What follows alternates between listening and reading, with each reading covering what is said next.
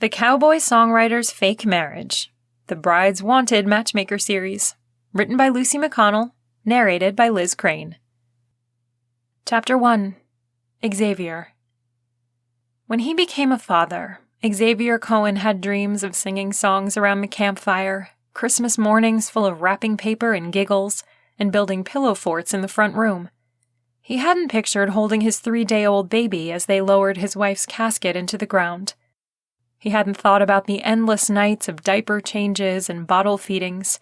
The knowledge of how empty a house could feel on the first day of school hadn't been a part of his life. And yet, he'd done all those things and more. So why was it so hard to hear the doctor say things like, "Your son is overweight, he's pre-diabetic, and you need to teach Cody healthier habits"? These were hard things to hear, but he'd been through worse. Gathering himself and his son, he thanked the pediatrician and promised to make the needed changes. They'd be back in 6 weeks for another checkup. He drove through Moose Creek in a brain fog. The small shops on Main blurred in his peripheral vision. The Jade Mountain Range to the west looked like a watercolor painting done in blues, greens, and browns. Cody watched a movie on Xavier's phone in the back seat. He wore his race car pajamas, and his hair was a mess. He'd not felt good when they rolled out of bed this morning, and his skin had been sallow. Frightened, Xavier had rushed him into the doctor without getting him dressed. He glanced down at his own plaid pajama pants and then at the clock. It was well after noon. Xavier couldn't seem to wrap his brain around the type 2 diagnosis. He stared hard out the windshield, willing his mind to get in the game, only to find emptiness where there should have been decision. Instead of waking up to handle the situation, another thought came in, one that was equally disturbing. He'd been in a state of survival for 7 years. He couldn't move forward, and he hadn't the energy to face the past. He got through each day, and the fog allowed him to function. At the same time, it held him captive and prevented him from writing songs. He pulled into the driveway to find Mark's car idling. Crap! He and his agent were supposed to meet at 11:30. He was a half-hour late. He jumped out of the car. He jogged over to Mark's door and tapped on the window. "Hey, sorry, I had to take Cody to the doctor. You want to come in?" He might have been embarrassed about running around in his pajamas in front of his agent, but he'd known Mark since college, and they were friends first. Mark rolled the window down and pulled off his aviators. "Is he contagious?" "No." He didn't feel like going into the whole diabetes thing right now. He was barely hanging on as a songwriter. He didn't want his buddy to know how much he failed as a father, too. And maybe it wasn't so much a failure on his part, but it sure felt that way. Cody had climbed out of the car and made his way through the front door without saying hello to their guest. He moved like he had on a wet coat. Was that the diabetes? The doc had covered the basic symptoms, and Mark checked them off one by one. He should have been more aware of what was happening with his kid, but he thought kids had to go to the bathroom a lot. Apparently not as much as Cody had been going. He didn't know how he was supposed to know these things, but he should have. "Let's do this." Mark rolled the window up. His car was new, silver and shiny. He wore a navy suit and a thin tie. His hair was longer than it had been 6 months ago, but styled. "You've gone Hollywood," Xavier teased. He led the way up the steps to the front door. Mark had started his career selling Xavier's music. He had clients that sold songs to some of the biggest names in country music. He might have started small, but he'd made a big splash. They entered, and Mark tripped over a remote-control car in the entranceway. He paused, his hand on the wall for balance. "You've gone single-male disaster!" Xavier looked around the room, seeing it through Mark's eyes. He couldn't remember the last time he'd actually looked at his house. There were toys spread from one wall to the other, littering the carpet and creating death traps. Some of them were for toddlers. He should have donated the lot ages ago. The couch was covered in half-empty chip bags and candy wrappers. The recycle bin overflowed with soda cans. Pizza boxes stacked next to the garage door. Clothes were pretty much everywhere. Mark put his hand on Xavier's shoulder. "You're getting worse. Not better, bro. Xavier scrubbed his face, noting the week's worth of hair on his chin. It's only this bad because Cody's out of school. Our routine is thrown off. Mark raised an eyebrow in challenge. Xavier had never been a routine kind of person. He thrived as a creative soul, following the music as it flowed from one melody to the next. Not that there had been any music lately. I'm working on it. Xavier headed to the kitchen, wondering if that sour smell in the air had been here when they left this morning. Working quickly, he tied off the garbage bag and lifted it from the container. Cody, come take this out, please. Cody set aside the phone with a sigh. Sure, Dad. He plodded over and took the bag. Are you going to say hi to our guest? Xavier prodded. Cody nodded as if he'd resigned himself to a task. Hey, Uncle Mark. They bumped fists. Xavier twisted his lips as he thought about what just happened. Did Cody not feel like an important part of things around here? They were home all day together, but he wasn't sure how much they talked. Was his son lonely, or was he lacking in energy because of the diabetes? If that was the case, what was Xavier supposed to do about it? There were pamphlets in the car and an internet full of advice. He needed to roll up his sleeves and start educating himself. But that wasn't going to take care of the mess. Maybe we need to hire a maid. Mark frowned. You need a cleaning crew, a life coach, and a chef. Like I can afford all that. Or... Mark checked the counter for anything sticky before leaning against it and folding his arms. Hear me out on this one. There is another option.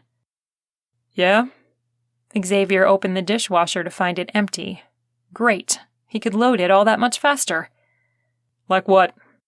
You could get remarried. Xavier dropped the plastic plate on the floor. He glared at Mark. That's not funny.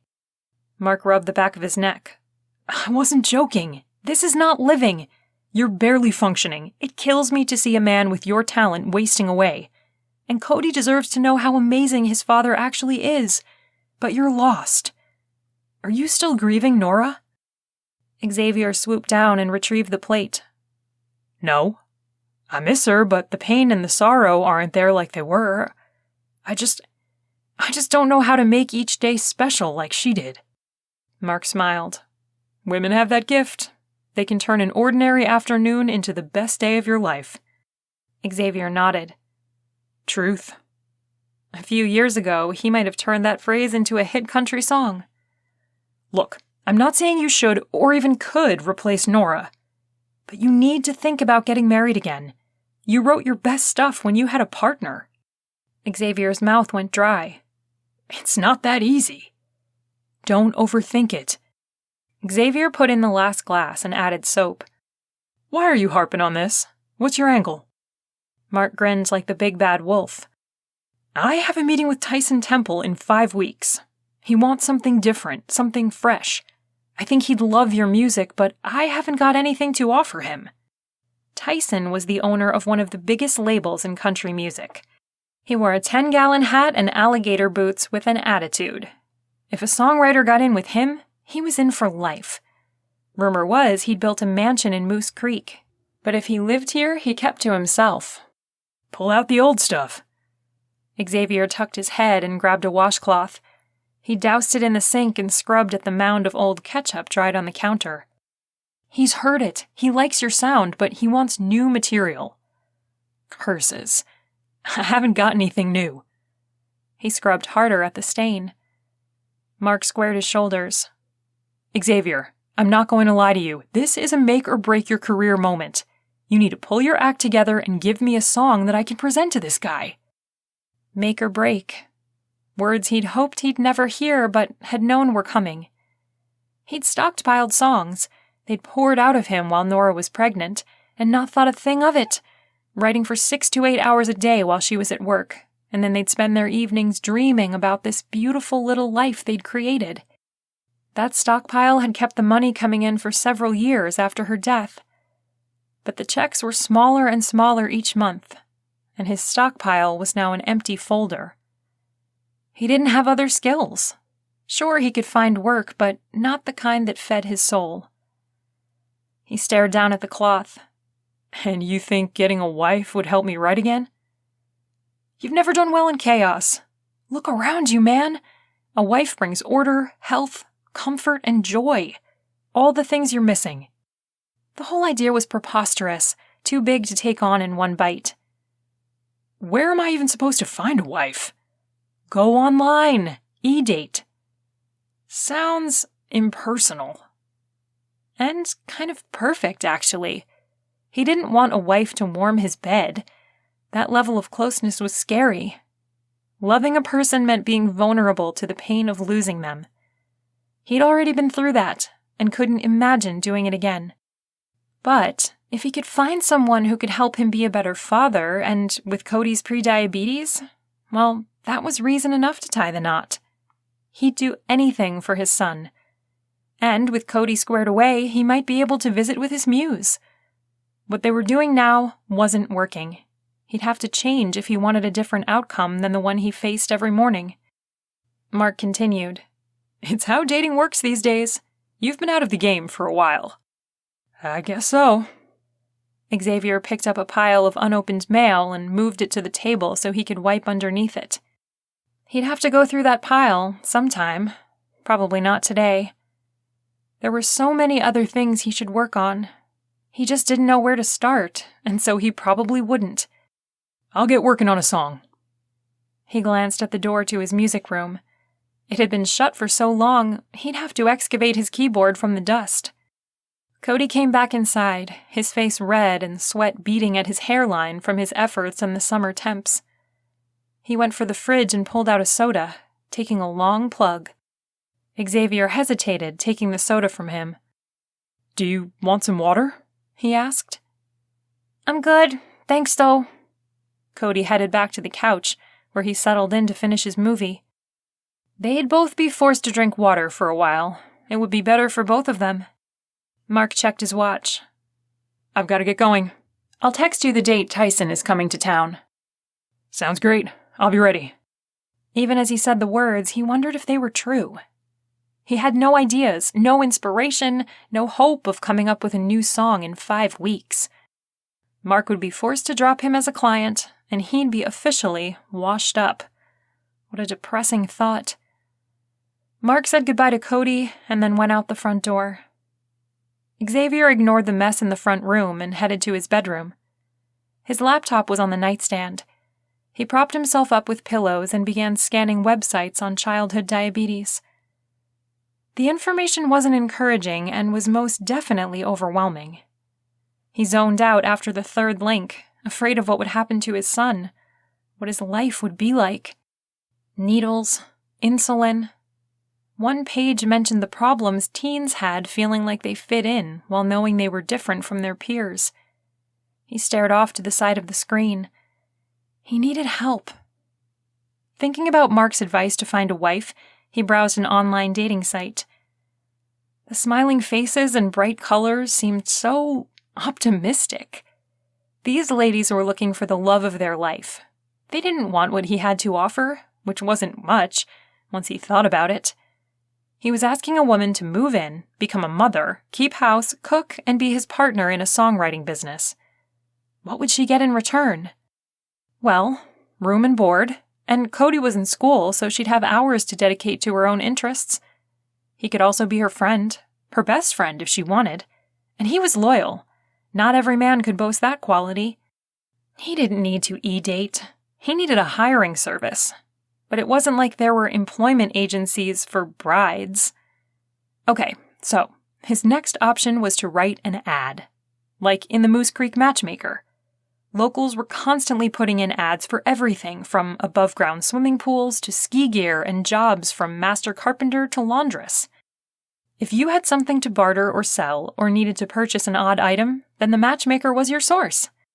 He logged onto their website and filled out the first part of the advertising form with his name and credit card info. He checked the box that kept his identity a secret.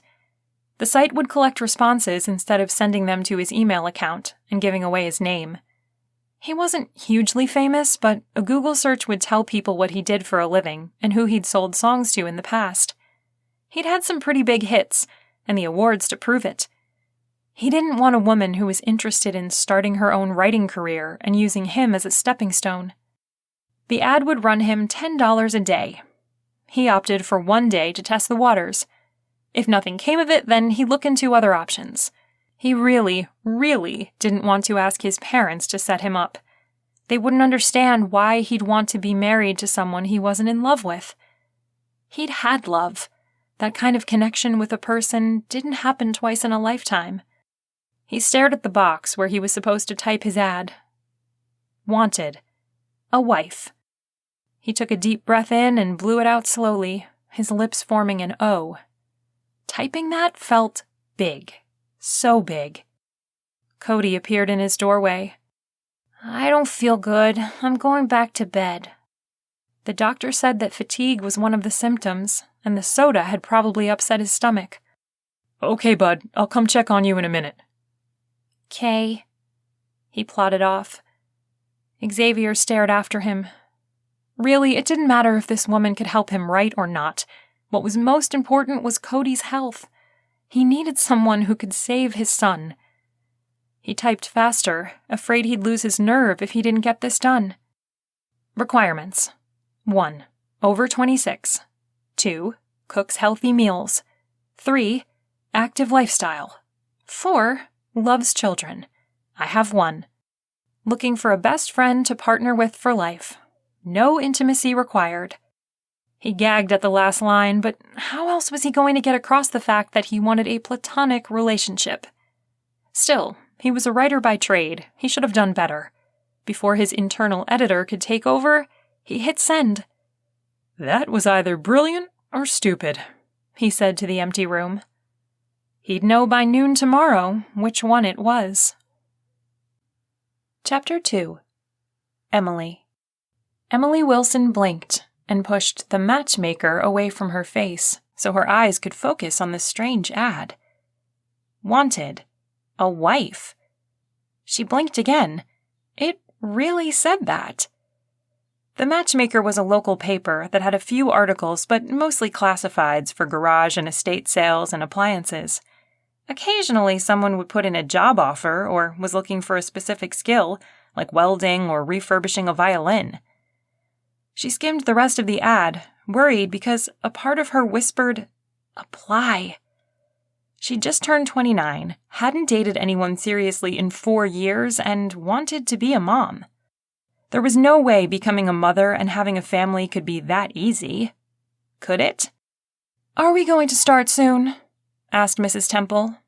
She wore leopard print yoga pants with a black top today. Her husband was a bigwig in the entertainment industry, and Mrs. Temple always dressed like she'd walked off the pages of a fashion magazine. "You bet." Emily glanced around the room, noting that all of the regulars were in place with their yoga mats rolled out in front of them and their shoes lined up next to the mats.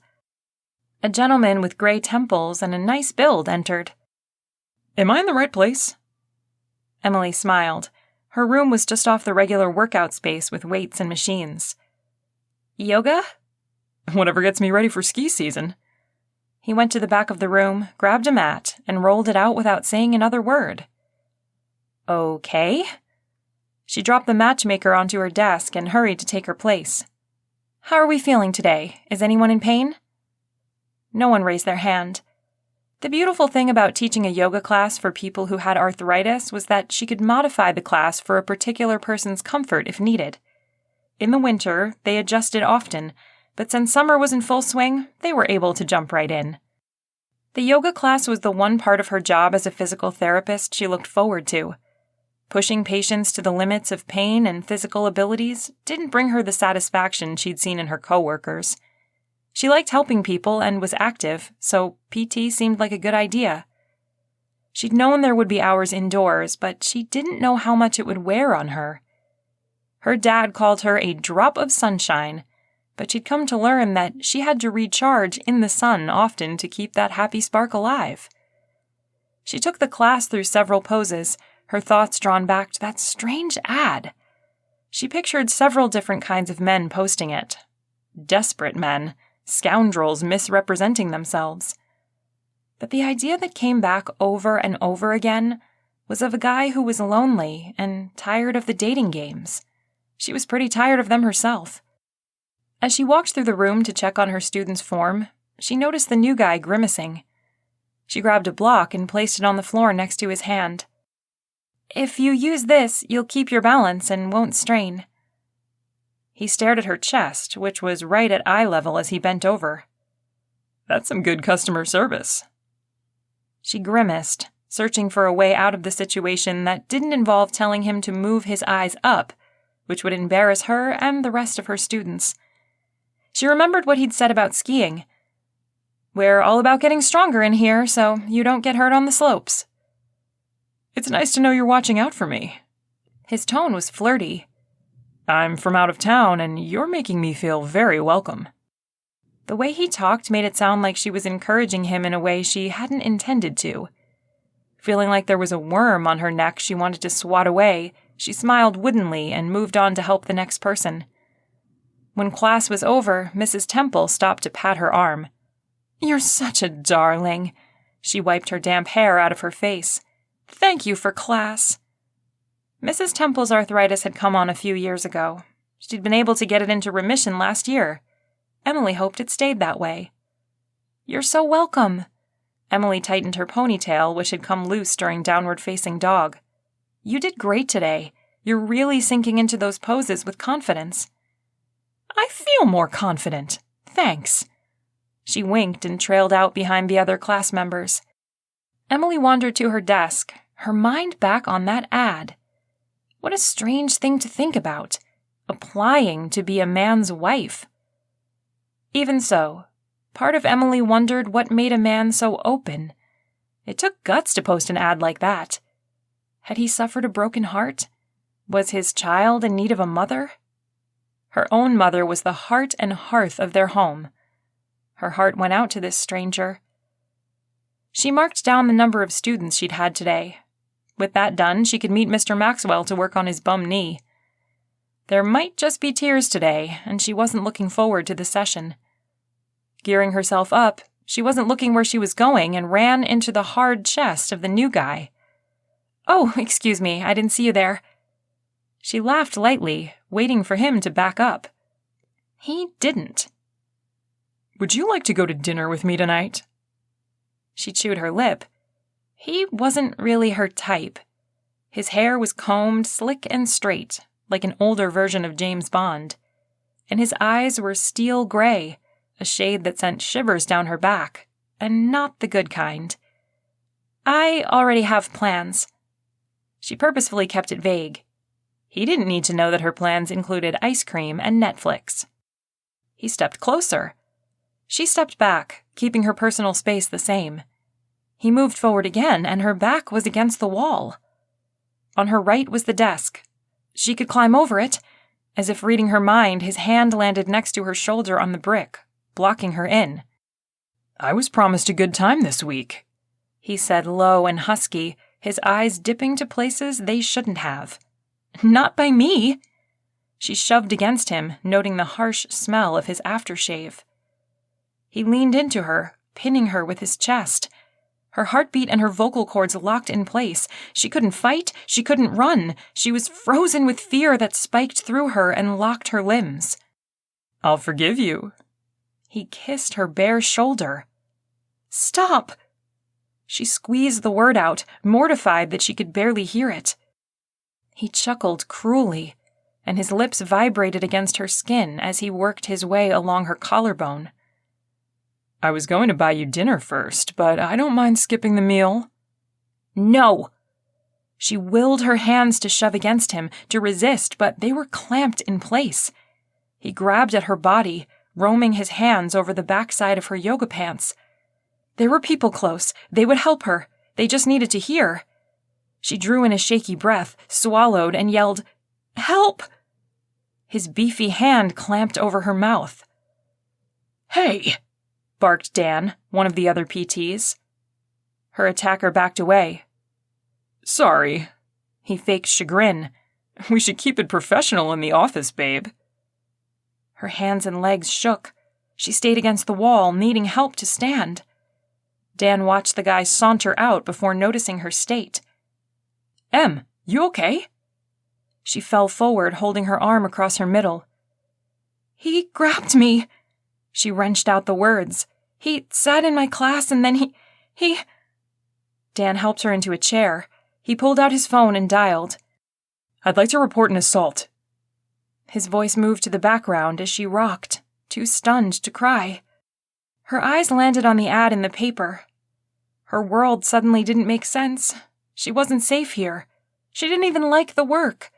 Yet she'd stayed because her education had cost a pretty penny and she'd felt obligated to follow through. Something inside of her whispered that she should make a change. A big one. Get out of the gym. Find a new life where she enjoyed getting up each morning. One where she could be safe. She picked up a pen and drew a slow, perfect circle around the ad. 2 days later, Emily went back to the office to pick up her last paycheck. She'd taken a job she didn't love and therefore didn't care enough to go back to work there after the assault, other than making sure she was paid what she was due. The scales had fallen away from her consciousness and she decided to find her passion. When she looked back on that afternoon, she decided it could have been much worse. She could also see that it was horrible. No one should have to go through what she did, and she was proud of herself for pressing charges right away. The police had arrested the man, Roger. He'd spent a night in custody before his girlfriend posted bail. His girlfriend. Emily wanted to tell her to run away. Run far, far away from the monster.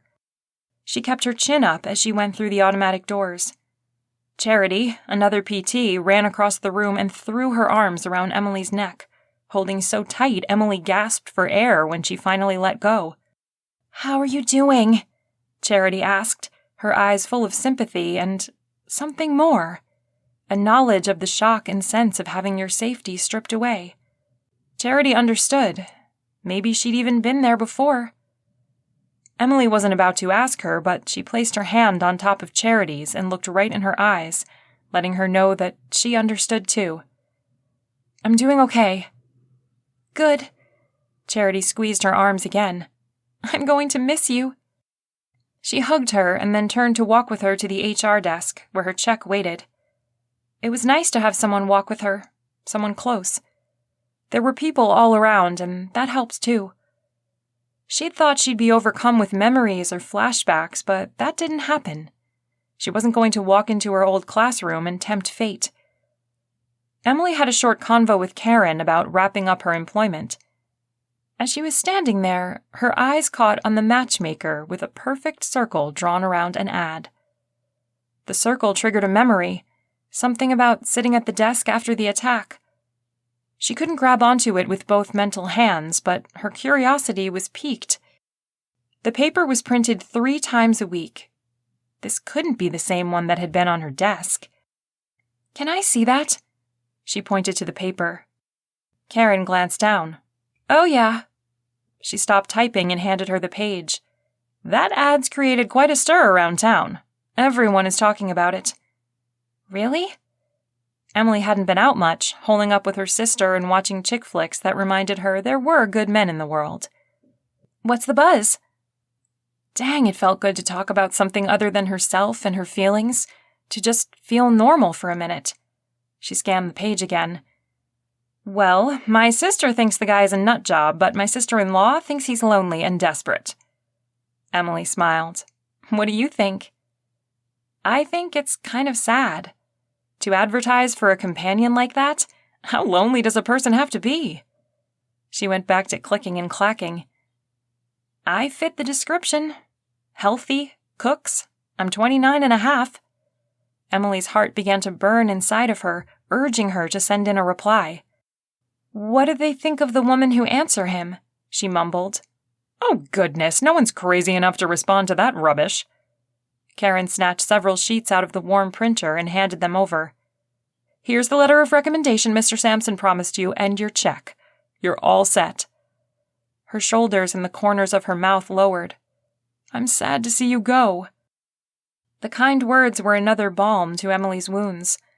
She may not have loved working here, but she did like the people she worked with. They were positive, helpful, generous, and generally watched out for one another. I am too. Right at that moment, she was disheartened to think she wouldn't be coming in here every day. She left, waving at the regulars and her ex-coworkers on the way out. Once she was outside the glass double doors, all she had to do was turn her face to the sunshine to know she'd made the right decision. Something crinkled under her arm, and she looked down to find the Matchmaker tucked there. Not knowing when she had taken it with her, she held it out in front of her. A sense of calm and purpose filled her heart. She typed out a quick response to the ad on her phone, including that she wasn't looking for romance or sex, but a friend would be nice. As a final touch, she snapped a picture of her letter of recommendation and sent the whole thing off to the email address indicated before she changed her mind. Her phone rang, and she answered for her sister. Poor Lexi was probably wondering if Emily would have rent money this month. Her sister sank everything she had into the condo they shared, going on faith that the Lord would help her make the payments. "Hey," Emily said by way of greeting. "Hey yourself. I don't suppose you changed your mind on quitting?"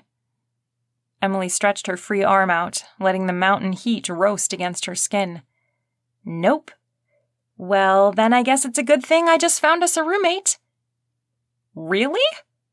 Lexi had been advertising the third bedroom for months. "That's great, especially considering the fact that I may be moving out." "What?"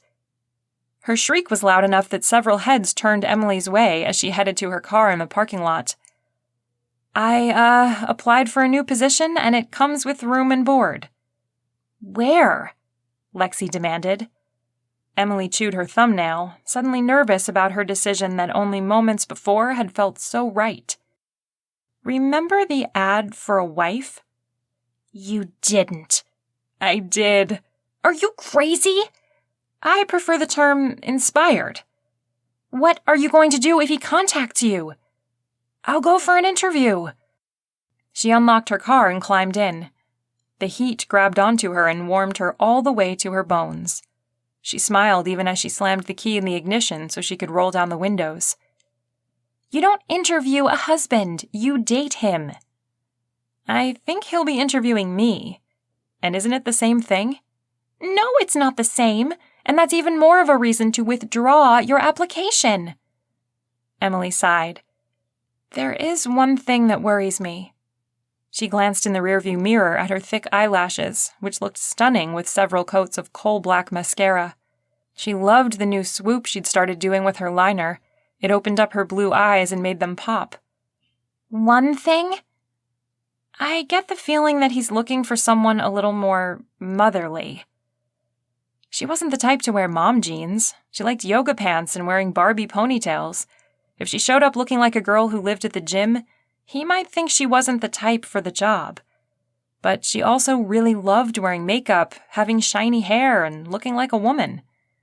"Why do you think that?" "The ad mentioned his child, and he wanted someone over 26, so I think he's looking for a certain maturity level." Lexi laughed. "And how are you going to look like a mom?" Emily made a face. "I'll figure it out." "Good luck with that." "Your sarcasm is not welcome here." The air conditioner kicked on and blew lukewarm air into the vehicle. Emily welcomed it, checked her mirrors, and backed out. Lexi huffs. "Well, maybe my advice will be welcome. Do not marry a stranger. It's insane." She paused. "Are you in some kind of shock because of what happened? What does your counselor say?" The police had given Emily the number for a local counselor. She'd seen her twice in the last 48 hours. While she might always have some triggers, she'd been reassured that, overall, she was mentally stable. "Actually, I was thinking of applying before the attack even happened. So there." Her phone dinged. Stopping at the entrance to the lot, she glanced at her phone. What?" Lexi asked in that tone that she'd used when they were kids and Emily had to stop to tie her shoes again. "He answered me back." Emily grinned as she read through the invitation to meet at a coffee shop the next day. "I have to go." She needed to hit the thrift store and find something to wear. "See, he's already separating you from the people who love you." Emily laughed, feeling like she was on the right track for the first time in a long time. long before the assault, even before moving back to Moose Creek. I'll let you know if he turns out to be a serial killer. How will you let me know? You'll be dead. I'll haunt you, Emily joked. You'd better, Lexi replied, letting her know that she wasn't too serious. Emily said goodbye and hung up. She took a good look in the mirror, wondering if she was actually crazy. Then she decided that crazy people don't ask that question, so she must be sane. With a wink at herself, she took the next opening into traffic. Chapter 3. Xavier. A light breeze tugged at the napkins and lifted the American flag hanging on the back of the small mountainside cafe. Xavier sat on the deck, watching a family from Texas paddleboard around the small lake. Their accents were heavy, and their children respectful, even as they splashed each other. They all wore Texas University ball hats, cut-off jeans, and smiles. The attendant who rented out the paddleboard sat on a three-legged stool and read a novel. Xavier glanced covertly at the other people at the coffee shop, enjoying the morning temperatures. He'd started quite the buzz around Moose Creek with his ad. Everywhere he went, people talked about it. The cashier at the grocery store had gossiped as she scanned his TV dinners and frozen pizzas. I'll bet he's 73 and has hair growing out of his ears. She'd nodded deeply. No man with half good looks would need to beg for a wife. Xavier had bristled. Maybe he's not looking for that kind of a wife. It said he wanted a friend. Lies. Men will say anything to get a woman these days. Why, I was online just the other night. He'd tuned out her horror story of online dating and began bagging his groceries himself, making as much noise as possible, shaking each bag open and rustling his hand inside. The woman behind him in line had picked up the conversation. His ears burned as he hurried out the sliding doors, and he'd decided to give up the search. And then he'd gotten her email. Emily. Her answer was sweet and to the point, and it spoke to his soul. That was the songwriter inside of him coming out, but it was true. Even her name was like a cupcake with beautifully swirled frosting and sprinkles on top. He'd gotten some weird responses to the ad. One woman wanted him to fingerprint himself and send her the prints so she could forward them on to her cousin at the FBI, who would do a full background check. Yeah, because that was going to happen. One woman asked to bring her 4 cats, one of which was expecting a litter any day now. Sorry, no. Another wanted their union blessed by a rabbi, a priest, and an internet clergyman. At that point, he'd decided his life had become the punchline of a bad joke. And then there was Emily.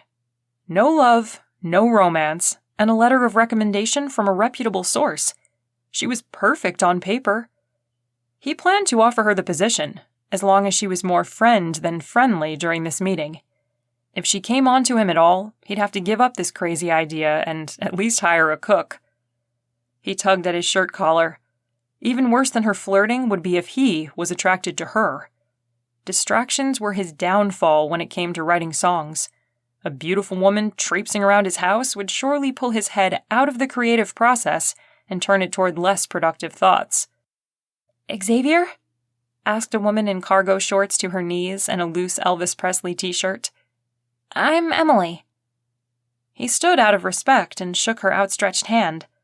She had her hair pulled back in a messy bun and a blue bandana tied with a knot on the top of her head.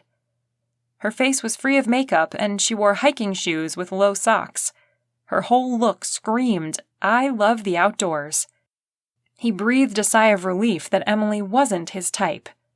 Nora had been refined, wearing slacks and blouses, pearls and diamonds on a daily basis.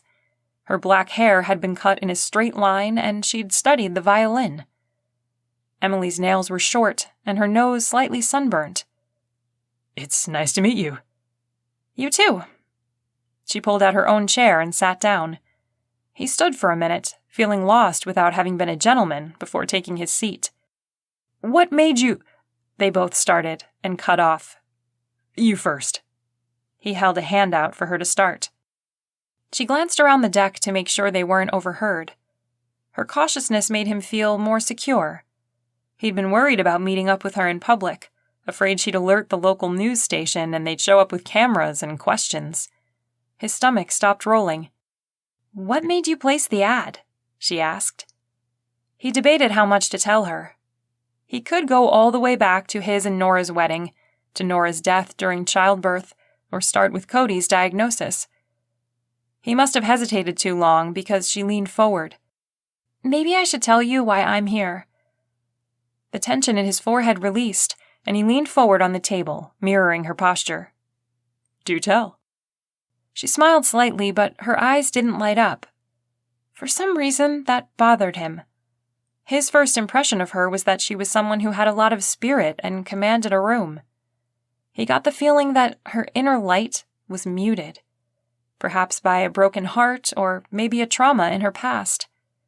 His interest in her grew, and he inched closer, wondering if he could coax that light to shine. "I've always wanted to be a mom. I have the best parents in the whole world, seriously. They made being parents look like fun. I know it's not all roses and rainbows, but I feel like I'd be good at mothering. The, opportunity hasn't come up for me. Now," she held up a palm, "I understand I won't actually be your child's parent. I have all these motherly instincts yearning to come out of me." "Like what?" Cody didn't need a woman moving in who was going to smother him, no matter how good her intentions. His son was, well, he wasn't sure how to describe him. They lived together, and yet they were independent men. Like reading bedtime stories and baking cookies, taking first day of school pictures and creating science projects, all of it. She clasped her hands together and then laid them flat on the table. "That doesn't sound so bad." She laughed, and the world suddenly got brighter. "I should hope not." He stared at her, wondering if he'd imagined the difference in a world where her laughter tickled the air.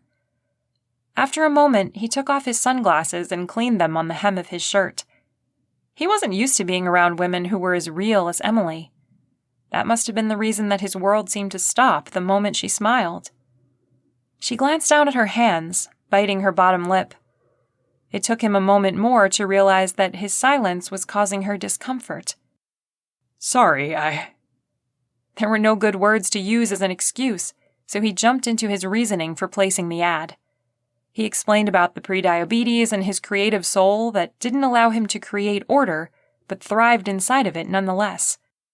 She nodded along. "So basically, I'll be getting 2 children to care for." A laugh burst from him, so startling that he jumped. Then he laughed at himself right along with her. "I think that about covers it." She shrugged. "I can live with that. I'll need time to myself, time to see my family, some vacation time. I enjoy hiking, and Peru has been calling my name." He liked that she knew these things about herself, and that she was confident to ask for them up front.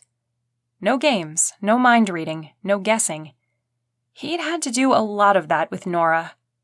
Admittedly, he wasn't very good at it. Writing her a song usually got him out of the doghouse. "That sounds good. We can write up a contract just between us." "Whatever you're comfortable with, but I have to ask, why marriage? Why not just hire a nanny?" His cheeks flushed with heat. "I'm old-fashioned. I don't want to live with a woman unless I'm married to her." Emily's lips formed a perfect O. He'd never seen lips so round. "Well, I can respect that, and thanks for respecting me." He nodded. "My mama raised me right." "I certainly hope so." She cocked her head. "You know people are talking about that ad. My sister's worried you're a serial killer." "I promise you I'm not." "That's exactly what a serial killer would say." Her eyes fairly danced with mirth. He feigned nonchalance. "The only way to prove it is to not kill you in the woods." "I'd appreciate that." "Consider it done." He held out his hand. "Will you marry me?" She laughed. "I think this is the beginning of a beautiful friendship." She slipped her hand into his. His skin tingled as if charged with static electricity. Once they shook, he rubbed his palm on his leg to get rid of the feeling. They made plans to meet at the courthouse on Thursday. She had a few things to wrap up before she got married, and he needed to explain to Cody that their lives were about to change. Hopefully for the better. He stared at his hand where the tingling lingered. Yes, Emily was going to make changes. He only hoped they were both ready for them. Chapter 4. Emily. The thrift store smelled like mothballs. Emily wrinkled her nose as the scent attacked her from all sides. Lexi rolled her eyes. When you said shopping for your new job, I thought we'd be at the Nike outlet. They crossed the chipped cream tile to the women's section and began sifting through the mounds of clothing. Lexi held up a pair of raspberry sweatpants with a tapered ankle. Is this what you're looking for? Emily squinted as she considered them. They were bagging in all the right places. Yep, thanks. You could have saved yourself $4 and borrowed clothes from Grandma. Har, har, har. Emily tucked her hair behind her ear and kept looking. She grabbed a pair of mom jeans one size too big and tossed them over her elbow. You don't get it. When we shook hands, there was this zing up my arm. He totally felt it too. And then he acted like I'd infected him with something and wiped his hand on his pants. He doesn't want feminine wiles. I have to look as grungy as possible. So your regular yoga pants and running tops? Out. I'll bury them in the back of my closet. They dug for a few more minutes. Lexi came up with a light blue shirt with 3 kittens on the front. You have amazing taste. Emily snatched the shirt away. It's a gift.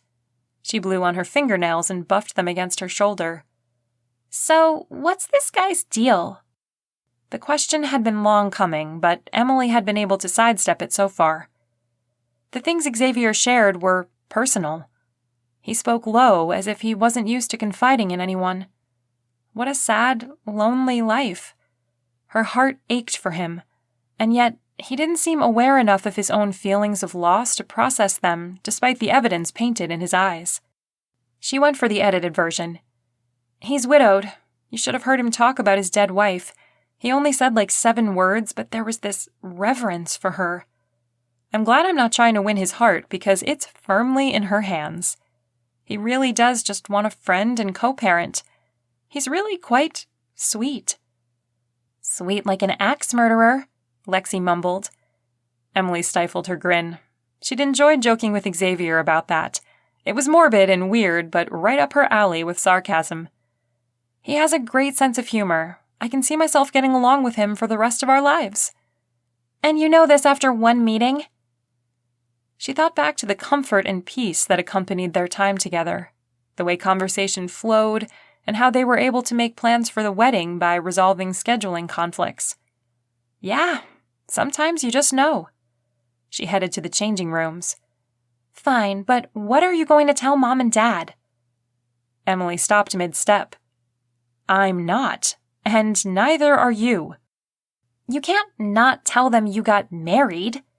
Lexi grabbed her by the shoulders and gave her a shake. I can not. I mean, it's fine. I want to see if it takes first. You know how they are about marriage. They'd totally freak out if they knew I wasn't marrying Xavier for love. I'm still not sure why you're marrying him at all. Emily bit back her answer. Being a mom was the biggest wish of her heart, and while she'd felt safe sharing it with Xavier because he understood, Lexi might not. After all, women weren't encouraged to be moms these days. They were supposed to go after a career and find fulfillment. But there was a part of her that wouldn't ever be filled unless she became a mother. It's just something I have to do, she almost whispered. Lexi hooked her arm around Emily's neck and gave her a tight hug. Then I'm all in it with you. You're the best sister ever.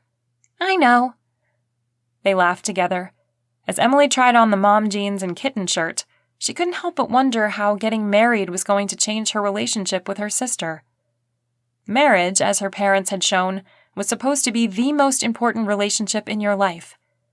She willed her hands to stop shaking, even as she prayed she was up to the task ahead. Chapter 5. Xavier. So, she's going to move in with us. Are you okay with that? Xavier kicked himself for not talking to Cody before he'd placed the ad. This was as much his decision as it was Xavier's. Okay, maybe not as much, but he should have had a say in things. If Cody was upset, he'd call off the wedding. There was no way he could traumatize his child on purpose. Being a parent was hard enough when he was trying to do the right thing. Purposely putting Cody in a situation that he'd need therapy for later in life was not going to win him any parenting awards. The thought of telling Emily this wasn't going to work made his heart sink. She'd been so happy talking about things like science projects and bedtime stories. He wanted to make her happy. On top of that, Emily was the answer to his prayers. He knew it, and he knew God knew it, and if he backed out, there'd be a day of reckoning. "Is she in charge of me?" Cody asked. Xavier debated on how to answer that. Yes, like when you go to school and your teacher is in charge. That's how Emily will be here. Cody plucked at the loose fabric on the couch, making Xavier wonder how long ago he'd bought the furniture. He glanced around, noting the shabby appearance to things that had once been a source of pride. Losing his wife had taken many things from him, but he hadn't even noticed his dignity, or maybe it was arrogance, slipping away.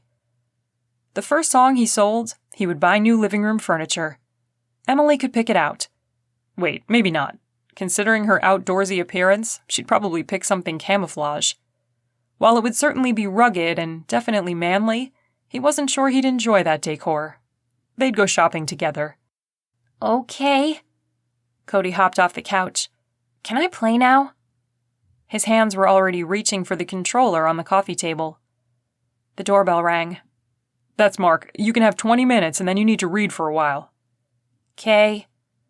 Cody clicked several buttons and the television came to life. Mark let himself in with a, "Hello?"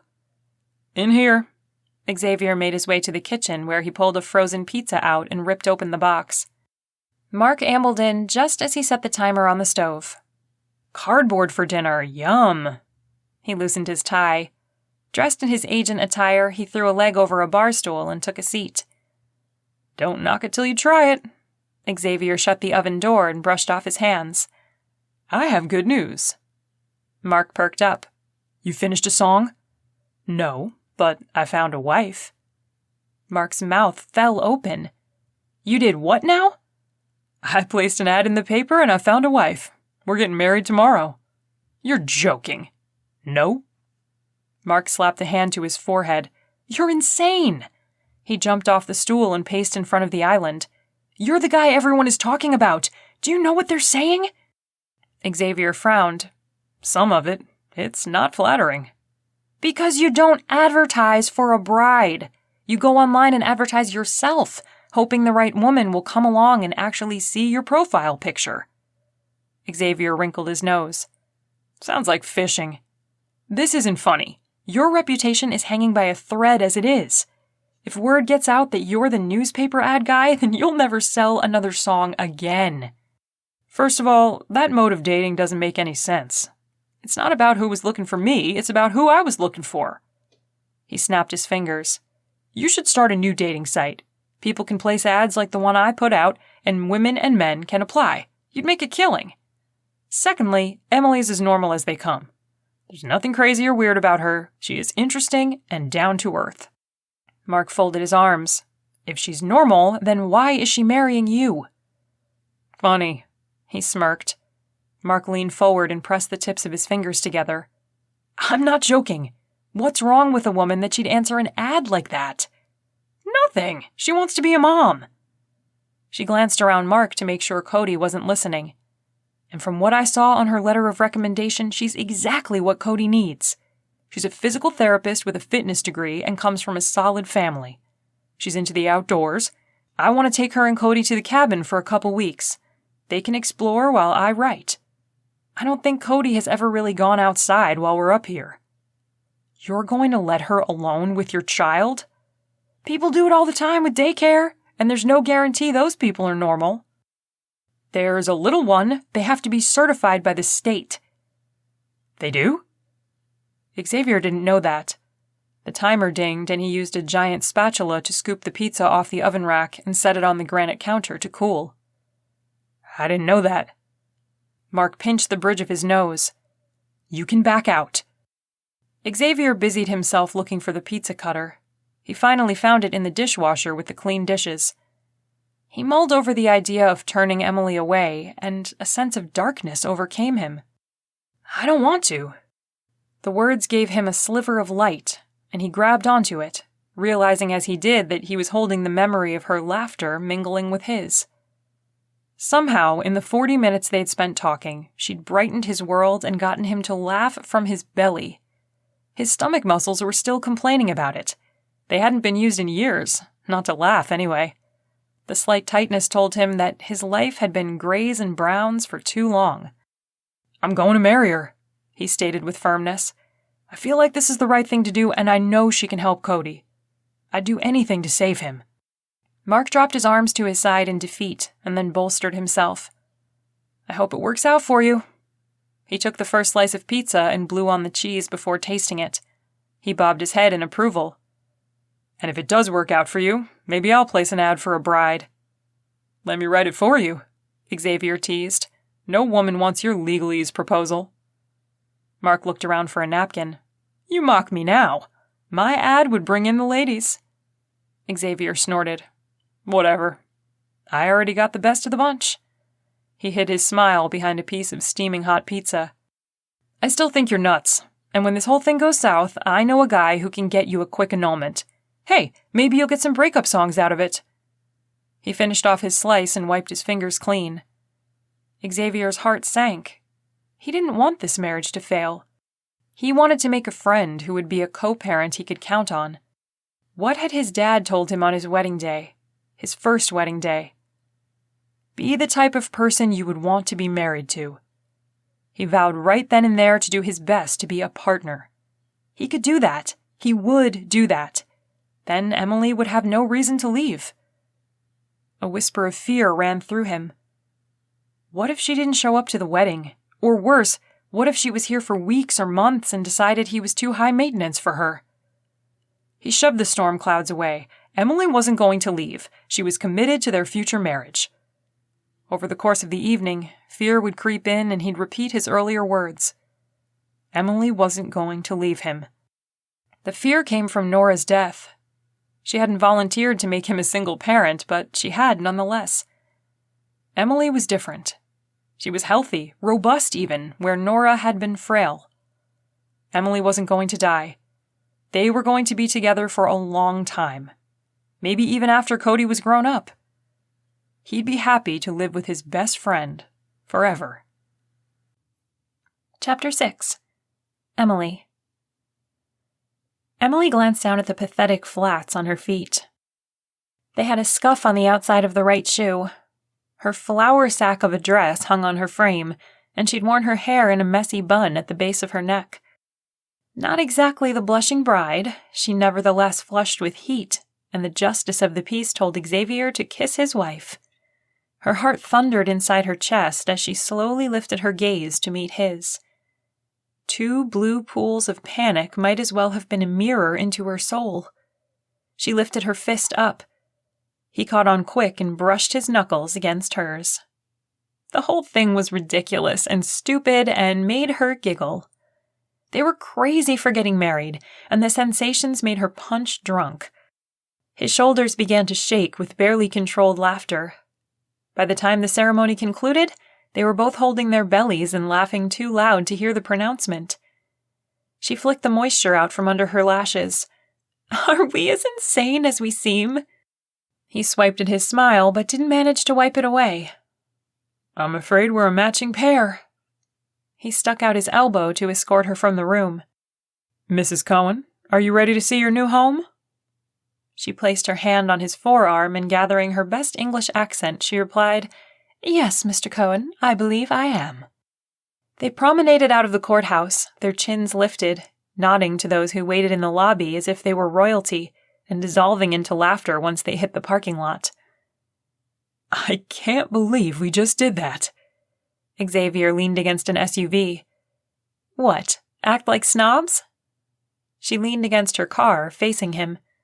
He was handsome in his button-up aqua shirt and tan slacks. He'd gotten a haircut and a shave for the occasion. She wanted to ask him to take a picture, but felt too shy. No, got married. Does it feel big to you? I feel like it should feel bigger. A trickle of disappointment went down her back. This wasn't the wedding she'd thought of as a child or teenager. Heck, it wasn't the wedding she'd pictured when she was 25. But if love wasn't in the cards for her, then this situation was the best-case scenario. I don't think it's sunk in yet. When do you think it will hit us? Probably when we file our taxes jointly, she joked. Humor helped her hide her disappointment. He burst out laughing. I like you, Emily. His words hit her like a warm blanket just out of the dryer. She wanted nothing more than to snuggle into them and get comfy. But that wasn't the kind of marriage they'd agreed to. Of course, friends could say things like that. They should compliment one another. Which meant she should say something back to him. I like you too. The air between them hummed with awareness. They both pushed off the cars at the same time, spurred into action by the sudden intensity between them. She dug into the pockets of the horrible dress for her keys. He walked around to the driver's side of the SUV. Do you want to follow me? Yep. She dropped behind the steering wheel and slammed the door. She'd have to do better in the future not to let things get serious between them. Laughing, joking, and teasing were all on the approved list. Sharing real thoughts and feelings was not. With a shake of her head, she started the car and followed Xavier to her new home. Cody, say hi to Emily. Emily smiled encouragingly at the adorable brown-haired boy with chubby cheeks and unsure posture hovering close to Xavier. They were standing on the front porch doing an awkward meet-your-new-stepmom thing that had her wishing she'd read a book or at least an online article about how to meet your stepchild for the first time. Hi, he said, with more confidence than she'd expected. You've got your father's blue eyes and his nose. She held back from tapping him with her finger. He was so cute, her motherly instincts did backflips of joy. Cody craned his neck to see around her. Is that your bike? She turned to look at the driveway, where she'd parked behind Xavier. Her mountain bike was indeed attached to the rack on the trunk. She'd hoped to get a job at the local ski resort this summer guiding bike tours, but that wouldn't work out now that she was a full-time mom. She could still hit the trails, though. Yeah, I love to ride. Do you? I don't know how. He dropped his chin and her heartstrings played a sorrowful tune. We'll just have to teach you then. With his little lip popping out like that, she would have offered him the whole mountain. He lifted his face up, revealing hope. When? As soon as we can, she promised. He grinned fully. Forget the mountain. She'd give him anything and everything. Not right now. Xavier put his hand on Cody's back. We need to get Emily settled in the house first. He showed them all inside. Emily took in the toys on the floor, the dishes on the counter, and the open popcorn bag on the coffee table spilling kernels. It's bad, I know. Xavier scratched his temple. I'm not expecting you to clean this up. I thought Cody and I could work on it while you unpacked. His eyes glazed over, and she thought back to their conversation about his creative mind being somewhat chaotic. Emily knew that look. She had a roommate who was a master mathematician, but when it came to organizing items, the best she could do was put things in piles. Usually the piles made sense to her, categorized by shapes or colors, but they were a jumbled mess to the rest of the world. For example, she'd put shampoo bottles and spices in the same place because they were cylinders. While Emily completely understood, it had also driven her nuts. Thankfully, Xavier had warned her so she wouldn't think he had pulled a fast one on her. However, she couldn't let them think that she was okay living like this. They'd have to learn some basic skills and throw away the junk. I can unpack in a bit. Let's do this together. If the ticking vein on Xavier's forehead was any indication of his stress level, the fact that it disappeared at her offer to help was a good sign. I'm not sure where to start, he admitted. She marched over to the wall and grabbed almost empty rubber tubs. Let's work with two ideas, a keep pile and a donate pile. She held up each tub, indicating which one was which. Like this toy. The rattle was obviously much too young for Cody. I'll bet Cody hasn't used this in ages. I don't think he ever used it, to be honest. Then it goes in the donate pile. She dropped it into the box.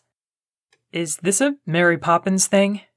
Xavier teased as he added 2 more toddler toys to the donation box. It's more of an Oprah thing, she joked.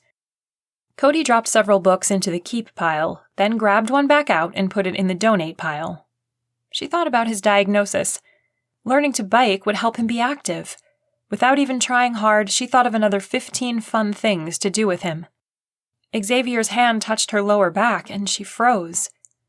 That was the first time a man had touched any part of her other than her hand since the attack.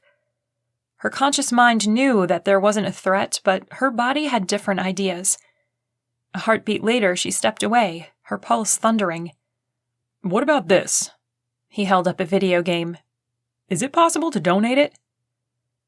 She didn't think being close to Xavier would bother her so much, but the way her heart raced around the room left her wondering. She'd have to find some time to see the counselor and ask about her response, because it didn't make sense that she'd have that strong of a reaction to Xavier. Unless there was something else going on.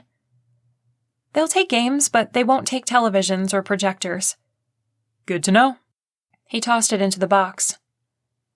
Curious, she stepped closer to Xavier, close enough to breathe in his soapy clean scent. Her head felt light, not in the freezing, unable to fight or yell way it had in the workout room, but in a heady fog of attraction. Well, shoot, that could be a problem. A very big problem, considering she was now living with him in a platonic marriage for the sole purpose of raising Cody together. At least she knew her reaction wasn't a byproduct of the assault. That was comforting. She'd have to squash these feelings before they grew into something more. Their purpose was Cody, and if she could stay focused on that, then she'd be able to ignore the handsome, good-smelling man who occupied the bedroom down the hall. Chapter 7. Xavier. Not wanting to overwhelm Emily on her first night, Xavier offered to do the dinner dishes and get Cody to bed. She'd smiled gratefully. I still have a lot of unpacking to do. He shooed her off, thanking her again for all her help that day. Besides cleaning the front room and kitchen, the 3 of them had dejunked Cody's room. Emily made a rule that any toy that came with a meal had to be thrown out. Xavier was shocked that they'd filled a garbage bag. There were also baby toys that could be donated, and books Cody had long since outgrown. A few items, ones Nora had bought, Xavier saved, thinking Cody would want them someday for his own kids, or perhaps just to feel a connection to the woman who'd given birth to him. The stuffed blue bunny and the cream blanket with a satin edge were Xavier's memories, bought when he and Nora eagerly anticipated years of raising children together. He tucked them into his closet. Emily didn't make a fuss about saving items. She simply made room for them in toy bins or on shelves. Her consideration of Cody's feelings and his made cleaning out less threatening. It also laid a solid foundation of respect that he was grateful for, as they'd need it for the hard times that were sure to come. Xavier was no stranger to hard times in a marriage. He was an artistic spirit who forgot to pay bills if he was wrapped up in a new song. Nora wasn't always so understanding when the electricity was turned off. The first few times she'd lit candles and called it romantic. As the pregnancy progressed, she'd become more and more upset with him, even once saying that she worried about what kind of father he would be. Coming out of his pondering the past, he glanced around the kitchen, wondering how dusk had settled in without him noticing. Humming, he checked on Cody, who was sleeping soundly, and then turned on lights in the living room. Fresh vacuum lines filled his vision, and his whole soul breathed a sigh of relief. It was then that he noticed the tune he hummed. A new sound. He played with a few of the notes to see if they stuck. He hadn't done that in years. He might not be able to create order, but his muse thrived within it. Emily was like a breath of fresh air in the house. The boards and clean floors felt lighter, happier. He sucked in a breath and noticed a light floral scent. He'd noted it following her around as she moved, and now it lingered in his home. He took another deep breath, letting her presence fill him up. With a start, he realized he wasn't thinking of Emily as a partner or a co-parent, but as a woman. The kind of woman he wanted to get close to. He bolted across the floor and flipped off the lights, plunging the room into darkness so he couldn't see the vacuum lines or the remotes lined up on the coffee table according to size. He couldn't shake the flower smell, though, so he headed to his room where he knew Emily hadn't been that day. Once there, he sniffed, smelling nothing at all. Relaxing, he reminded himself to keep his thoughts about his wife good and proper. He changed clothes and settled into bed, mentally reaching for the melody he'd been humming earlier, but it wouldn't come. He grunted and rolled over. Maybe tomorrow he'd be able to think of music and keep Emily's scent out of his head. Chapter 8. Emily. Emily hopped out of bed with a sense of purpose and joy. Today was her first full day as a mother, and she couldn't wait to get started. She glanced at the clock. Starting at 6 a.m. during summer break probably wasn't going to happen. That was fine. She could use a good yoga burn to get the day going and give her energy to face whatever was thrown her direction. After changing into her yoga pants and a sports bra, she rolled her mat out on her carpet and turned on some calming music. She could have gone outside, but she didn't want to parade past Xavier in her yoga clothes.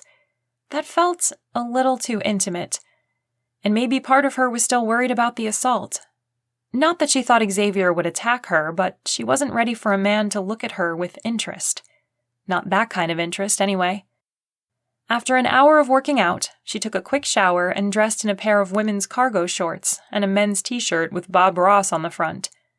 She kind of liked the cool vibe Bob sent off, and the phrase, "You've got problems? Make them into birds," was funny even if she felt slouchy in the baggy clothes. Slouchy was the whole point, though she had to wonder if it was for Xavier's benefit or for her own. Xavier had made it clear he wasn't looking for romance or a physical relationship, which made her think that she could have danced around the house in a leotard and he wouldn't have paid her any mind. Therefore, the baggy clothing was for her peace of mind. She wasn't sure she wanted to dive into the psychological whys right then, so she set out to make breakfast for her new family. The house was quiet with sleep. She glanced at the clock. It was 7:30. Maybe the smell of breakfast cooking would bring out the hibernating bears. She opened the fridge to find condiments and the leftovers from their dinner delivery. Where was the fruit, the yogurt, the veggies? For the love, where was the meat?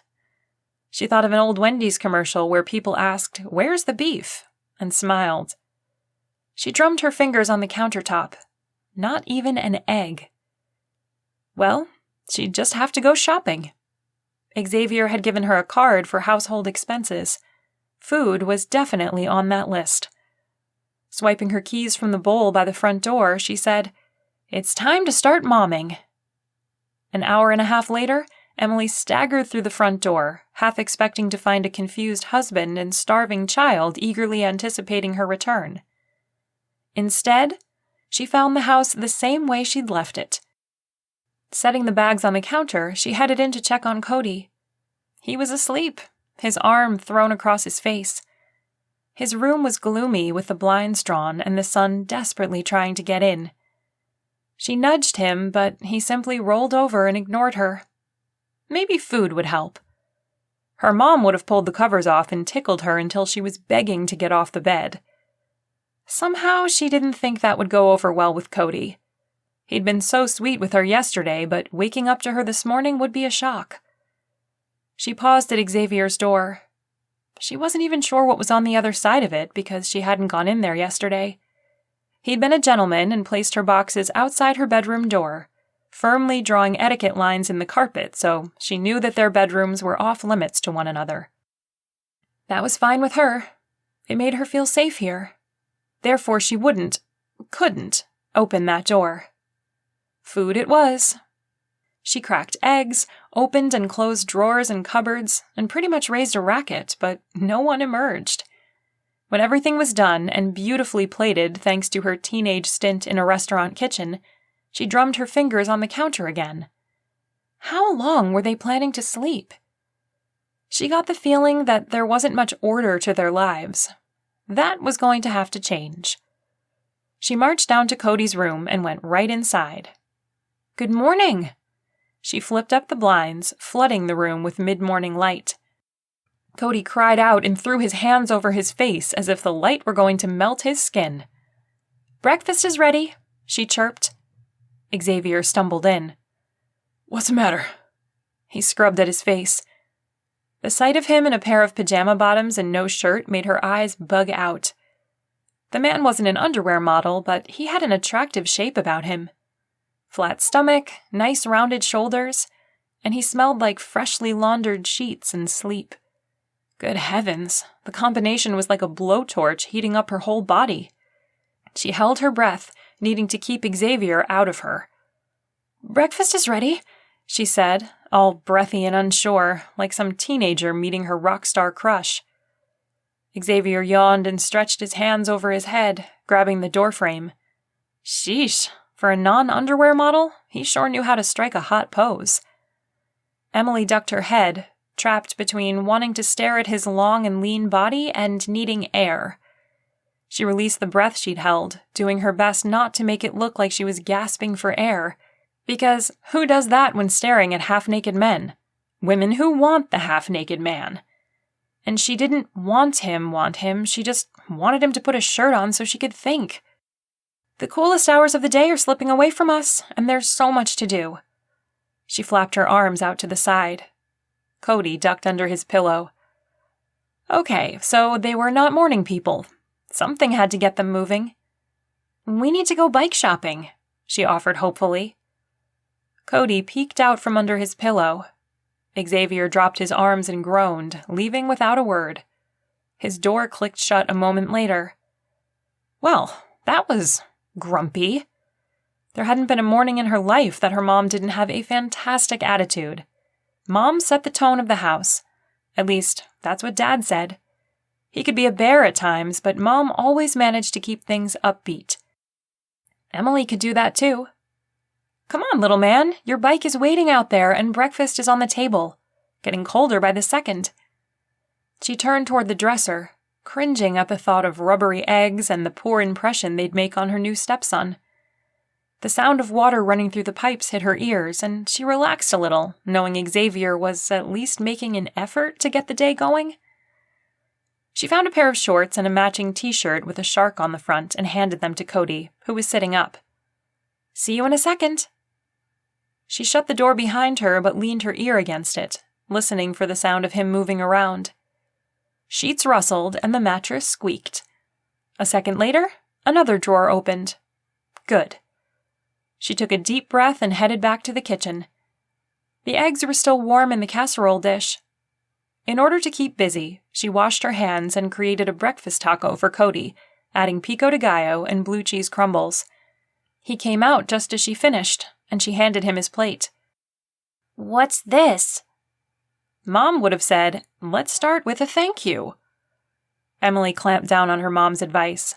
She needed to build up to that kind of a relationship, but she was at a loss because she didn't have another mom in her head to offer help. "It's a breakfast taco." He sighed heavily and headed to the fridge. Curious, she watched as Cody pulled out the ketchup and doused the plate.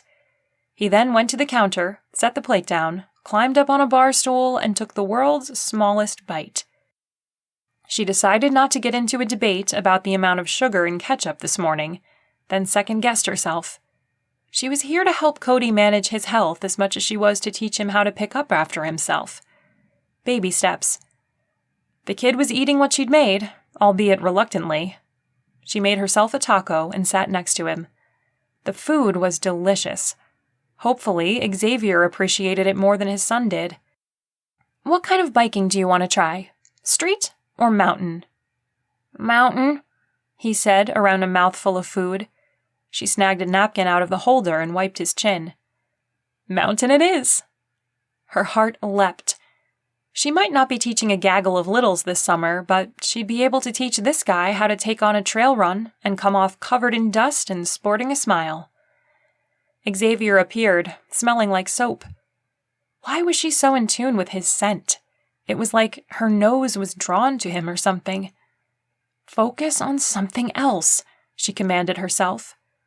She looked closer at his hair, which was still damp from the shower, and decided that wasn't a good idea either, because all she could think about was how it would feel running through her fingers. This was getting out of hand. She should not be thinking things like this. Say something normal. "Breakfast is cold," she blurted. Don't sound like a nag. For the love, were there any brain cells inside her head? At this rate, he'd regret marrying her by noon. Xavier. Xavier took in the serving dishes and the set table. Cody had a pile of something covered in ketchup on his plate that he was slowly working his way through. He was usually famished in the morning, but he was picking at the breakfast Emily provided. And what a wonderful breakfast it was! So good his mouth watered just looking at it. He couldn't remember the last time they'd had anything other than cereal. He sat down and began filling his plate. "It looks great." He shoveled a bite of eggs and was greeted with a mouthful of cold, rubbery things. She'd said it was cold. He should have skipped the shower and come right out, but he needed the cold water to wake him up and turn off his warm thoughts toward his wife. "I'm just going to reheat it. I'm sure it is delicious." He bolted to the microwave, worried that if he didn't make a big enough deal about her making breakfast, she wouldn't do it again. "Where did you find all this food?" She was like an elf, all shoemaker magic, kitchen magic. She chuckled. "At the store." "What time did you get up?" The microwave dinged and he retrieved his breakfast. The pico had melted into the eggs, and the cheese was weird little globs. He sniffed. What kind of cheese was this? Mozzarella and cheddar were the two main options in his palate. It seemed okay. He sat down and took another bite. "About 6, she replied. He choked. The food was too hot, and he was shocked at her answer. "Why?" She eyed him. "Some of the best hours of the day are right after sunrise, and if you want to run or bike outside, you have to get up before the heat." "You biked already?" She shook her head, handing him a napkin. He self-consciously scraped it across his face, not knowing exactly where the mess was because his stubble made it difficult to feel food on his face. Cody set his fork down. "I'm done." Emily frowned at his plate of ketchup soup for a second. She brightened quickly and nodded. "Please take your plate to the sink and clean it off." He nodded. So far, Cody had been a pretty obedient kid. Of course, he wasn't one to make waves that often. Even as a toddler, he'd rarely thrown a temper tantrum. But he didn't get that excited either, which worried Xavier. Shouldn't Christmas morning be full of noise? It was usually a quiet morning around here, just like every other morning. Xavier felt the need to fill in the silence his son created. "Thank you for making breakfast. It's really good. Even heated up a second time. Can we save the leftovers?" I've never tried." "I might just eat it all right now." He made himself another taco. "What do you think a good time would be for a kid to get up in the summer?" She cocked her head to the side. 7? 7? The word was like sandpaper on his tongue. He liked being up late, always had, and he did some of his best work in the twilight hours, necessitating sleeping in the next day. She brushed her hand across her mouth as if wiping away a smile. 7:30 then. He gulped down the taco. "Maybe we should ease into this a little." "Fine, we'll try 8 tomorrow and see how it goes. But if he's going to ride trails, he's going to need to be up with the sun. Some routes can take an hour or more." Xavier bit off his remark about how crazy that sounded. There were people in the world who loved mornings. He just hadn't met any of them. Even in his work, most people were late-nighters. That was when things got done, concerts were given, deals were made, and dinner happened. He hoped that didn't cause problems for her in the long run. That is, if he was able to write a new song, and if he sold it, and if he had to meet with agents and managers and singers. He had to write a song first. These two could get out the door and he'd have the house all to himself. The blessedly clean house. The piano in his head rang with music, and he was itching to get it down on paper. "Dad, can we get my bike now?" Cody's imploring eyes were more than he could handle. He held back his sigh. How could he ever say no to that? Besides, getting a bike was a big deal in a kid's life. The fact that he hadn't bought one for Cody before now was slightly embarrassing. Just let me put on some shoes. Me too. Cody dashed to his room. Xavier sought out Emily and locked gazes with her. They shared one of those parent looks he'd seen other couples do when their kid was adorable, and his chest warmed. He took a moment to really look at her. She had on a baggy tee and loose pants, but they couldn't hide her lean and shapely legs or her sculpted arms.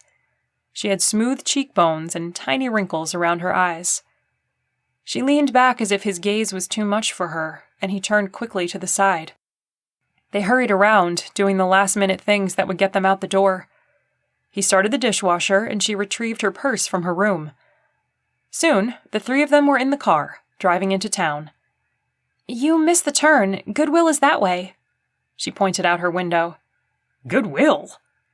He spat the word. He might be down on his luck and not sold a song in years, but that didn't mean they were destitute. Did the couches look that bad? Had she taken one look at their home and decided they were poor? We do not need to shop at Goodwill. She leaned into the door, glancing quickly at Cody, who was happily watching a movie in the back seat. Making a visible effort, she spoke in a sing-song voice. Tourist families buy bikes for a week and then donate them. It would be a great way to get a high-quality bike without spending a lot of money. She had judged him. It's my money, and if I want to throw it away on a bike for my kid, then I will. He'd buy the most expensive bike in the store, and then one for himself, too, just to show her he could. Emily turned toward the window. Let's go blow some cash, then. Her tone was calm enough, but her words hit their mark. She settled deeper into her seat, as if she wished she were anywhere but in the car with him. He was screwing this up. Not just this conversation, but the marriage thing. He'd thought just yesterday that he wanted to make sure she was happy with him. Already he'd let his pride get in the way. A huge sense of self-loathing grew inside of him. First, for sounding like a snob. He had no issue buying second-hand. He'd practically grown up in his cousin's hand-me-downs. And second, for snapping at her, which seemed to have turned off her happiness. He'd become a wet blanket, a happiness squisher, the exact type of person he'd always hated as a kid, the adult that told the children they were being too loud when they were laughing. He didn't like that at all. I'm sorry I got a little defensive there. She lifted a shoulder. If you want to pay full price, I won't object. I didn't mean that the way it sounded. He made an illegal U-turn and headed back the way they came. I know I haven't kept up the house all that great. It could use a new carpet and a furniture upgrade. It's not that way because I don't have the money to make the change. I haven't had the desire. She turned to him, and her forehead wrinkled with confusion. I don't understand. Your house is fine. You don't need to change anything because I'm there. She'd missed the point, but he wasn't sure if he could explain all the intricacies of losing a spouse and then losing yourself in the grief, only to come out feeling like half of a whole person. Thanks. He turned into the parking lot at Goodwill. What I meant to say was I haven't shopped here before, so if you think it's a good idea, then I'm willing to give it a shot. A small smile appeared on her pretty lips. Next time, start with that. She gave his arm a shove, and her hand lingered. Her flesh was warm against his, real, and it made him feel alive, like electricity hummed through his veins that had been quiet for too long. He stared at the spot of contact. What? She glanced down, pulling her hand away. I just realized you're a woman, missed the feeling of a female touch, noticed how delicate your hands are. Let's go. He sprang from the car, noting that the temperature outside was much cooler than it had been in the cab. Or maybe it was that Emily made his body feel warm in ways that the sunshine couldn't match. Chapter 9. Emily. Emily sat in the car, stunned by Xavier's disappearing act. What was that? All she'd done was joke with him a little, and he'd looked at her like she was an alien species. A thought seized her brain like the icy chill of too much ice cream on a hot summer's day. He could have thought, oh, heaven help her, he could have thought she was flirting. She wasn't. Honest to Abe Lincoln, she wasn't flirting with her husband. Sure, she had a light level of attraction to him that morning, the kind that any red-blooded woman would have to a man who looked good with his shirt off and eyes heavy-lidded with sleep. And the fact that his stubble was really sexy did not mean that she was going to do something stupid, like run her fingers over it or brush her cheek against his. He was crazy if he thought she'd do something like that, or even think about it, because she wasn't thinking about doing any of that. They were just examples of what she wasn't going to do. She jumped out too, the car suddenly smelling much too soapy clean, like him. She yanked the back door open and talked Cody through pausing the movie and getting out of his car seat. Xavier was back, reaching his hand out for Cody to take. The three of them crossed the small parking lot and went inside. Cody looked at her and then reached for her hand too, smiling like he'd won a year of free Cheerios. He swung their arms back and forth, giggling. She smiled at Xavier, sharing the moment. Her mama heart burst with the pure, sweet joy of hearing Cody giggle. They walked down the large middle aisle, heading toward the sporting goods at the back. To anyone else, they probably looked like a happy little family running errands. She sank into the feeling and emotionally rolled around in it like a kid in a mud puddle, enjoying every second. They passed another couple by the changing rooms. The woman giggled as the man kissed her neck, the love they shared as palpable as the cashmere sweater that brushed Emily's arm. Her heart panged for that kind of connection, but she adjusted her grip on Cody's hand. Being a mom was enough for her. She didn't need romantic love. It faded into a deep and abiding friendship over time anyway. She and Xavier were jumping the line and getting to the good parts early on. Bike! Cody dropped their hands and raced for the hot rod red bike at the end of the aisle. The tire still had the black spoke things from the factory, and the seat was shiny and new. There were 2 other bikes his size, but he wasn't interested in either of them. This one! He climbed on and began pushing himself up and down the aisle. How did you know about the tourist families who donated bikes? Xavier asked as they watched Cody scoot along. Huh? Oh, I spend a lot of time on the trails. She tucked a stray piece of hair behind her ear. And I was hoping to get a job as a guide this year. They have a small staff and can afford to be picky about who they hire. I've helped several of the higher-ups and their wives recoup after knee surgery. They were ready to recommend me for the job. Why did you change your mind? She hesitated, wondering how much she should tell him. Roger had left town with his girlfriend, and the latest update Emily received from the officer over her case was that he was married with 3 kids and lived in Minnesota. Married with a girlfriend who bailed him out of jail. Those poor children. Emily, look! Cody whizzed by and barely managed to stop himself before hitting the shelves. Great job! She cheered him on. He looked over his shoulder, his big blue eyes glowing with pride. She made a decision right then and there that she wasn't going to taint her new family with any part of Roger's actions, or the darkness that was in her past. I guess I was ready for a change and ready to be a mom. Your ad spoke to me. One cheek lifted in a lopsided smile. People used to say that about my songs. Used to? She tried to change the subject. They will again, he said in a way that left her wondering if he believed the words himself. But look at you. You're getting the hang of this mom thing. She grinned. Thanks. I'm already head over heels for this kid. Xavier laughed. He's pretty lovable. She warmed at the depth of his laughter. It seemed to come from a well inside of him, echoing in the most delightful way. If she put her ear against his chest, she'd probably hear the rumblings of it long before he gave it sound.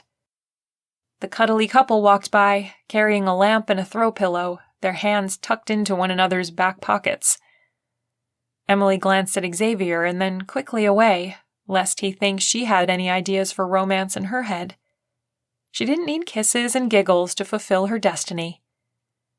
Xavier put his hand on her lower back as they made their way to the checkout line. Her whole body hummed with the knowledge that it was there, the feeling that they had a connection that went beyond Cody's needs. A nagging thought followed her to the checkout line. She might not need physical intimacy to be a mom, but she might need it to fill her soul.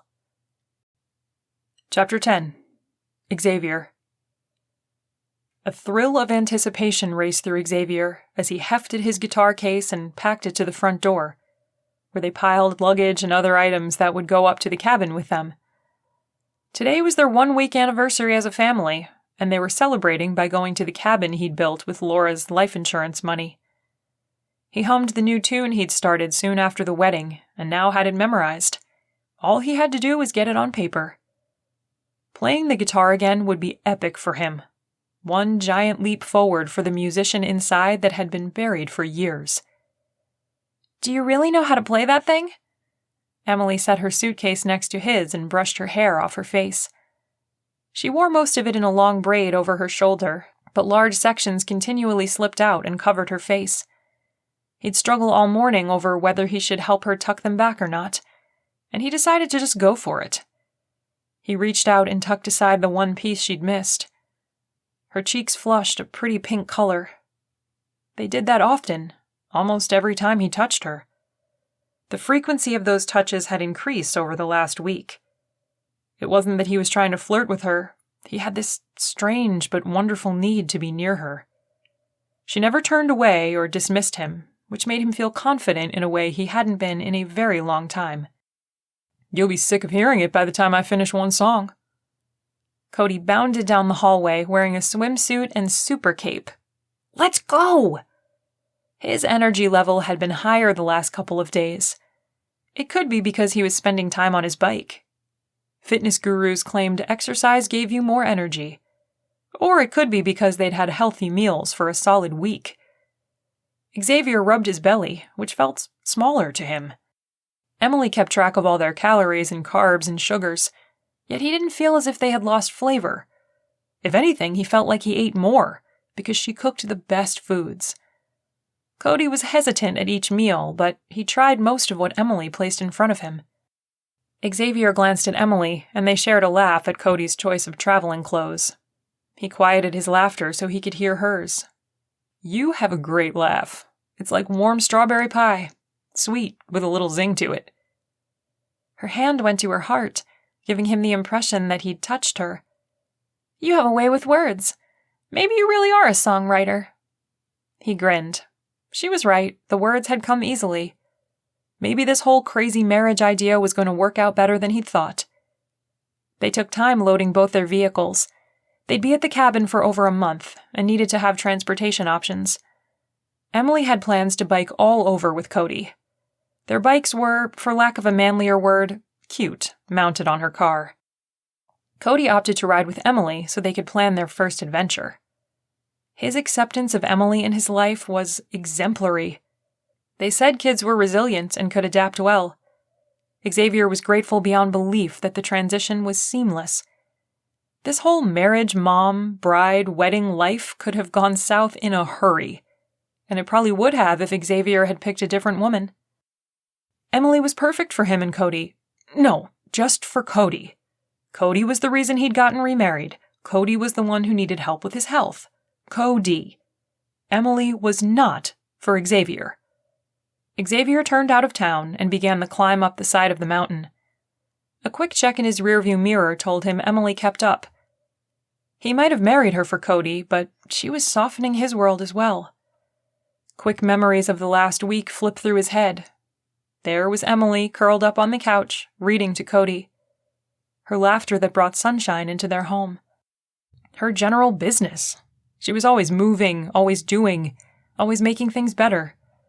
The soft strains of harmony filled his head, accompanying the images. Crisp, clean mountain air filled the cab, and he took a deep breath, filling his soul as much as his lungs. The music grew louder, no longer a whisper.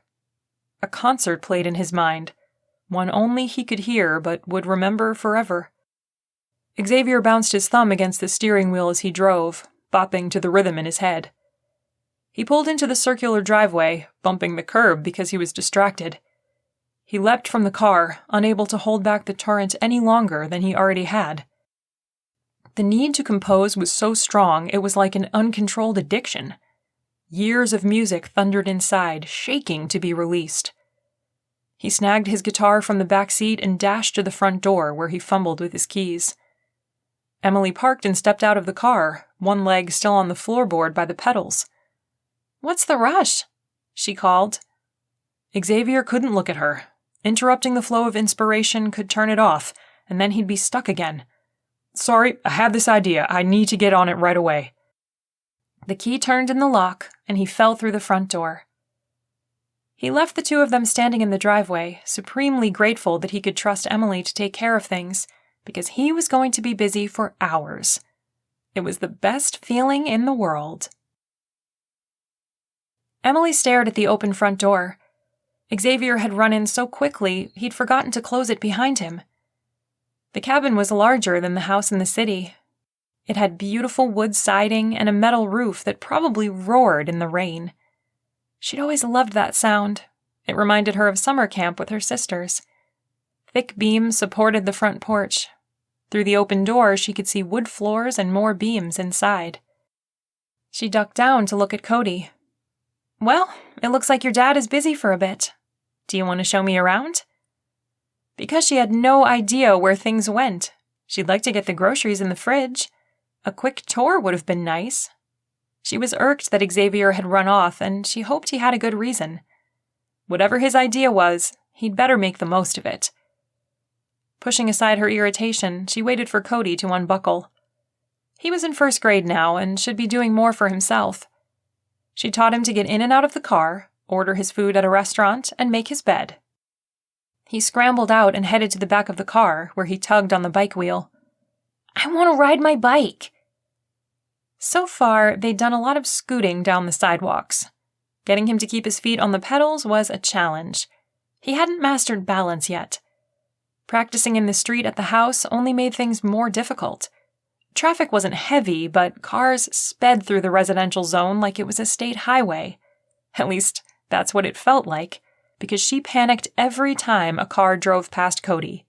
He was so small out there on the blacktop. Considering Xavier had abandoned her to figure out the house on her own, she said, "I want to ride my bike too." She blew out her lips. "You know what? Let's put the groceries away and then we'll use this big, beautiful driveway to ride. Deal?" He grinned.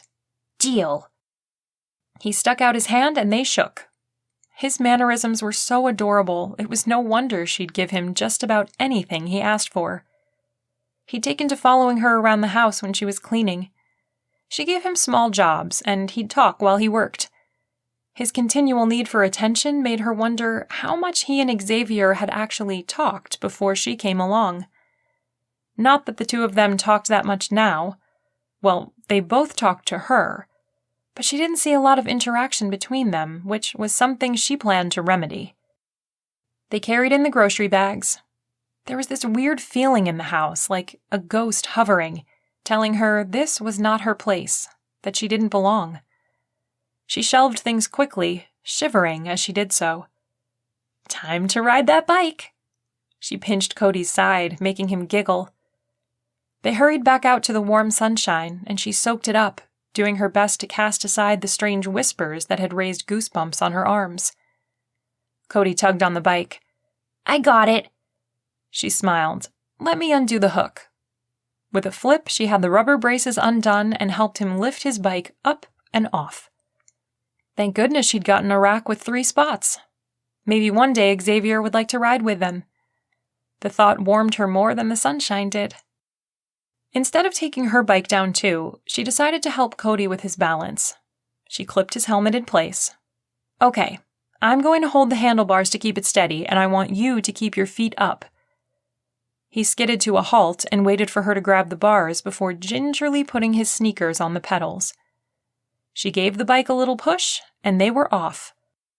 After 2 laps, her back hurt from bending over and trying to keep him up. "I think you haven't well enough. I'm going to hold on to the seat instead." "Don't let me fall." His pudgy hands gripped the handlebar and his lip trembled. Emily gave him a side hug. "You got this, bud." The bike quaked as he started. "Pedal harder. You have to go a little faster to keep your balance." He followed her instructions, and they were cruising around the driveway so well she decided she could let go. She didn't tell him she was dropping back, and he continued on. Motherly pride washed over her, and she clapped her hands over her mouth to keep from cheering. Cody's concentration was the cutest thing in the whole world. He had his tongue in his cheek and his eyes on the pavement right in front of his wheel. He adjusted for every small crack and pebble. "Look up," she instructed. Focusing on the horizon would give him better control. He jerked his head her direction and the handlebars in the other. The whole thing happened in slow motion while Emily's mind was on fast forward. Like a bad dream, she saw him hit the ground and knew she couldn't get there in time to stop it. The sound that came from her little guy was worse than stepping on a rusty nail. "Cody!" She was to him so fast she didn't know how she'd gotten there. The bike lay on top of his limp form. His face was contorted and deep red, with tears that streamed down his cheeks. She removed the bike, setting it aside, and then knelt next to him. "Where's it hurt?" "My leg! My leg!" He continued to wail, and she worried he'd broken a bone or twisted his ankle. Her training kicked in, and she ran her hands over his bones and joints, not finding anything worth screaming about. "Come on, sit up." She helped him turn and saw a scratch on his knee. "Is this it?" He screamed louder, which she took as a yes. "Okay, it's a little scratch. We can get you cleaned up and riding again in no time." His voice went up a notch, making her cringe. "Buddy, what's wrong?" Before she could get an answer, Xavier was at her side, his hand on her shoulder. Even in the chaos of the moment, she recognized the thrill that went through her system at his touch. "What happened?" he demanded. "He scraped his knee." She kept her voice even, despite the spiky feelings poking her each time Cody wailed. Xavier frowned deeply and scooped Cody into his arms. "I've got you." He turned from her and, for the second time that day, left her standing outside of the house without an invitation to go inside. Well, she didn't need an invitation to be a mom. She loved Cody and wanted to help him feel better, even if it meant going inside the cold and empty house. Following the sound of sniffles, she found Xavier and Cody in the guest bathroom. Cody was on the counter and Xavier was slathering ointment on his knee. It took less than a pea-sized amount to cover the scratch. "I never want to ride again." Cody swiped at the tears on his cheeks.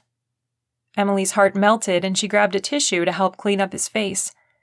With one hand under his chin, she gently blotted at his cheeks. "But you were doing so well. I'll bet with one more practice session, you'll have it." "Don't push him." Xavier threw the crumpled Band-Aid wrapper into the trash. His tone said his word was final. A part of Emily stood up and shoved words out of her mouth. He shouldn't give up because of one fall. Kids scrape their knees all the time. It's part of playing. Xavier shook his head. "Doesn't have to be." He reached for Cody, who wrapped his arms around his dad's neck and his legs around his torso and hung on.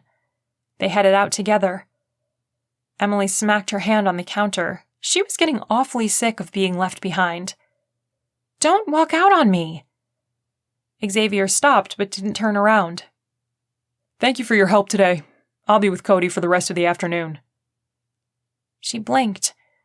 In the week since they'd gotten married, not once had he treated her like she was the hired help. Yet here he was, dismissing her as if she were a maid who was unable to get a stain out of the carpet. Fine. If she was just an employee, then she was taking her break. She only stopped long enough to unhook her bike and grab her helmet. As her legs dug into climbing the mountain, the hurt hit her chest, and she had to take several deep breaths. The pain wasn't a blow. It was more of a dull ache created by truth and an understanding that things weren't the way she'd thought they were. She'd thought she'd come to be a mom for Cody and that Xavier valued her in that role. It turned out he didn't want a partner and didn't trust her with his son. Shoving everything deep down inside, she dug in and climbed the hill. If she pushed hard enough, maybe she could outrun this feeling. Chapter 11. Xavier. Hours after the Band-Aid had been applied, Xavier sat on the couch with Cody snuggled up to his side. A cartoon cowboy sang about having friends. and the late afternoon light poured through the large bay window. Cody smiled up at him, and he gave the kid a side hug and a kiss of the head in return. He was safe. That's what was important. And yet Xavier fumed. Emily had left. She'd taken her bike and left without telling him where she was going, how long she'd be gone, or even goodbye. It wasn't like he needed to know where she was at every moment, but common courtesy required that they communicate these things to one another. They were married, for heaven's sake.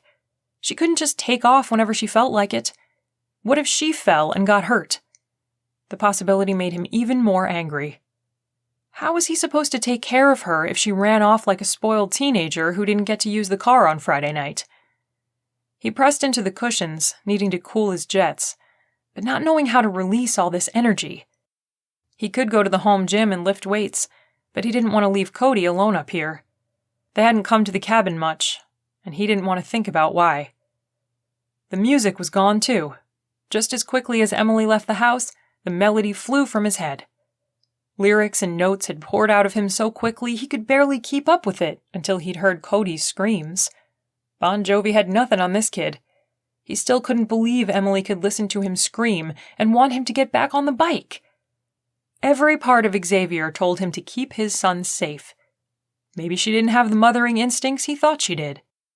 The front door banged open, and he craned his neck to see her pass the television room, dragging her suitcase behind her on her way to the kitchen.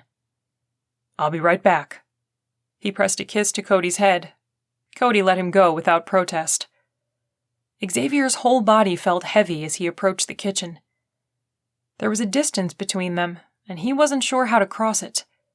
But he did know he didn't want this all to end. It was just beginning. There had been good moments, many more than bad. Emily was at the sink, her head under the faucet, soaking her hair and rinsing her face with cool water. Her t-shirt clung to her skin with sweat. He blinked several times. He'd known she had a nice form, but the shape in front of him was amazing. Her slight build was accentuated by firm muscles and soft curves. "If you'll let me love you." The lyrics danced through his head. He grabbed the countertop, his anger going from a 9 to a 5. No matter how justified he felt in being upset with her, no matter how much it scared him that she had disappeared, he was affected by her presence. It wasn't just her body that got to him, it was her. She was so calm, and somehow she filled this empty house with energy. "Hey," he said, with more force than he intended. Well, he was a man, and he was upset, and he had a right to be.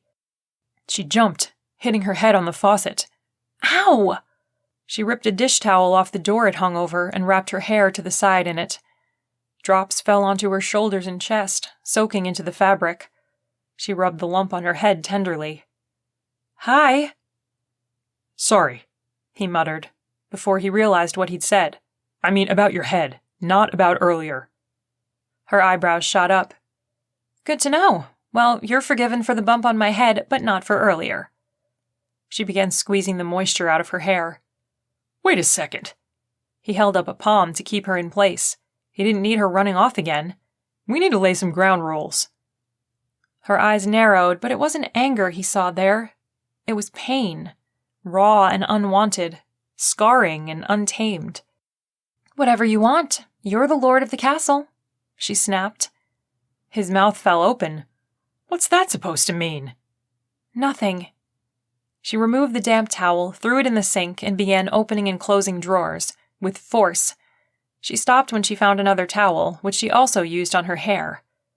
He'd never seen a woman do that before.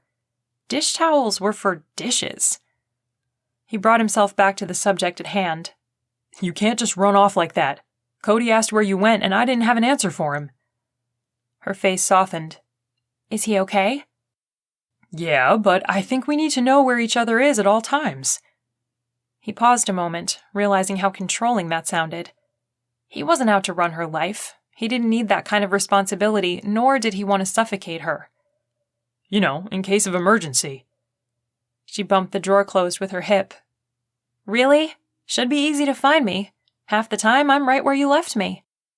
"When did I—" He stopped as he remembered coming into the house without saying a word. He'd been a horrible host, His mom would be so disappointed, and truth be told, he was disappointed in himself. But he wasn't quite ready to admit defeat. She was the one who'd left. And you can't force Cody to ride his bike again. Then he'll grow up to be a quitter. She threw open the fridge and pulled out a yogurt. His mouth fell open for the second time. She wasn't holding anything back, which was nice, but also scary. That's not true. It is. If he never has to do anything hard, then he'll never learn to do hard things. Falling off a bike is a normal childhood experience. I lost half the skin off the inside of my foot once, but it didn't stop me from riding to the gas station the next day with my sister. She tore off the lid and rummaged for a spoon. She had a sister? He shoved the curiosity aside. My son will be his own man. Saying no now teaches him to stand up for himself. He'll be a man, all right, one who carries around your issues. Xavier gaped at her.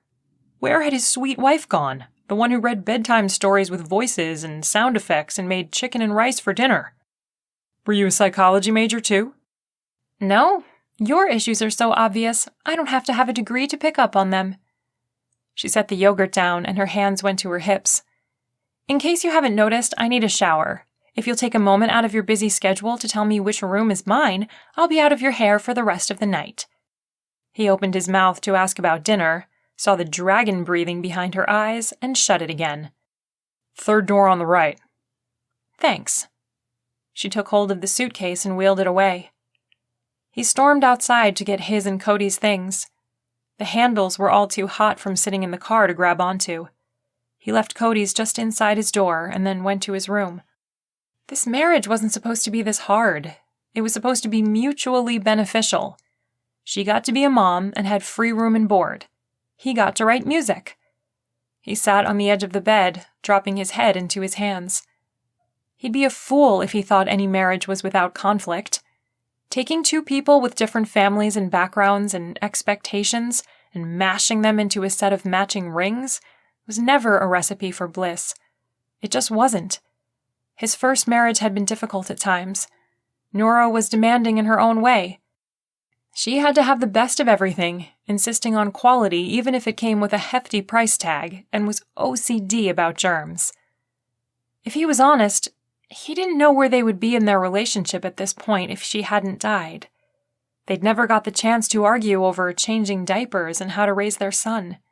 He'd done it all on his own. What he needed was a dose of good advice. There was only one person he trusted when it came to relationship advice: the master of marriage. He pulled out his phone and dialed. Hey, Dad. Hey there. How are things going? Xavier flopped back on the bed, letting his free arm fly to the side. Not great. Dad waited. Xavier hesitated. I have a question for you. Okay, shoot. Dad liked to point his fingers into guns when he said that. He did it all the time when he sold cars. Did you and Mom ever fight? Dad chuckled. We sure did. Had some humdingers, too. Xavier draped his arm over his face. I don't remember the two of you ever getting into it, or even yelling. Well, it was Dad's turn to hesitate. We had about 10 years there where it was rough. I don't think your mom could stand the sight of me, and I don't blame her. How old was I? Gosh, I don't know. 5 or 6 when it all took a left turn. Why'd you stay together? Because we both loved you kids. And we aren't bad people, we just didn't prioritize our marriage, and it suffered. Huh. Had he prioritized his marriage today? He thought back to leaving Emily in the driveway, giving her the cold shoulder over Cody's knee, and yelling at her when she got home. Wow. No wonder she couldn't stand to be in the same room with him. Why do you ask? His dad's voice had a knowing tone, one that said, "This isn't random, spill it." He'd have to tell his dad about Emily eventually. Since he was feeling pretty humble over his poor actions, he decided to come clean and launched into the story. He even talked about the comeback he was going for in the music business. Dad gave several disgruntled sighs. By his 5th one, Xavier had reached his limit. I hate that sigh. You've heard it enough. You're my only child who jumps without looking below. I thought this through. Sort of. not really. He'd married a woman after one interview. There had to be something wrong with him. So what do I do? Is she a horrible person? The question surprised Xavier. No! She really wasn't. Yes, she'd snapped back at him and stomped around and run off, but she wasn't a bad person. She was pretty darn amazing, actually, and really, the more he thought about it, the more he realized he had behaved just as badly. Do you trust her with Cody? Dad asked. Xavier thought through the day. She'd taken care of him when he was hurt. And while he didn't agree with putting Cody right back on the bike, she had a point about teaching him to do hard things. In the end, it wasn't his mind that spoke to answer the question. It was his gut. Yes. Then go apologize for being a jerk and find out how to work together. What if she doesn't apologize? Oh, pride, thou goest before my fall. He wished he could take back the question because he already knew the answer. But still, how does a man eat crow? His dad laughed. You've been alone too long. Women are amazing creatures. They give 10 times more than they ask for. She may never say the words, but she'll let you know she's happy with you in so many other ways. Trust me. Say the words. Okay. He could do it. He would do it. For her, for Cody, for them.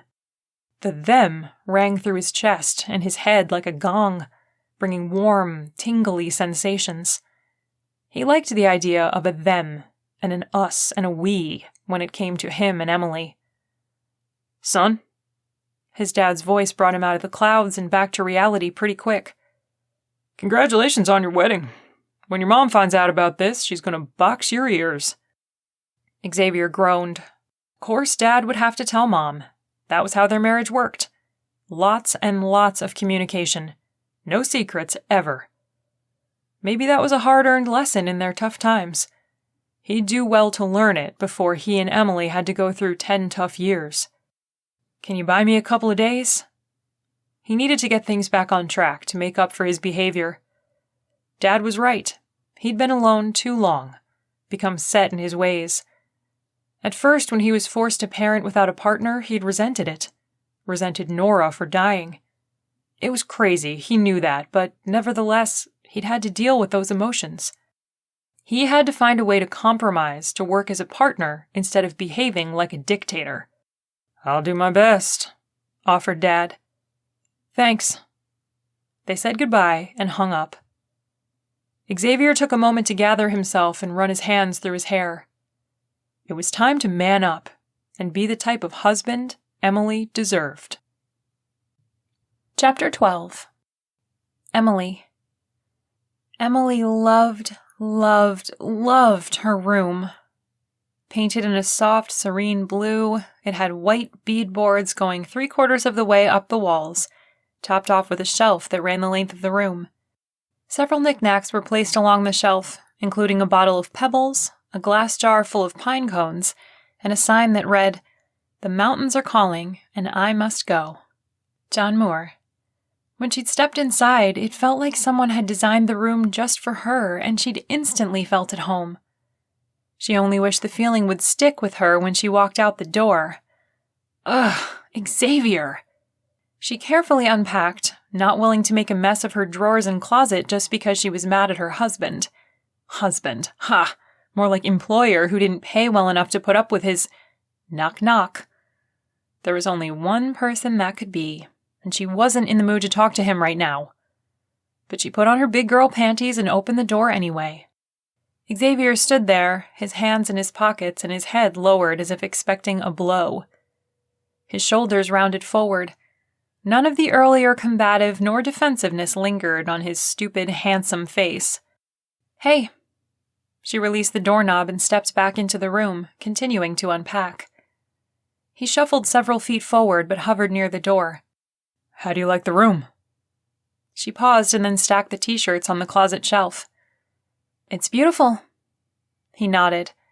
I thought you'd like this one the best. There are 2 other guest bedrooms that way. He pointed down the hall, but this one seemed like a fit. She nodded, noting the fact that he'd said guest bedrooms, indicating that she was also a guest in the house that he'd built, but decided not to pounce on the choice of words. I Sorry about earlier. I shouldn't have come after you like that about Cody. It was a lame apology as far as she was concerned, but it was an effort on his part. She could give him credit for trying. Perhaps over time he'd get better at it. How's his knee? Fine. Xavier ducked his head. He overreacted, I think. She lifted an eyebrow, clearly stating that Cody wasn't the only one who'd overreacted. I guess he gets that from me. She bit back her smile. That was better. Admitting fault was one thing. Taking responsibilities for his actions was much better. Probably, she agreed softly. He ran his thumb along the door jamb. Soccer. Excuse me? She set down the pair of flowing pants that she was going to hang up because they wouldn't stay folded. My parents made me play soccer all growing up. He glanced at her and then away again. I hated playing. I stunk at it. And I thought they were wrong to put me on the team every year when I didn't want to be there. My 2 older brothers were superstars on the field, and I wanted to play the guitar. She furrowed her brow, unsure where this had come from and where it was going. You said he'd carry my issues around, and I realized that I do have an issue with parents forcing their kids into sports. I recognize that, and riding a bike isn't the same thing. Ah. Her defensive walls thinned. She could picture Xavier, an adorable though possibly awkward teen in a soccer uniform on the sidelines, the weight of his older sibling's success on his shoulders. He seemed to be one of those people who felt things deeper than most.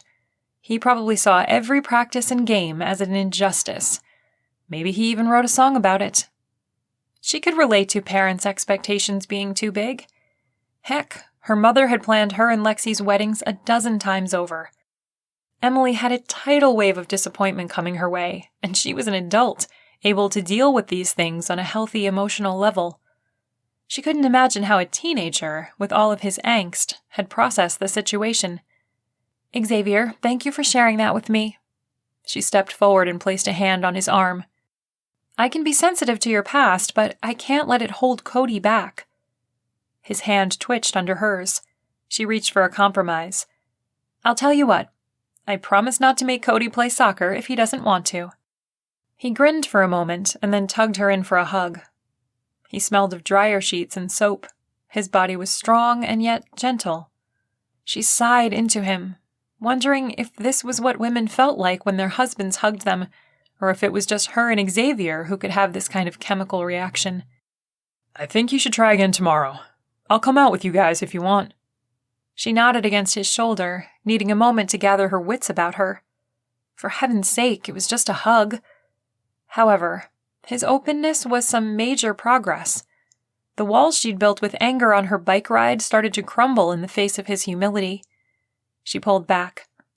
It's a date. His eyes widened. Her cheeks burned.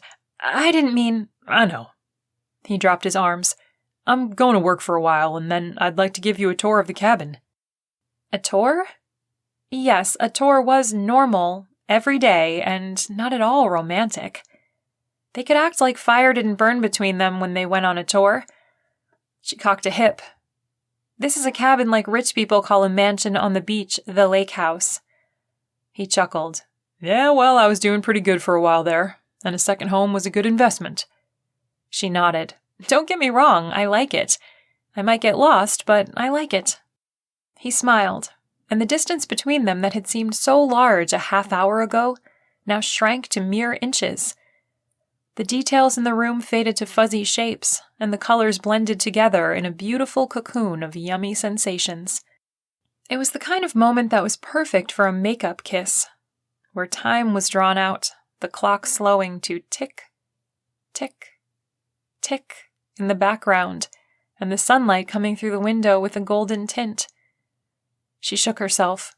I'm going to start dinner. Xavier backed up several steps until he was in the middle of the hallway. Okay, bye. He was gone in a flash. He'd felt that too, right? He had to. There was definitely more between them than either of them wanted to admit. His running away from her was the best action he could have taken. A romance would only complicate an already complicated situation. Xavier escaped to the solitude of his studio. The white soundproof walls made it easy for him to block out a connection to anyone else in the house. He'd kept the doors open earlier, which was the only reason he'd heard Cody. But now he slid them shut, looking back twice to make sure they were closed tight. He dashed across the room and snatched up a blank notebook. He had a half a dozen of them open over the desk, each one a song in process.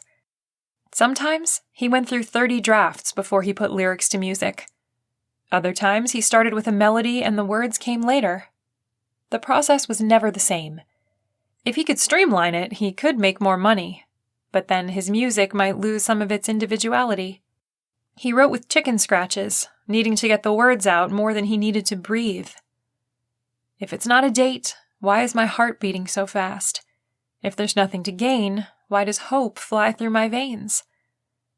He tossed the pen down and leaned back in his chair. Emily's slip of the tongue, calling their rendezvous tomorrow a date, had triggered the lyrics to appear. He rubbed his chest. His heart was beating fast. Hope was in his blood, though he wasn't sure what he hoped for. All art came from somewhere, and it appeared that his was tied to his wife.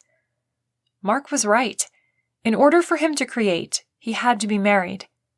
It hadn't been that way before, in college, but that was the way his muse worked now. He wasn't sure how he felt about that or what he was going to do about it. There was a part of him, a part he was trying to ignore, that said he should try for a friendlier relationship. One that involved holding Emily close and tasting her lips. Tasting her lips. He grabbed a fresh notebook and got to work on a song about an epic kiss that changed the fate of a man. He might not be able to take that path in real life, but he could live it through his music. Chapter 13. Emily. One of the benefits of the mansion cabin was a huge deck off the back porch that faced east. All week long, Emily had been eyeing up that deck, wanting to do a sunrise yoga session, listening to the early morning birds chirping and the rustling of the pine needles. There was something renewing about feeling the first rays of sunshine on her face that fed her soul. Determined to make her dream a reality, she set her alarm for 6. The men of the house wouldn't stir until 7:30, and she'd be in the shower by then, so there was no harm in wearing her running shirt and tight pants. She slid into them, reveling in the feel of being in her element. Instead of pulling her hair back, she brushed it out and left it hanging loose. The hiking shorts and baggy t-shirts were comfortable, but she didn't feel like herself in them. This morning, she needed to feel like herself. There was this sense that she was getting lost in this house, her marriage, and being a mom. All day long, she served Xavier and Cody. Mostly Cody, because he had a bazillion questions and wanted so much attention. As much as she gave him, he continued to want more. Sitting in front of the television wasn't his normal anymore. He followed her around, happy to spray the cleaner on the mirror for her or get food from the fridge to help with dinner. He'd become her shadow. She loved every second of being with him, but she needed this time to rejuvenate, to remember who she was as a person, and to have a thought that didn't revolve around a 7-year-old. She placed her mat under her arm and snuck out her bedroom door, through the kitchen, out the sliding glass doors, and onto the slightly chilled wood. She stretched her toes and arched her back, feeling a sense of calm that only nature could give. She began a simple routine, building heat in her muscles and then stretching them out. Her body was fully into the exercise, but her mind was on Xavier. He was a hard man to keep out. He'd opened up to her, and she liked what she saw inside of him. His outsides weren't that bad to look at either. She chided herself for letting her thoughts get away from her. This session was supposed to be about recentering. In the next breath, she pictured them tangled in a passionate embrace. Her heart rate spiked, and she lost her breathing pattern, practically feeling his hair between her fingers as she pulled him closer. She didn't think she'd be ready for anything physical for a while, not after being assaulted. But Xavier was nothing like the man who had tried to take something from her. He was the opposite.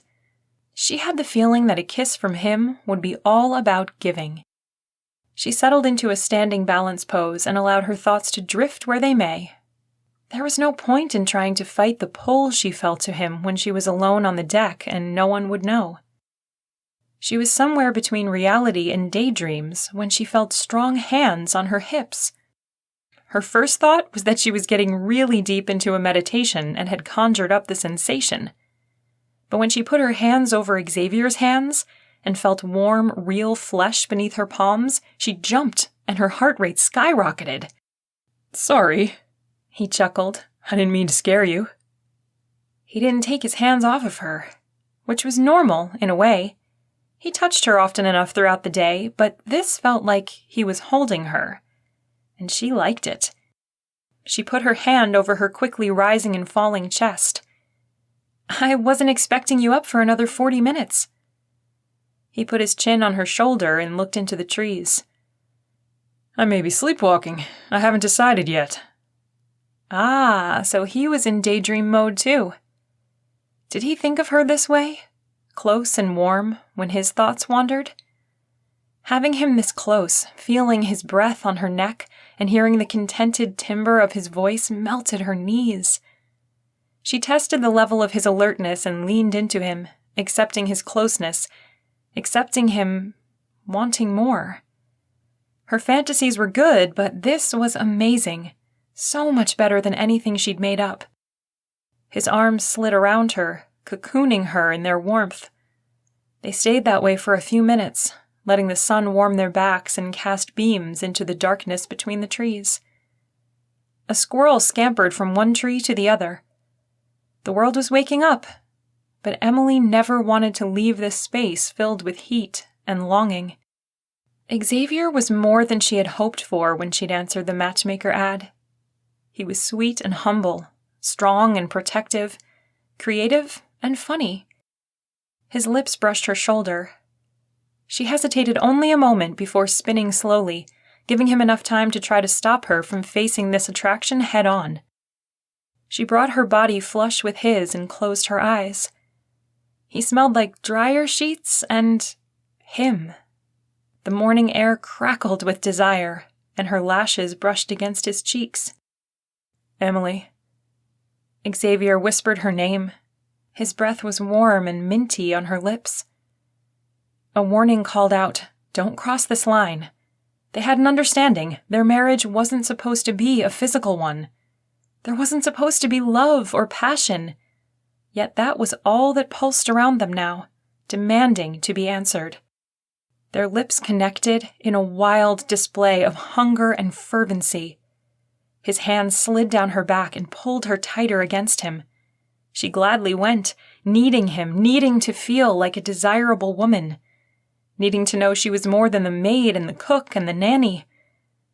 Xavier pressed kisses down her neck and back up again, telling her she was beautiful. She'd never felt so seen, so precious to another person. When they finally pulled apart, both of them breathing heavily, she glanced up to find a raw emotion written across Xavier's face. The intensity of it took what was left of her breath away. "I shouldn't have done that." He dropped his hands. She tilted off balance. "We had a deal, and I've overstepped my boundaries. Please forgive me." Her throat tightened. There's nothing to forgive. Because she had been a willing participant, someone who jumped into the kiss with both lips. He stared past her, not seeing the forest, but something from long ago. Emily wondered if it was his first wife. Had they stood in this place and kissed? Was he reliving that moment with her, and instead created a new one? Did he feel guilty? Why don't you want a physical relationship?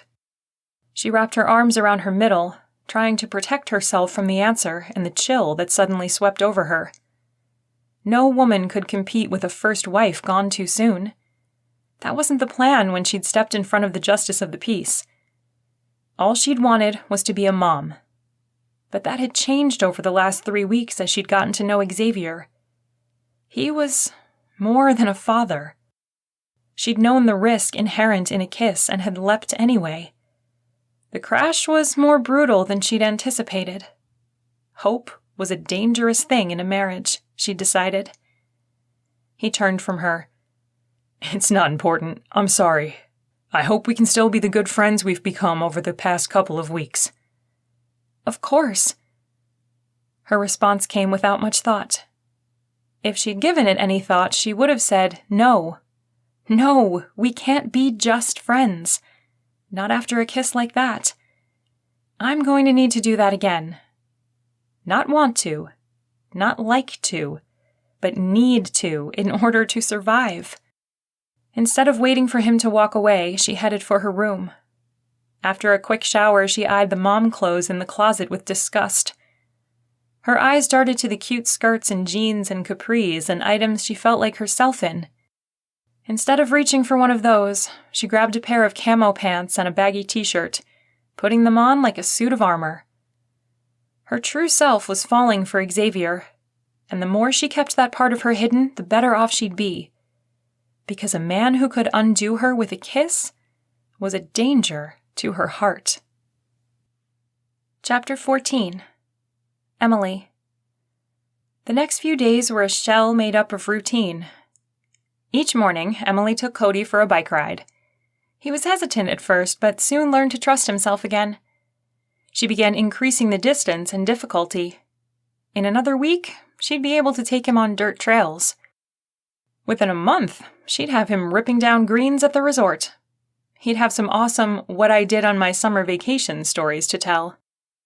After a ride, they'd come home and have lunch with Xavier, who'd have spent the morning in his studio.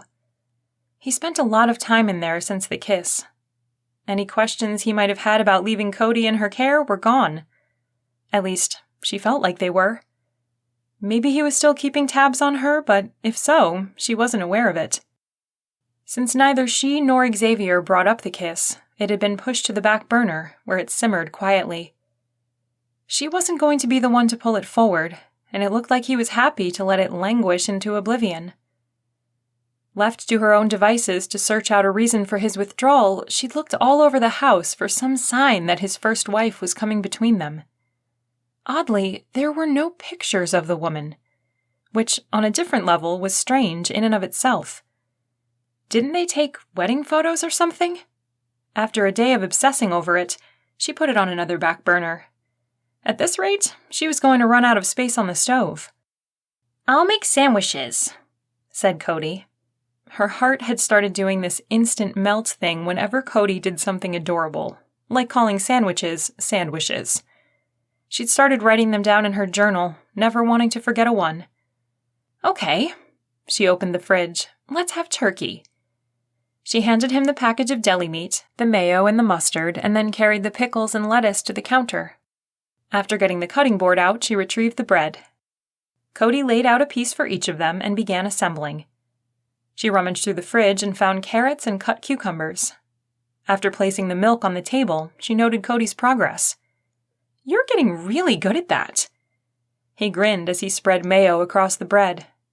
"Thanks. I'll go get your dad." "Okay," he chirped. She ruffled his hair as she went by, noting that it was probably time for a haircut. They could go into town that afternoon. Being a mom was awesome. Cody had this smile that was hers and hers alone. He was so proud of himself for accomplishing and learning, yet he always looked at her to see if she was proud too. Her mothering heart overflowed with joy on a daily basis. The door to Xavier's studio was open, a signal that he was all right with an interruption. There were only a couple times the door had been shut, but that was before the kiss.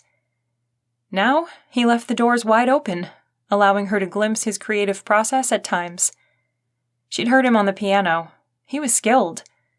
But mostly she heard starts and stops, 3 notes put together one way and then rearranged. None of it really sounded like the songs on the radio. She appreciated his effort to share what he was doing and tried not to feel slighted that he'd pulled away from her that morning. Guitar music floated out of the room, and she stopped just inside the door to listen in. Xavier had on a pair of headphones and held his guitar in his lap as he strummed. His eyes were closed, and he began to sing. "You're so beautiful, but you can't see. The way you move is music to me." He had a clear voice.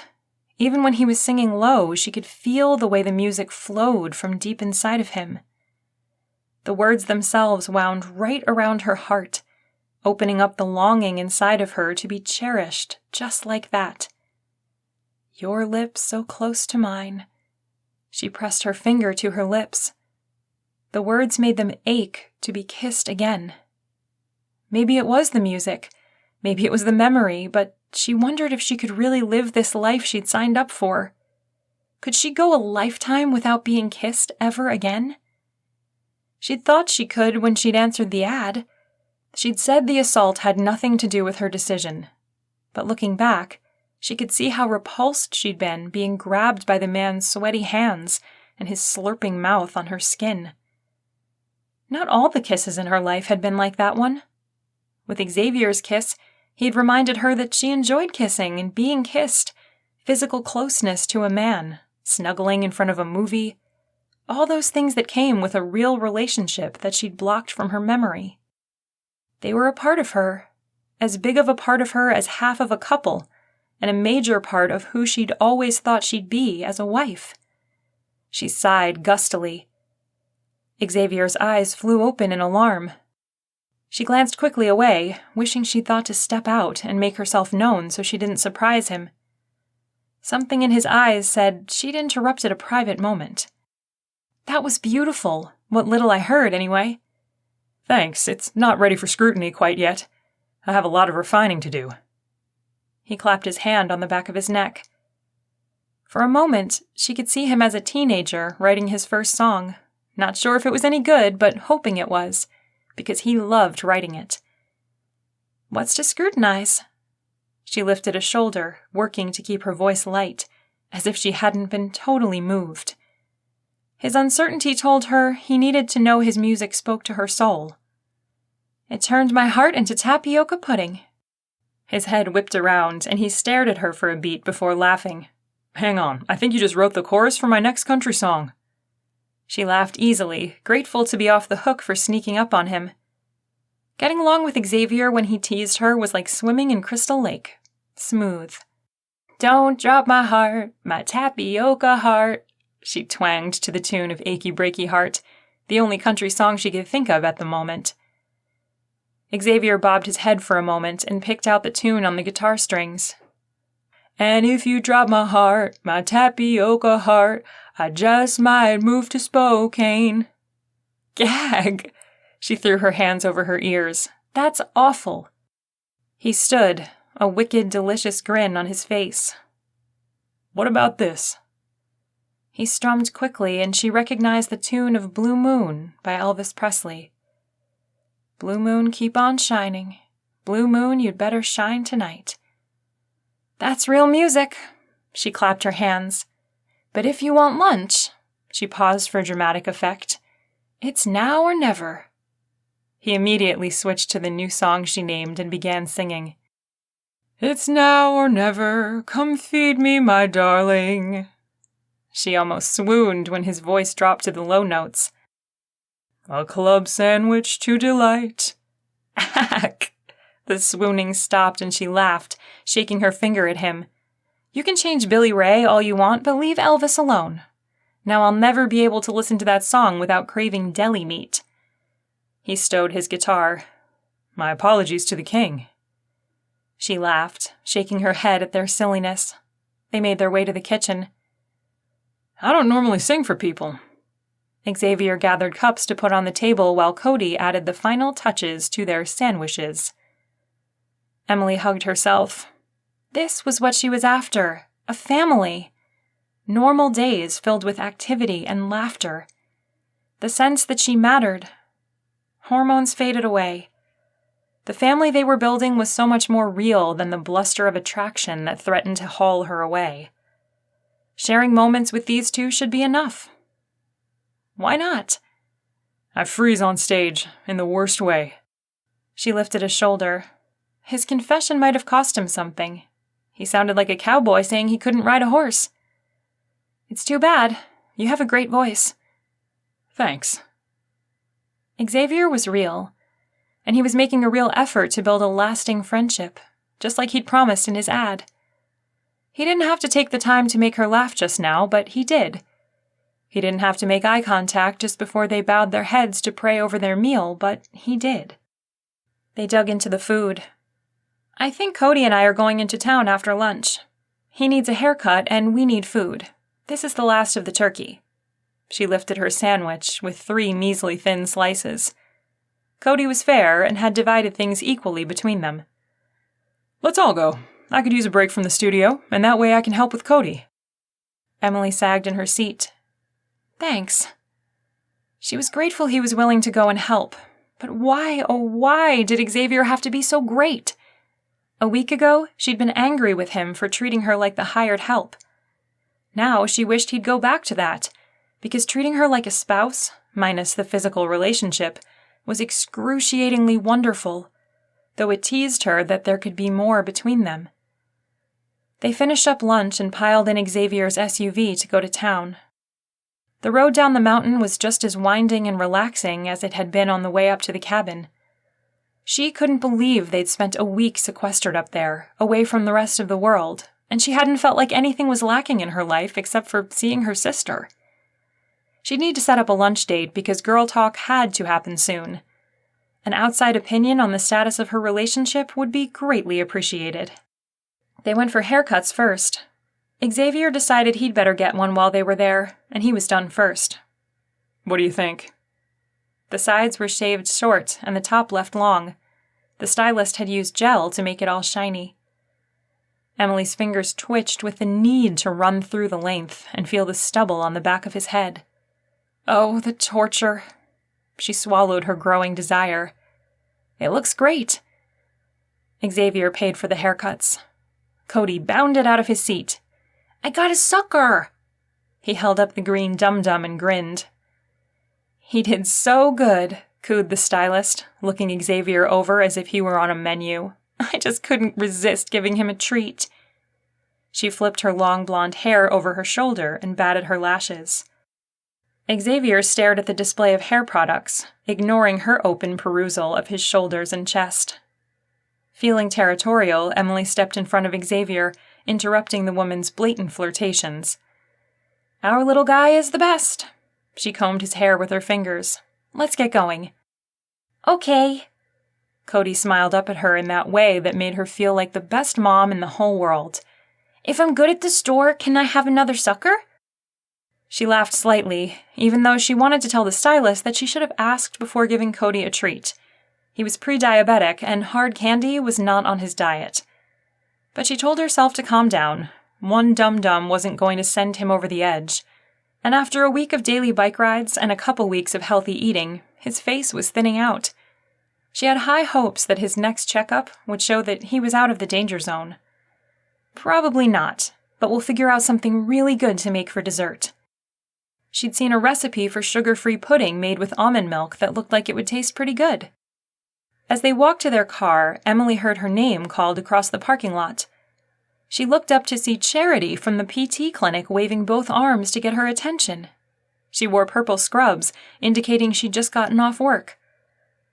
Emily waved back, a feeling of dread the size of an avocado in her stomach. She glanced at Xavier. Her life with him had been separate from her life before, even more so now that they lived at the cabin. A collision didn't sound like a good thing. Oh my gosh, we've all been so worried about you. Charity hugged her tight.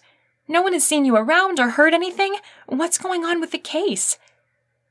Emily did her best to keep a smile on her face.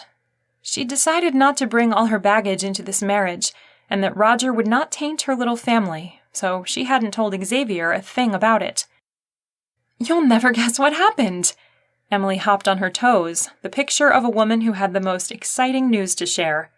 I got married. She held up her left hand and flashed her ring. It wasn't a large ring, but it wasn't a pin either. I'm a full-time mom now and loving every minute of it. Xavier cleared his throat. She ignored him. She didn't want Charity becoming chummy or sticking around too long, and she had the ability to make small chat for hours. Life's been so busy, I haven't had time to come visit, but I will soon. She gave Charity another hug. I'm so glad you stopped. Bye. She turned quickly and ushered Cody into the back seat, clicking his restraints in place. All the while, she monitored Xavier. He didn't linger to talk to Charity, but climbed behind the wheel. Charity hurried into the chain salon. Emily breathed a sigh of relief. She joined Xavier in the front seat and settled in. "I need to get some almond milk for this recipe I want to try. Will you remind me?" He looked at her for a moment before answering. "Sure." She prayed he wouldn't ask about the strange conversation or the case. In truth, she'd hardly thought about it for the last couple of days. But seeing Charity again brought it all back with force. This must be what her counselor had called a trigger. He'd said that things or moments would bring the memory to the surface. She checked her hands. They weren't shaking, so that was a good sign. Xavier started the car. She dug out her phone and began making a shopping list, doing her best to pretend that conversation hadn't taken place. "Was that someone from your old job?" Xavier asked as he pulled away from a stop sign. "Yeah," she flapped her hand dismissively. "Just an acquaintance. We didn't work that closely together." "She seemed worried about you." His leading statement was a question she didn't want to answer. "Well, I quit suddenly and dropped off the face of the earth. I didn't exactly tell them I had answered your ad in the paper." She smiled, but inside she shriveled away from the lies of omission. Part of her thought she should tell him, and the other part told her to keep her mouth shut. She didn't want Xavier to see her as a victim, and the whole experience made her feel dirty. She knew she wasn't. She knew that Roger was the one with the problem and that she hadn't done anything to invite him to touch her. Still, the sense that he'd darkened a part of her lingered in the back of her mind. "Ground turkey," she blurted. "I think we should have tacos one night this week." Xavier nodded. "Sounds good." She continued to focus on her phone, shutting off any more conversation that didn't revolve around groceries. Chapter 15. Xavier. Xavier pushed the cart up and down the aisles while Emily stacked it with more food than they could eat in a month. If he'd been shopping, they would have hit the frozen foods aisle and called it a day. Not Emily. She lingered in the produce, smelling melons and checking the bottom of strawberry cartons for bruised fruit. She bought organic and non-GMO items. She was super focused on shopping, turning it into an Olympic sport. Whatever the issue had been with her coworker, she didn't want to talk about it. So why did he feel the need to push her, to uncover her secret? He should give her space to work through things. Her life before they were married was her own. But he had this feeling that there was something lingering. In the couple of weeks they'd spent together, he didn't once feel like she was dishonest with him. But she was hiding something about her last job. In his gut, he knew it wasn't anything that would jeopardize him or Cody, but it had affected Emily, and he cared about her enough to ask. Emily picked up a bag of marshmallows and added them to the cart. He'd seen her bristle at the sucker the hairstylist gave Cody earlier, so he had to ask. "Aren't those pure sugar?" She smiled easily, and he was grateful she didn't get defensive. "Cody's doing great." They both smiled at him sitting in the basket, surrounded by groceries while watching a show on Xavier's phone. I didn't like that she didn't ask first. There are tons of kids out there with food allergies and sensitivities. I think people should be more aware. I'm planning a vegetarian dinner tomorrow night. He can have some carbs after that. Xavier agreed. He spends so much time outside now, I think he's going to become part of the forest one of these days. Besides bike rides, they hiked and swam in the pool and played a game that included throwing the tennis ball against the garage. She hip-bumped him. "That's the idea."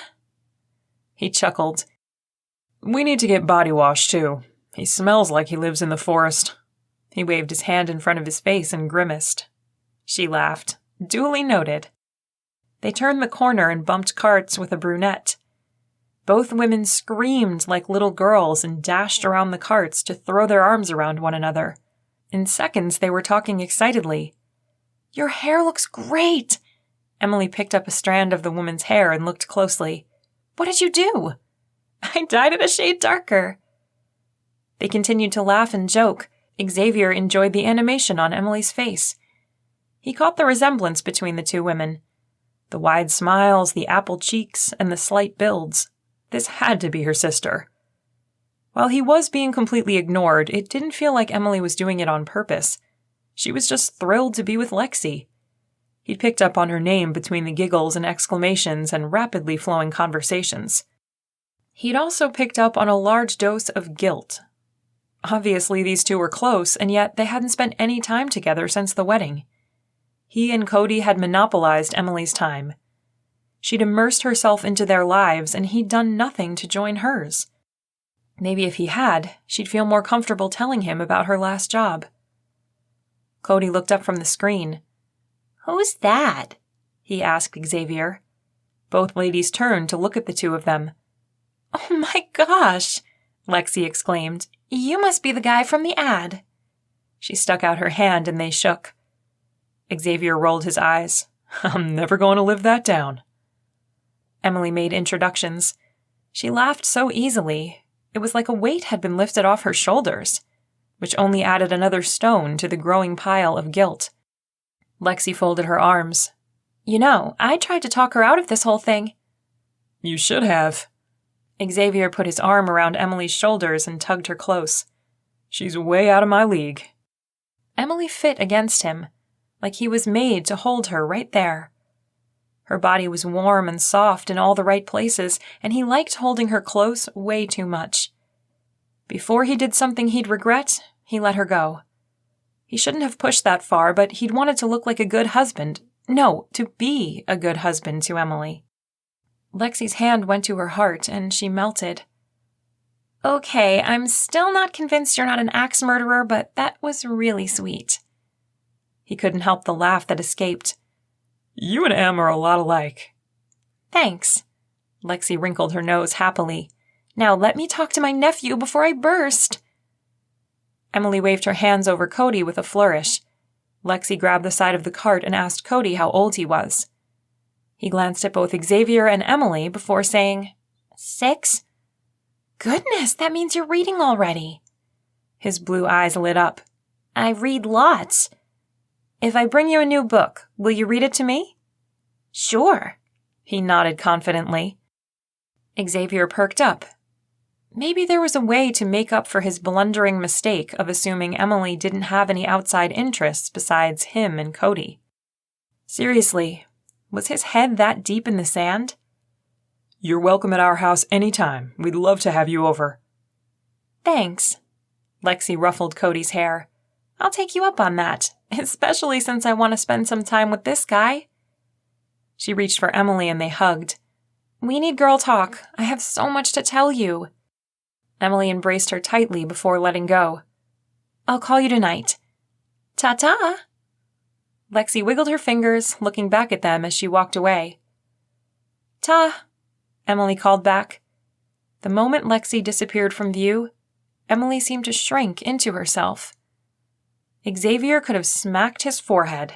He had no idea how large her spirit was until he saw how much it was stifled.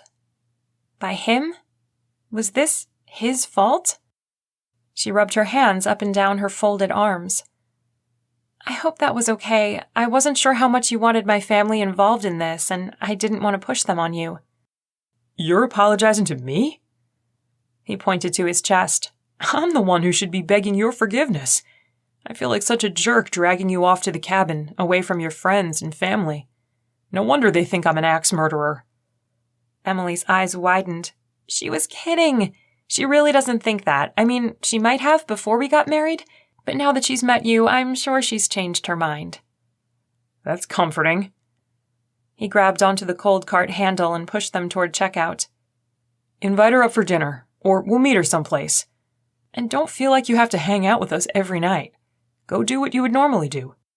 She studied him out of the corner of her eye. "I wanted to be a mom. It's a full-time gig. I knew that coming into this." "Yeah, but it doesn't have to take over who you are." He lifted both palms. "Besides mountain biking, I'm not sure what you like." He was a major jerk, spending all his time in the studio and expecting her to pick up the slack. "What's your favorite movie?" She twisted her braid around in her fingers. 13 going on 30? He shrugged. "I haven't seen it." She giggled lightly. "It's not a guy's movie."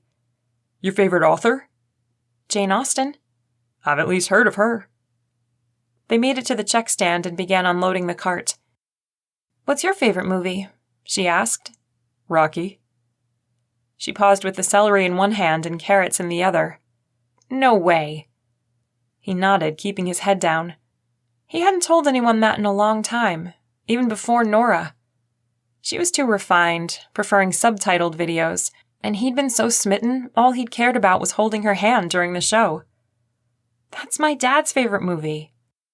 He felt his soul smile. Cool. Cody got into the spirit of unloading the cart and began to throw yogurts onto the conveyor belt. Xavier managed to grab one before it exploded. "Throw them to me, and I'll put them on there, okay?" They started a game of catch. He pretended to almost drop the last one, and Cody covered his mouth with his hands and laughed. Emily planted a kiss on Cody's hair as she hefted the bag of potatoes. Speaking of parents," Xavier took the bag from her. "Mine would like to meet you." Her jaw dropped. "And I'd like to meet yours. I didn't think this through all the way when I placed the ad. And then I met you, and you were perfect." Her cheeks turned a rosy pink. He hurried to pick up the bag of almond flour. "But if we're going to be a family, then that means we should include grandparents and aunts and uncles. I mean, if you feel ready for that step. I don't want to push you." The store clerk had her silver head bent over her task, but her eyes darted back and forth between them. She was probably storing their odd conversation in her brain so she could relate it back to her coworkers in the break room later. Oh well, there wasn't much he could do about that, and he really wanted to know if Emily felt as close to him, trusted him as much as he trusted her. "I feel like we're on a train moving backward. I should have met your parents before we got married." She ran her finger through her hair, moving the stray pieces off her face and tucking them behind her ear. One fell out, and he reached up and tucked it back in without thinking about what he was doing. He'd promised himself that he would maintain physical boundaries, but he'd done a lousy job of that today. "My parents are chill," he offered. At least, Dad would be. Who knew what Mom was going to do? "You adore their grandchild, so you have something pretty big in common." She smiled down at Cody, who had gone back to watching his movie. "I can totally see the way to his grandma's heart is right through those chubby cheeks." "What if I invite them out to visit for a couple days?" She blanched. "I'm sleeping in the guest room. Won't that seem weird?" The checker perked up and then ducked her head quickly again. Xavier did his best not to smile. She was getting an earful today. "I already told Dad about our arrangement."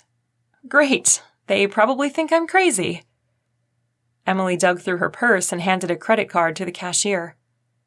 "Actually, they were so hung up on my decision to marry a stranger that they didn't think about your motives." She made a face and he chuckled. "I'm glad you're not too serious or stressed about this. It's nice to talk to you about things." He brushed her hand. "You're very easy to have a conversation with." "You too. This could have been a lot more uncomfortable. Maybe we're getting the hang of this whole marriage thing." She took her card back and smiled at the cashier, who smiled as if she hadn't heard a word. He took her hand as they walked out, pushing the cart with his other. "You need to know that you're probably my best friend." She laughed. "Well, then you should probably know that I like to ride the grocery cart to the car." She let go of his hand and jumped on the bottom bar with both feet. Cody looked up and his face brightened. Xavier grinned. Putting one hand on either side of Emily, he broke into a run. Her laughter pealed through the parking lot, drawing stares, but he didn't care. Let them look. Let them see his beautiful wife and his happy son giggling and being silly. As his heart expanded to allow Emily deeper inside, the words of a song slammed into his thoughts. "A girl I can laugh with, who always brings a smile. I'll give you an inch of my love, hoping you'll take a mile." Love. Funny, that word. There was a lot attached to it when the songs he wrote were so simple. Boy meets girl, boy is blown away by her, boy loves her. Simple, right? But real life wasn't a country music ballad. In real life, a man had to keep his love for a woman close to his heart, because there was more than his heart at stake. He had Cody to consider, And as he watched his son throw his arms around Emily as she lifted him from the grocery cart and then blew raspberries into his neck, making him laugh until his face turned red, he knew he couldn't mess up his marriage by falling in love with his wife. Love didn't have any guarantees, hence the other 45% of the songs he wrote that dealt with broken hearts.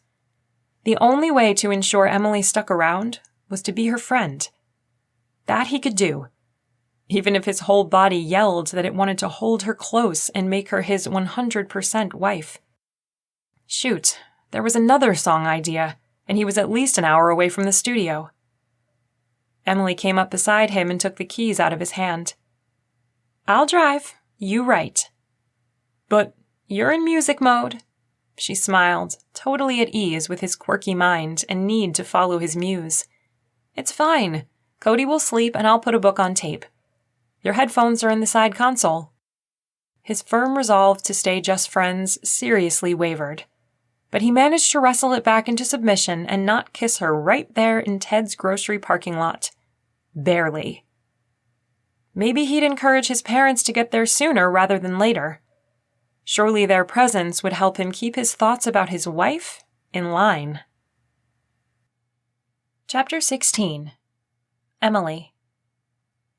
Emily gave the dining room table a critical once-over. The bright yellow table runner looked beautiful against the walnut wood, and the glass vase full of pine cones and acorns, collected by her and Cody that very morning, was a natural addition. The game hens were in the roaster, done but staying warm. The brown rice stuffing with cranberries and thyme rested in the serving dish in a 170-degree oven. She'd prepared and chilled a Mediterranean orange salad. Cody finished putting the last popover on the bread plates. The food would be divine. She'd pulled out all the stops for her first meal with her new in-laws. So why was she so nervous? She and Xavier were already married. It shouldn't matter if his parents approved of her. Except that it did. Her mom and grandmother had never gotten along, and the tension between them blanketed every holiday and birthday party of her youth. She didn't want that for Cody. There was a knock at the front door, followed by a squeak of the hinge and a high-pitched, "Yoo-hoo!" "Here!"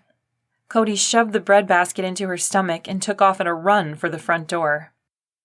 She smiled after him, thinking of the kid who'd rarely gotten off the couch when she'd moved in just a month ago.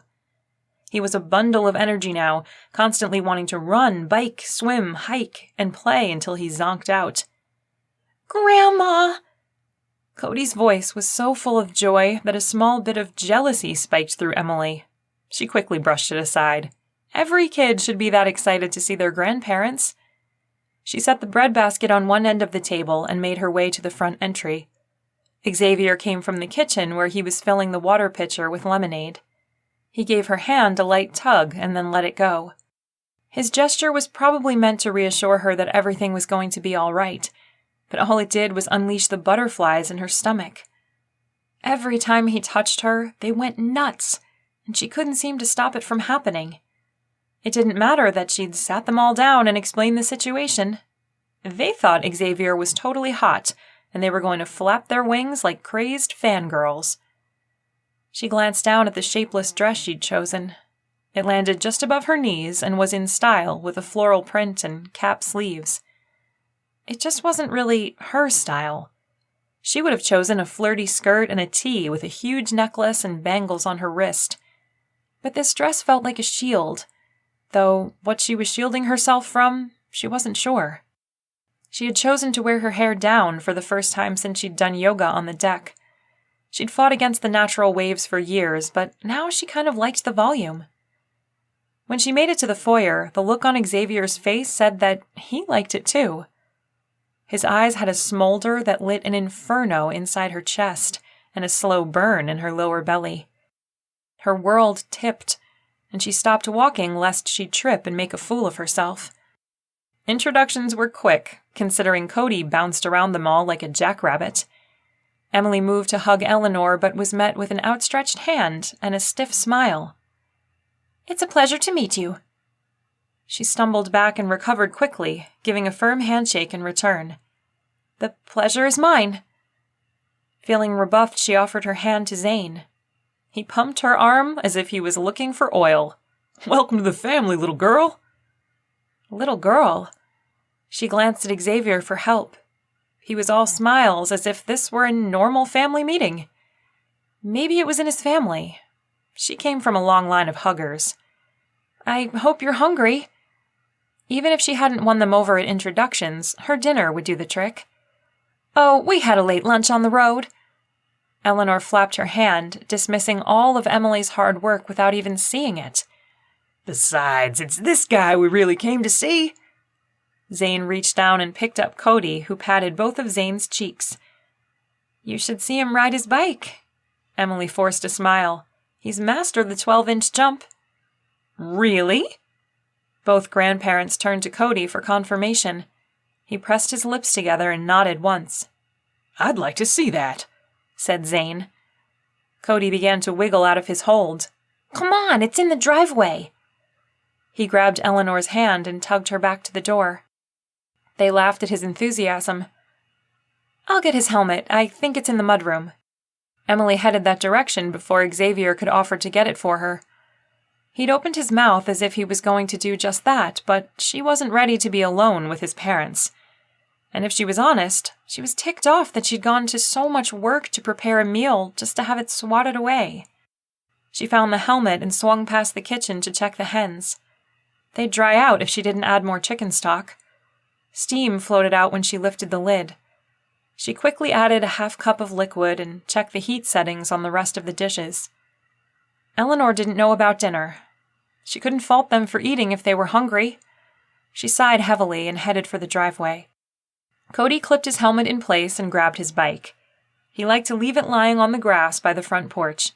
She had no problems with that. He loved running out the door and having it right there so much that she didn't see much harm in indulging him.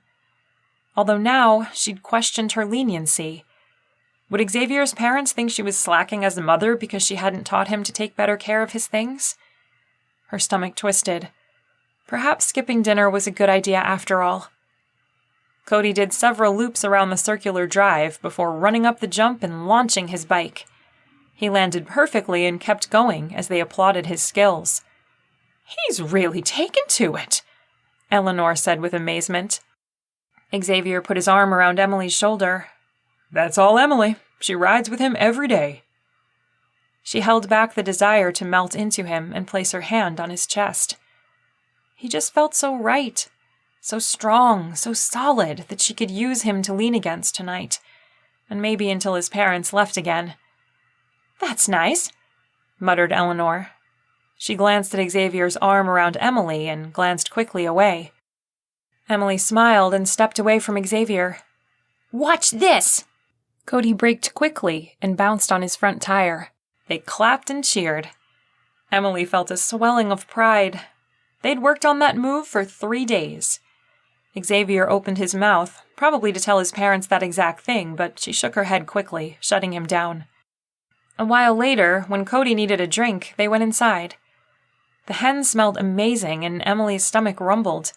She hadn't had a late lunch, and her body wanted sustenance. "It smells like dinner's ready. Should we eat?" "It smells lovely, but I'm still not hungry." Eleanor turned to Zane. "Are you?" Can we play Go Fish?" asked Cody. "It'll be funner with more people." He sniffed and swiped his nose. "I'd love to play Go Fish." Eleanor put out her hand, and Cody used it to drag her into the living room. Zane and Xavier followed. Emily sniffed the hallway one more time, her body telling her that if she waited much longer, there would be consequences. Determined to be gracious and kind, she followed the group into the front room. Cody counted out cards for everyone, and they played 2 games. Eleanor clapped her hands for him. "I can't believe you're growing so fast. Last time we were here, he could count 1, 2, 3, and now he knows so much." "Emily reads with him every day, and he's already devouring books." Emily smiled woodenly. She was beginning to feel like a car on the lot, with Xavier as the salesman, intent on getting her out the door with this lovely couple. Zane won the game with 6 sets. Cody had 2. She had none. Xavier gathered up the cards. "The place looks nice," offered Zane. That's Emily again, Xavier started. Before he could launch into her abilities to wield a vacuum cleaner, Emily stood up, drawing everyone's attention. Dinner will be on the table in 2 minutes. She took off, leaving them no room to argue with her. She'd done a 10-mile trail run that morning, barely eaten out of nerves, and now she had to put something into her body or she would implode. In short, she was hangry, which meant that she wasn't at her most gracious. Dang it, she should have eaten a roll. In the kitchen, she stuffed a fourth of a roll in her mouth and moaned with relief. Chewing quickly, she donned oven mitts and transferred food to the table. I don't know, we don't usually eat this late, said Eleanor. What was with this woman? Was it an affront to eat Emily's cooking, or did she have some serious stomach issues, which Emily could totally get behind and support if she knew what they were? Instead of prying, she said with a flap of her hand, That's okay, we'll just enjoy having you at the table. I'd love to hear some stories about when Xavier was a kid. I'm sure there's more than a few good ones. Zane laughed all rumbly and deep in his tummy, but Eleanor scowled. Oh, we have stories. Xavier has a long history of making bad decisions and changing his mind slowly. She turned on her heel and left them all standing there holding her words as if they were prickly balls they didn't know where to set down. Emily glanced at Xavier. He shrugged as if he didn't know what to do about his mom either. Zane recovered first. This looks delicious. Can I help with anything? Emily gave him a thankful smile. It's all ready. Please, have a seat. She motioned to the chair across from hers. She'd placed Xavier at the head of the table and Cody at the end. A half-hour later, Zane leaned back in his seat and rubbed his belly. That was amazing, Emily. Emily smiled, for real this time. No more having to fake her pleasure at having Zane around. Not only was her stomach pleasantly stuffed, but he'd shared several funny stories about Xavier as a kid. None of them involved soccer, but one did involve his first girlfriend. His bumbling attempts to leave a valentine anonymously on her doorstep were sweet and spoke of his romantic heart. She only wished she had a right to see more of that side of him. Maybe. Zane pushed off from the table. I'm going to find Eleanor and get settled in for the night. Want a bedtime story? Cody asked, his face alight with hope. That's a great idea, champ. The two of them wandered off to find Eleanor, leaving Emily alone with Xavier. She sighed as she stacked the dishes, one setting still sparkling clean. That wasn't exactly the meeting we were hoping for. Xavier reached for her hand, covering it with his own warm one. Her heart thudded so loud she was surprised the neighbors didn't call to complain. I'm sorry. It's not you. It's not even personal. They're worried that I've screwed up my life. I could have married the heir to the English crown and they'd be worried. She huffed a laugh. You do know Prince Charles is married and like 70, right? What, you don't think I can get a prince? He teased. Her cheeks hurt from smiling. Stop. This isn't funny. He shook his head at her. I like laughing with you. He picked up his hand and threaded their fingers together. The action somehow snatched all the oxygen from the room. So, this thing with my mom. Yeah? She asked, all breathy. Where was the air? I think it's the marriage of convenience that bothers her. I don't think she understands how well we work together as parents and friends. His words were like a cold bucket of water dropped over her head. Friends, convenience, co-parenting. Nothing about love. Nothing that would validate the hammering of her pulse. His words were absolutely true, but they left her feeling empty inside. She rallied. After all, she wasn't going to tell him she was falling for him and wanted a physical relationship on top of everything he already offered. She'd seen plenty of married couples at the physical therapy clinic that couldn't laugh together.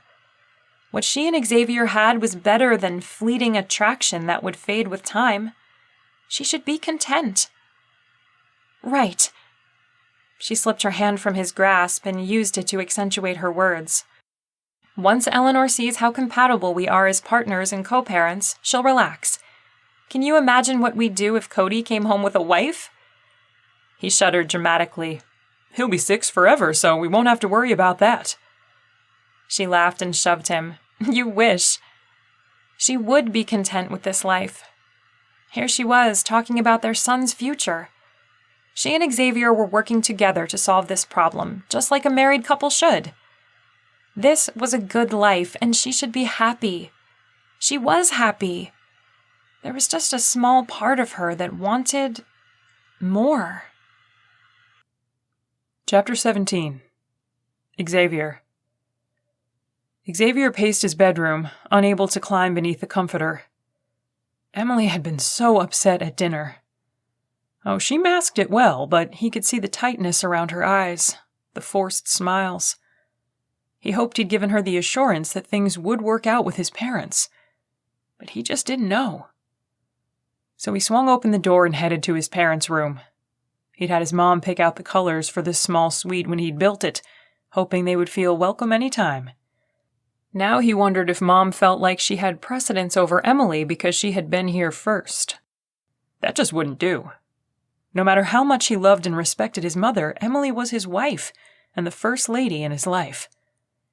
He knocked on the door and his mom answered, wearing her robe and slippers. "Hi, honey." "Hi." The shower was running in the adjoining bathroom. "Do you want to go for a short walk?" "In my robe?" She gathered the garment in front of her neck. "We are in the woods. No one will see you in your robe. I'll get mine if it will make you feel better." He gestured to his cotton pajama bottoms and matching tee. "Oh, fine. Kids these days have no sense of propriety." "None at all," he agreed, while offering his elbow for her to take. She smiled fondly at him and took his arm as they made their way out the front door. The evening air was warm and humid. The stars smattered across the sky like pebbles in a river of ink. They walked the driveway and then took the route with the even slope, sticking to the pavement.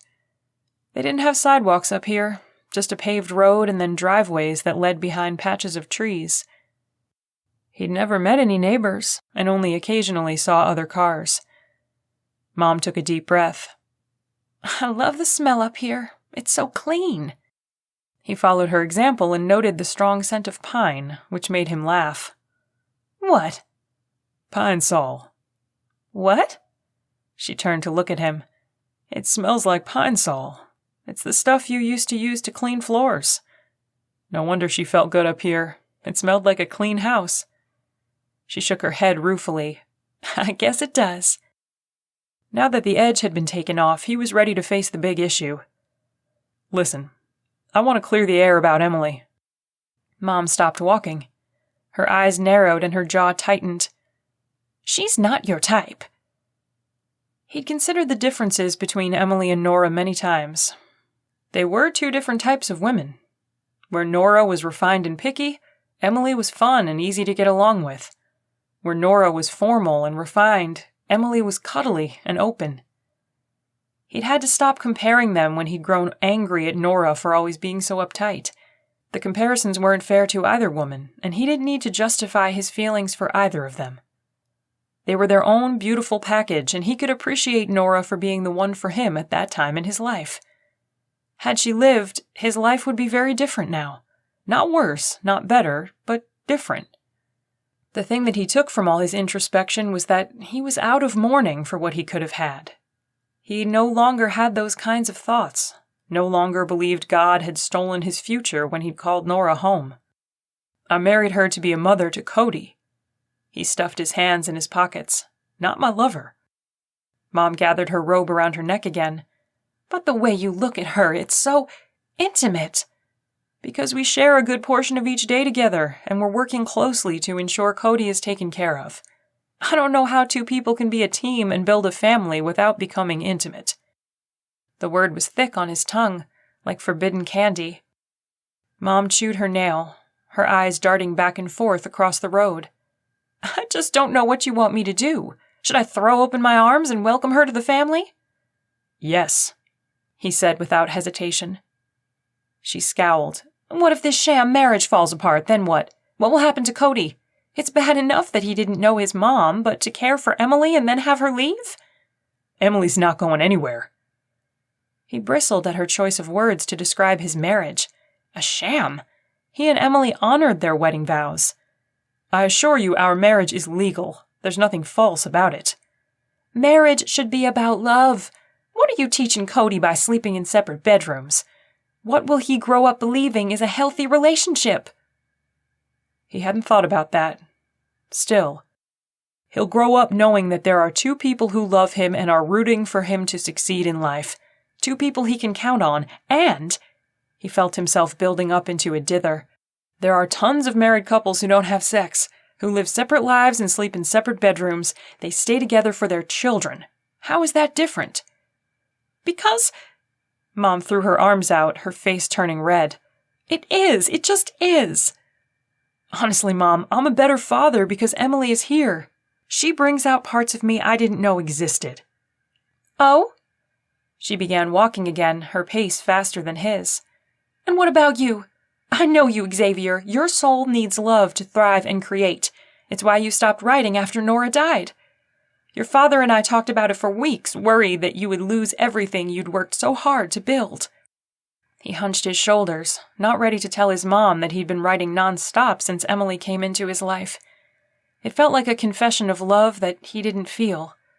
Nor was he going to tell her how close she was to the truth. He had to sell a song, and fast. He could only guess what she'd read into that. I had love. I can draw upon that to create. She shook her head sadly. They reached the end of the level road and turned around. You are so full of love it comes out of you in music. You need to be with someone who fills your reservoir, but you've chained yourself to Emily, and now she's in the way of you finding someone who will love you like that. Chained? He hadn't felt so free in ages. You're wrong. Mom's lips disappeared in disapproval. Emily is soft, gentle, and kind when it comes to my artistic eccentricities, as Dad likes to call them. And when He suddenly became self-conscious, feeling like a kid telling his mom about his first crush. Silly, she plays along and makes me laugh. We spend a lot of time laughing. He stared off into the brush, the memories sweet. Mom worked her mouth as if her words were a large piece of gum she couldn't get a handle on. He patted her arm and she closed her lips. Come on, you need to try Emily's chocolate dump cake. It's almost sinful. Mom didn't argue, and he hoped once she tasted the cake, she'd be open to eating Emily's food. Her refusal of dinner had hurt Emily's feelings. She hadn't said as much, but he knew she'd put her hopes into the meal, work she'd done out of the goodness of her heart. Maybe she'd done it for him, too, in an effort to make the transition with his parents smoother. That was the kind of thing she thought of, and that was why he was in love with her. Whoa! Love? The word was like a bass drum reverberating through his soul and making his bones tingle. He fought against the feeling, the very idea that he could actually be in love with Emily. He'd spent the last 20 minutes telling his mother they had a relationship beyond the 4-letter word, so it was ridiculous to believe the thought was any more than a slip of the tongue. He'd had love once. This didn't feel like that. He probably just thought the word because his mom used it so much in their conversation. Whatever he and Emily shared, it felt wonderful, and he intended to spend his life enjoying her laughter and writing music to accompany their story. Love? Who needed love when you had what he and Emily had? Chapter 18. Emily. 2 nights later, Emily stood on the back deck, watching the sun filter through the 30-foot-tall pine trees. It made beautiful patterns and sparkled like jewels on the pool. She took a deep breath, enjoying the mixture of scents that came from the forest. Xavier joined her. His parents had left that afternoon, and he'd offered to read with Cody so she could have some time to herself. It was a sweet gesture, considering he hadn't been in the studio much while his parents were here, and he could use the time to write. "Hey." She eyed him over her shoulder as he joined her at the banister. His hair was slightly mussed, like he'd fallen asleep on the couch. She looked closer and found a pillow crease on his cheek. His mom had been better the second day, eating meals with them and asking questions about Emily as if she truly wanted to get to know her. Emily had no idea what brought about the change, but she was grateful for it. Spending several days with a hostile houseguest would have been difficult. Cody crashed hard. He might sleep until tomorrow morning. Xavier's soft smile was pretty tempting. Emily yanked her gaze away from his mouth. He had a 3-day beard that caught the fading sunlight, beckoning her to run her fingers over it. She would have felt self-conscious about staring, but he was drinking her in, so she continued to study him, allowing attraction to pulse between them. It made her head feel fuzzy and her arms feel light. "You were a superstar. Thank you for being a gracious hostess." She relaxed into his gaze. "I don't mean to brag or anything, but dinner tonight was top-notch. She'd made lasagna and homemade garlic bread. Nothing too fancy, but it came out perfect." "Dinner, dessert, your sparkling conversation?" He placed his hand on her neck and began kneading the tight muscles there. She hadn't realized she was so tense until he started loosening things. She moaned softly and tipped her head to the side, giving him better access to the sore spots. "Your dad liked the cheesecake." It had tickled her that Zane had made such a big deal about her cooking. Eleanor had eaten her slice as well, picking up every crumb. "He took half of it home." "I hope he shares." She rolled her neck to the other side. Xavier's lips met her sensitive skin, and she gasped. He didn't stop kneading, and she melted into his body.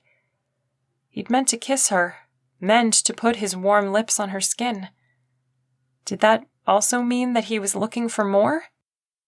The last time they'd kissed out here, he'd apologized. He didn't want to go through that again. He put a hand on her hip and turned her to face him. "I should be in working, but all I could think about was coming out here to be with you." She smiled tentatively. Hope popped up like a rabbit out of its hole, testing the air for danger. "Really?" His eyes dropped to her lips. "I'm afraid you're becoming a distraction." She held still, afraid she'd scare him off or bring him to his senses. Being in his arms was like stepping into a hot tub. It raised her temperature and made her feel like she was floating on bubbles. "Is that a good thing?" "No." He breathed a word. "But I'm not sure I can stop what is happening between us. You feel this too, don't you?" The vulnerability in his eyes overwhelmed her. "I do." She slid her hands up his arms and wrapped them around his neck. "I'm kind of freaking out inside," he confessed, hovering above her lips. She lifted onto her tiptoes and her lips brushed his. "You hide it well." She pressed her lips to his again, bringing her hands forward to finally feel his stubble against her palms. It was rough and soft at the same time, exciting and everyday. She reveled in the ability to touch him, to be close, to finally share the feelings that were crowding inside of her. He groaned, deepening the kiss. She allowed herself to fall into the experience of being held, being lifted up on wings of desire, of being desirable. He pulled away, breathing heavily. "I shouldn't want to kiss you. We had a deal." "We can change it," she offered. His eyebrows climbed his forehead, making her giggle. "Do you want me to sign something?" He tickled her side. "No." She danced away from him. He took her hand and drew her back to his chest. She placed her palms on his shirt, soaking in the warmth of his skin as the temperatures dropped. He pressed his forehead to hers and closed his eyes. "I'm not sure this is a good idea." She paused. He sent 2 different messages, and both of them were clear. His body said that he wanted her close, wanted to kiss her again. His words told her to back away slowly before her heart was broken. She decided to listen to the latter, because her heart hadn't steered her wrong before. She took a step back, putting distance between them. He clasped her hands to his chest, trapping her there, but not pulling her close. It was like a yo-yo game for him, except there was much more at stake than a toy. She glanced down, wondering if he was trying to keep her there or just afraid to let go. When you figure out what you want, let me know." She turned, and her hand slipped out of his. She headed to her room, confused and feeling rejected.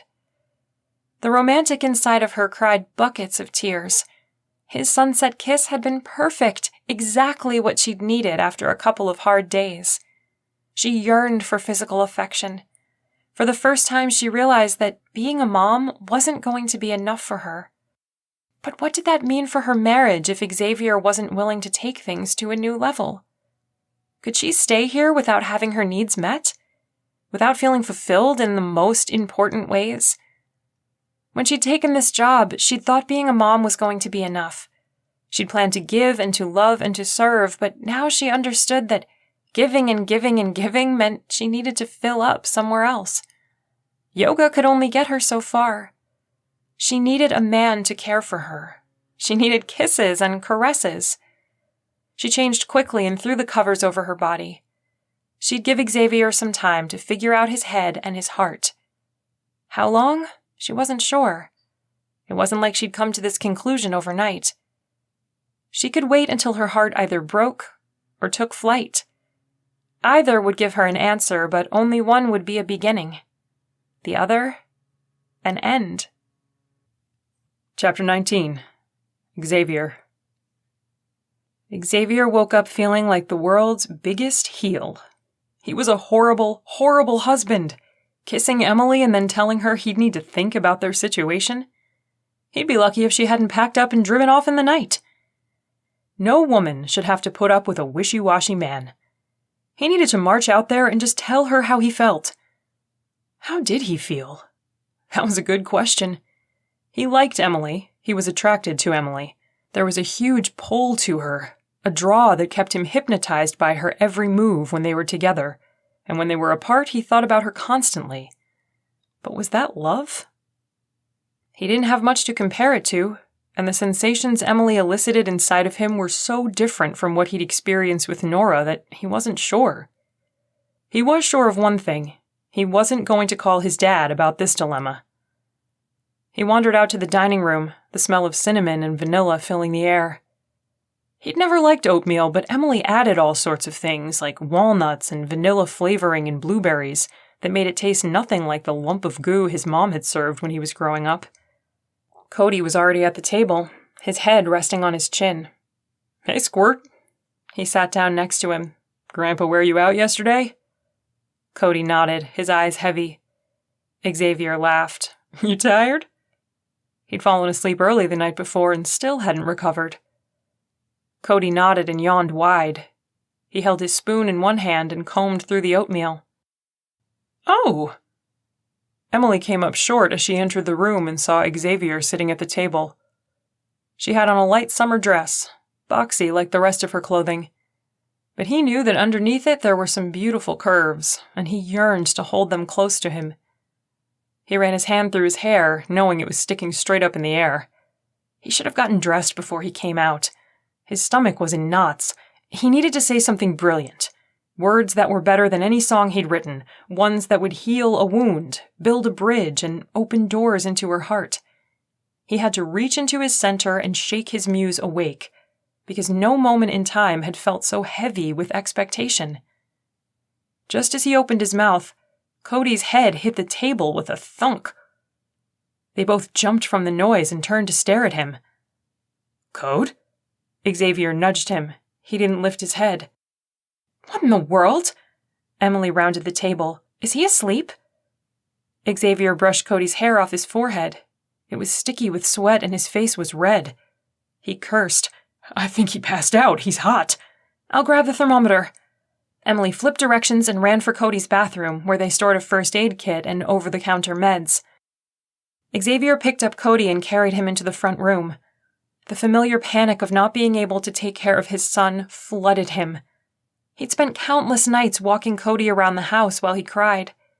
At the time, Xavier had thought his son was mourning his mother, but after a checkup, he'd learned that Cody had acid reflux. His son had suffered needlessly for days and nights because Xavier didn't know how to care for an infant. The shame filled him again as he held his boy close. Emily ran the thermometer across his forehead. 103. She placed her palm on Cody's cheek. "He's burning up." She tugged Xavier toward the door. "It's time to go to the doctor."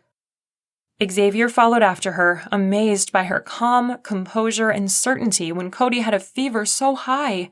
He was freaking out, wondering what could possibly be wrong with the kid. 1,000 horrible scenarios plagued his thoughts. She lined up his shoes so he could slip them on without putting Cody down, then put on her own. They were all in pajamas, but she didn't seem to care. He didn't care either. What was important was Cody. She opened the back door to the car and stepped aside so he could place Cody in his seat. "I'll sit in the back with him, you drive." She pushed him out of the way as she climbed in. "I can sit." She cut him off with a slice of her hand, giving him a stern look. "I haven't been to the pediatrician's office yet. Your job is to get us there safe. We're counting on you." Purpose filled his mind. He was the driver. He was the one who would take them to help. He nodded. "I can do that." She gave his arm a pat and shut the door. He ran around. Having a specific job to do when his heart was beating so fast was good for him. They made good time to the pediatrician's office and were able to get in right away. Cody woke up enough to answer several questions and act grumpy. Seeing the whites of his eyes was huge for Xavier. He gripped Emily's hand as they waited for the doctor to return with test results. Cody was curled in her lap, his head tucked between her chin and shoulder. She rocked slightly. "He's going to be okay." She stroked the side of Xavier's face. I know. He moaned. "Okay, I don't know that. I want him to be, though. Man, I hate this feeling on my chest." "What feeling?" He rubbed his front. "That it should be me. I should be the sick one." Her forehead wrinkled with confusion. "Well, folks, Dr. Palmer wasn't one for a lot of chit-chat." She swept into the room and started talking. "Cody has strep. It's attacking him pretty hard, so I want to give him a shot of antibiotics in the office and a fever reducer. We'll send you home with more for him to take every 12 hours. If he's not up in 3 days, I'd like to see him again." Xavier blinked rapidly, trying to absorb all the information she threw at him. Emily was already on her feet, holding Cody close while the doc stabbed a needle into his leg. He started to cry, and she rocked him back and forth while rubbing his back. The doc left, and Xavier turned to Emily. "How are you so good at this?" "Good at what?" Cody cuddled into her as if she were the softest pillow on the planet. "At knowing what he needs, at listening to the doctor, at staying calm." She smiled. "I guess it's the mom in me. I'm hyper-focused on getting him better." She kissed his head. "Can you carry him back to the car? We need to stop at the pharmacy to pick up his prescription and some supplies." He stared at her in amazement for a moment before reaching for his son. She'd taken a horrible situation and made it manageable. They ran all the errands and got home in record time, one of them waiting in the car with Cody while the other picked up meds and liquids. Once home, Cody sipped water at Emily's gentle insistence. They spent the rest of the day in the front room on the couch, alternating fever reducers and trying to keep Cody hydrated. By dinner time, they were both exhausted. Emily stretched, eyeing the waning light through the picture window. "I say we all sleep in here tonight." Xavier smiled. "There's an air mattress in the garage." She flushed. She glanced around the room. Cody was on the couch with blankets kicked every which way and his limbs thrown out to the sides. There wasn't another spot to lie down. "Where are you going to sleep?" "I'll take the floor." He said the words quickly, not wanting her to think he'd planned on sharing a bed with her tonight. Perhaps he'd spoken too quickly because Emily slouched. Had she wanted to share the air mattress? They'd left things unsettled between them the night before, though after the day they'd had, it felt like 3 weeks ago that he'd held her close enough to smell her shampoo. Yet his plans to tell her how he felt, that he liked her, were still in the back of his head. Except like was such a lame word. There had to be a better way to describe his feelings. He wrote love songs for the love of Pete. He should be able to come up with something smoother and more expressive than, "I like you." They spent the next 20 minutes listening to the air pump whirl and finding sheets and bedding for the two of them. They also changed the sheet under Cody. He'd been sweating most of the day, and Emily said a new sheet always made her feel better when she was sick. He filed the information away, hoping he'd never had to use it, but ready to if she ended up as sick as Cody. Cody stayed on the couch. His fever was still above 100, but it was no longer alarming. He slept better, not moaning or fidgeting. Hopefully they'd all be able to get a few hours of shut-eye. Xavier had taken the spot next to the couch. They'd shoved the coffee table against the wall to make room for the three of them. He rolled onto his side and stared up at Emily, who was lying on her stomach on the air mattress. The lights were dimmed. Neither of them wanted to stumble around in the dark to get to the switch. In the soft golden light, Emily's cheeks were velvety smooth, and her blue eyes were an inky blue. Feeling a connection with her that was different from the one that drew him to her lips, he whispered, "I can't tell you how much it means to me to have someone to share days like today with." He reached up and ran his fingers down her arm. "Thank you for marrying me." Her eyes crinkled. "You're welcome. Is it weird to say how happy I am to be here right now? I mean, not that I'm happy he's sick, but to be able to take care of him and love him, it means so much to me." Xavier's heart thudded loudly, telling him that this was an amazing woman. He'd been so lucky to find her. Or maybe it wasn't luck at all. Maybe their lives had been written in the stars long before either of them knew what was headed their way. He hoped she was grateful for him. He didn't know if he'd added anything to her life, certainly not as much as she'd brought to his. Her phone rang and she lifted her head to look at it on the coffee table. Her eyes darkened and she pushed up. "I need to take this." She practically ran into the next room, holding her phone to her chest without answering. Xavier sat up and checked Cody's blankets. He wasn't trying to eavesdrop, but he caught phrases like trial date and testify in court that caught his attention. She came back in a moment later, her face drawn. "Is everything okay?" he asked. "I'm fine." She stopped, leaning over the back of the couch to brush her hand across Cody's forehead. Her hair fell forward and her eyes were bright with love for his son. The world stopped turning, and all he could do was stare. She glanced up at him, her eyes warming into another kind of love, one he recognized fully. It spoke to his soul, and he knew without a doubt that he didn't just like Emily. He loved her, had since before his parents came. It just took him a while to recognize it. "I think we should talk." He had so much he needed to say, wanted her to know. "I'm exhausted." She climbed under the quilt, the air mattress squeaking. "Maybe tomorrow." She turned her back to him and settled in. Xavier flopped onto the floor, deflated. Glancing around at the crumpled tissues and medicine bottles, he chided himself for thinking this was the right time to tell Emily he loved her. No woman wanted confessions of the heart when the guy hadn't showered in 24 hours and their sick kid coughed in the background. Idiot. He punched his pillow and turned onto his side. He obviously needed sleep. If only the beautiful woman lying 3 feet away wasn't keeping him awake. Chapter 20. Emily. Antibiotics were the bomb. 4 days after finding Cody face down in his cereal, the kid was back to following Emily around the house like a shadow. An adorable shadow. Her attachment to him had tripled after nursing him through the valley of the shadow of strep. He took a long nap that morning, but was a bundle of energy that wanted to help in the kitchen that afternoon. It wouldn't last, but she'd take as many smiles as she could get. She cast a furtive glance at the messy living room. There were blankets and pillows everywhere, books left open, and empty boxes of tissues. She shook her head at the number of diet soda cans lined up on the coffee table. Her mom had always said there would be nights when she'd turn to God and caffeine to get her through. She'd had 2 in a row. Her sleep cycle wasn't helped by having a hunk of a man breathing deeply within touching distance all night long. Xavier was even more handsome in his sleep, if that was even possible. The worry lines faded away, and he was just him. She shouldn't have stared, but the opportunity was there, and she was totally in love with this father who kissed like a Marvel hero and had such a good heart it made her weak in the knees. Funny, but in all her daydreams of being a mother, she'd not factored in a father. She pictured curling up with children and a good book, but their imaginary dad was out of the picture.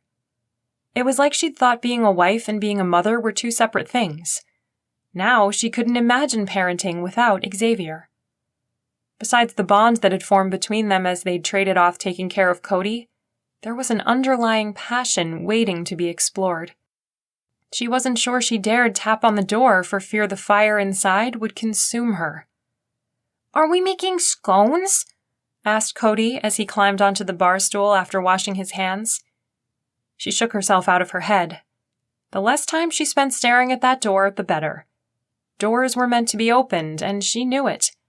Better to step away from temptation. Yes, scones. She pulled an apron out of the drawer and glanced around for her diabetic cookbook. Before Cody had gotten sick, she'd made almond and coconut flour scone dough and put it in the fridge to prove. Thankfully, it had held for a few days. "Here." Cody climbed onto the counter and slid the book out from under a stack of mail. She'd thrown days' worth of mail onto the counter and hadn't thought about it since. She really needed to get back to her routine. "Thanks." She grinned down at him as she took the book. A sticky note marked the page, and she had it open in no time, pulling ingredients from the cabinets and pantry in record time. Scones were comfort food in her house growing up, and they could all use an extra hug tonight, even in the form of fried bread. "What's a scone?" Cody asked. "It's fried bread." Emily cut off as the doorbell sounded. She looked at Cody. "I need to get the door. Don't fall." He nodded and crossed his heart. She smiled, hurrying to the front entryway. Xavier had finally taken some time in his studio, and she didn't want him interrupted by their impromptu visitor. She swung the door open. "Hi." She glanced over the man in a dark suit and perfectly mussed hair. He looked to be about her age and had a tense smile. She slid her gaze to the second guy, and her eyes landed on the country music star Tyson Temple. She recognized him immediately and giggled without thinking. Oh my gosh, it was really him! From his traditional blue button-up shirt to his straw cowboy hat and two-day scruff, he was every bit the hunky man she'd admired for years. Tyson Temple was on her doorstep. "Hi." The man in the suit held out his hand. "I'm Mark." Mark. Xavier's agent," she blurted like a fool. Holy cow, they were here, officially. In all the day-to-day moments they shared, she sort of forgot that her husband knew famous people. Her hand flew to the messy bun perched on top of her head. "Please, come in." She stepped back and motioned for them to enter the house. After Mark stepped over the threshold, Tyson tipped his hat and said, "Thank you, ma'am." Emily barely managed to shut the door without squealing like a 13-year-old. She turned around just to make sure he was really standing in her house. Tyson was really here. He had on a pair of nicely worn-in jeans with his signature silver belt buckle and brown boots. She thought back to the hundreds of times she and Lexi had jammed out to his songs, bemoaning the hard life of a cowboy and memorializing the love of a good woman. She'd even made out with a guy to his Hard Life, Good Boots song in high school. He was only 5 years older than she was, but fame had come early in his life due to his caramel voice and delicious blue eyes. His age had made him seem accessible to the girls in her group. Any one of them could be swept off their feet by him when they went off to college or scored backstage passes. The daydreams were within their grasp. The men stared back at her expectantly. She suddenly realized they weren't here to see her. "I'll, find Xavier and let him know you're here." She was about to invite them into the living room when her mind flashed to the mess that awaited them. Why hadn't she cleaned? She knocked and rushed into the studio, breaking one of her unspoken rules to not disturb Xavier when he was deep in his creative process. "Why didn't you tell me Tyson Temple was coming today?" she hissed, glancing over her shoulder to make sure she wasn't overheard. "He's in the entryway." She jabbed her finger in that direction several times. Xavier jumped to his feet and glanced down at his sweats. "I totally forgot." He dashed out the door into his bedroom. "Can you entertain them for a minute?" She moaned, following after him. "The house is a wreck." "He's a good guy. He won't say anything," Xavier said. "Men." She threw her hands in the air. "It's not about him saying anything. It's about me knowing how bad our place looks. A guest feels more comfortable in a clean house, and the only clean space is the kitchen." "Then take him in there." "Gah." She threw her hands up. Entertaining a music legend in her kitchen wasn't her first choice, but she'd have to make do. Okay. Xavier ripped off his shirt and threw it in the hamper. Her mind went blank, and she stared at the amazingness that was his body. He worked out, but not excessively. He was lucky to get in a couple sessions a week. Apparently, he was just blessed with the kind of genes that sculpted nicely. She gulped. He hooked his thumbs inside his sweats, ready to shove them to the floor, and stopped abruptly, making eye contact with her. She flushed from the bottoms of her feet all the way up to her roots. He'd totally caught her checking him out. "Hurry," she whispered, shutting the door as she backed out. On the other side, she leaned against the wood, placed her hand over her heart, and tried to breathe normally. That man had serious hotness issues. How was she supposed to keep the image of him shirtless from filtering in every minute of every day? She heard something hit the kitchen floor and took off at a run. Cody had knocked over the bar stool in his efforts to climb down. His legs dangled as he hung over the edge. She rushed in and lifted him up. "I told you to not fall," she teased. "No harm, no foul." Ahem. She turned around, still holding Cody against her stomach, his arms up at funny angles. Mark and Tyson smiled. "Need some help?" asked Mark. She took a moment to consider her options. Being the fabulous and sophisticated wife of a hit songwriter had gone out the window the moment she fangirled at the front door. Better to go with who she was and hope they were cool with that. "Sure." She handed Cody to Mark, who threw him over his shoulder and headed for the front room. "While you're in there, can you fold a few blankets?" She mentally slammed her hand over her mouth to stop herself from saying stupid things. Who asked their agent to fold blankets? "I'm on it," Mark called back. She sagged against the counter before realizing she was now alone in a room with her high school college never going to happen crush. How are you at frying scones?" He blinked once and a slow, sultry smile spread across his lips. "I guess I'm as good as the next guy?" If he'd given her that smile 6 years ago, she would have melted into a puddle of goo right there. As handsome as Tyson was, he didn't stir up a belly full of butterflies or make her want to watch him do laundry. She gave him another once-over and decided he was just a man who could sing pretty. And he was here to buy a song from her husband, hopefully. Might as well make him feel like one of the family. She nodded and pulled a pan out from under the stove. "You're hired. Oil is in the cupboard next to the fridge." He crossed the kitchen, tugging on one of her apron strings. "Do I get one of those?" She laughed, feeling more at ease. "I think we can arrange that." She retrieved a plain white apron that went well with his shirt and tossed it to him. He caught it with one hand as he poured oil into the warming pan with the other. She got the dough from the fridge and sprinkled almond flour on the counter. They worked in silence for a moment. Cody laughed in the other room, and she smiled. What was taking Xavier so long, and what was she supposed to say to a man who was a legend? "Cody's a cute kid," Tyson offered. She relaxed into her task of cutting dough into triangles. "Thanks. He had a rough week. Strep." She realized what strep could mean to a man who made his living with his vocal cords. "Don't worry, though. He's been on antibiotics for 4 days. He's not contagious." Tyson waved off her concern. "My nieces and nephews pass around enough germs to infect a whole concert hall. I'm fine." She breathed out, and her shoulders slumped. "So, what's it like, touring all over the world and having billions of women use your face as wallpaper on their phones?" He laughed and stepped back so she could drop dough into the oil. "It's overwhelming at times. Definitely surreal. I'm just a country boy at heart, and I need quiet nights on the ranch with my family to recharge." She handed him a pair of tongs. "Flip them when they brown on the bottom." A small line appeared between his eyebrows as he studied the scones. "What about you?" She blinked. "Me?" "Yeah, what do you do?" "I'm a mom," she replied automatically. "I used to be a physical therapist and a fitness coach." "Sounds like a busy life." She nodded. "The best kind of busy." "My sister would say the same thing."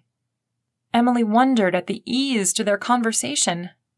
Lexi was going to freak out when she told her she'd spent an evening making scones with Tyson and discussing raising children. How many kids does she have? 6 under 9. Okay, she's officially my new hero. Cody wore her out, and he was just one kid. He laughed as he carefully flipped over the first batch of dough. They were golden brown and beautiful. Your fans will be happy to hear you're accomplished in the kitchen, she teased.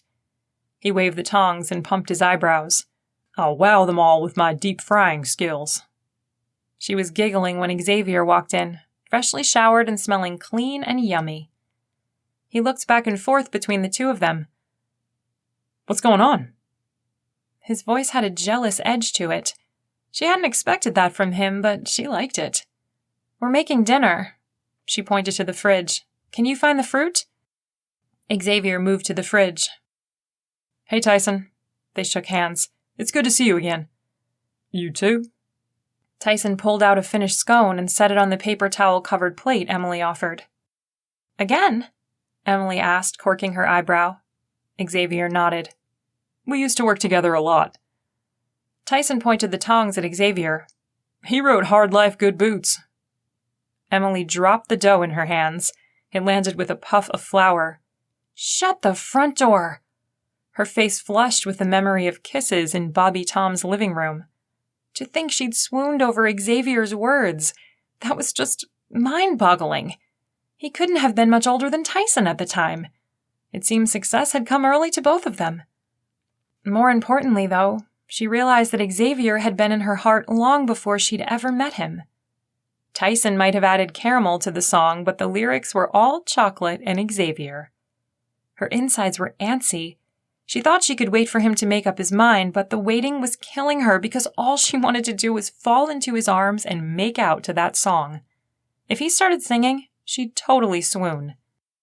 Mark came in, carrying Cody over one shoulder like a sack of potatoes.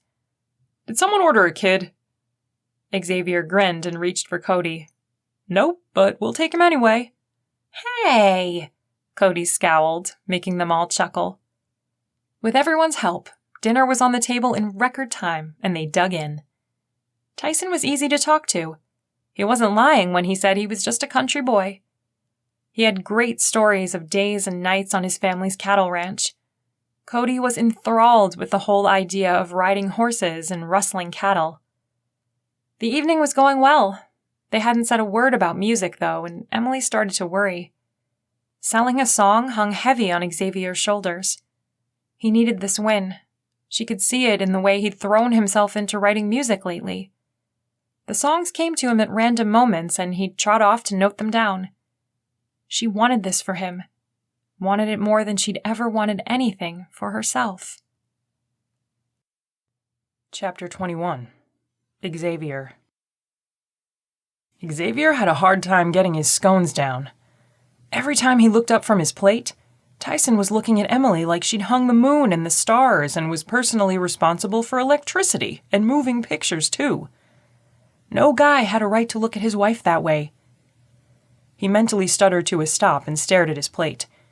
Yes, Emily was his wife, but he didn't have a right to possess her. Not like some over-egoed macho man who insisted on being the center of a woman's world just because he'd put a ring on her finger. But still, there were boundaries a guy should keep around another man's wife.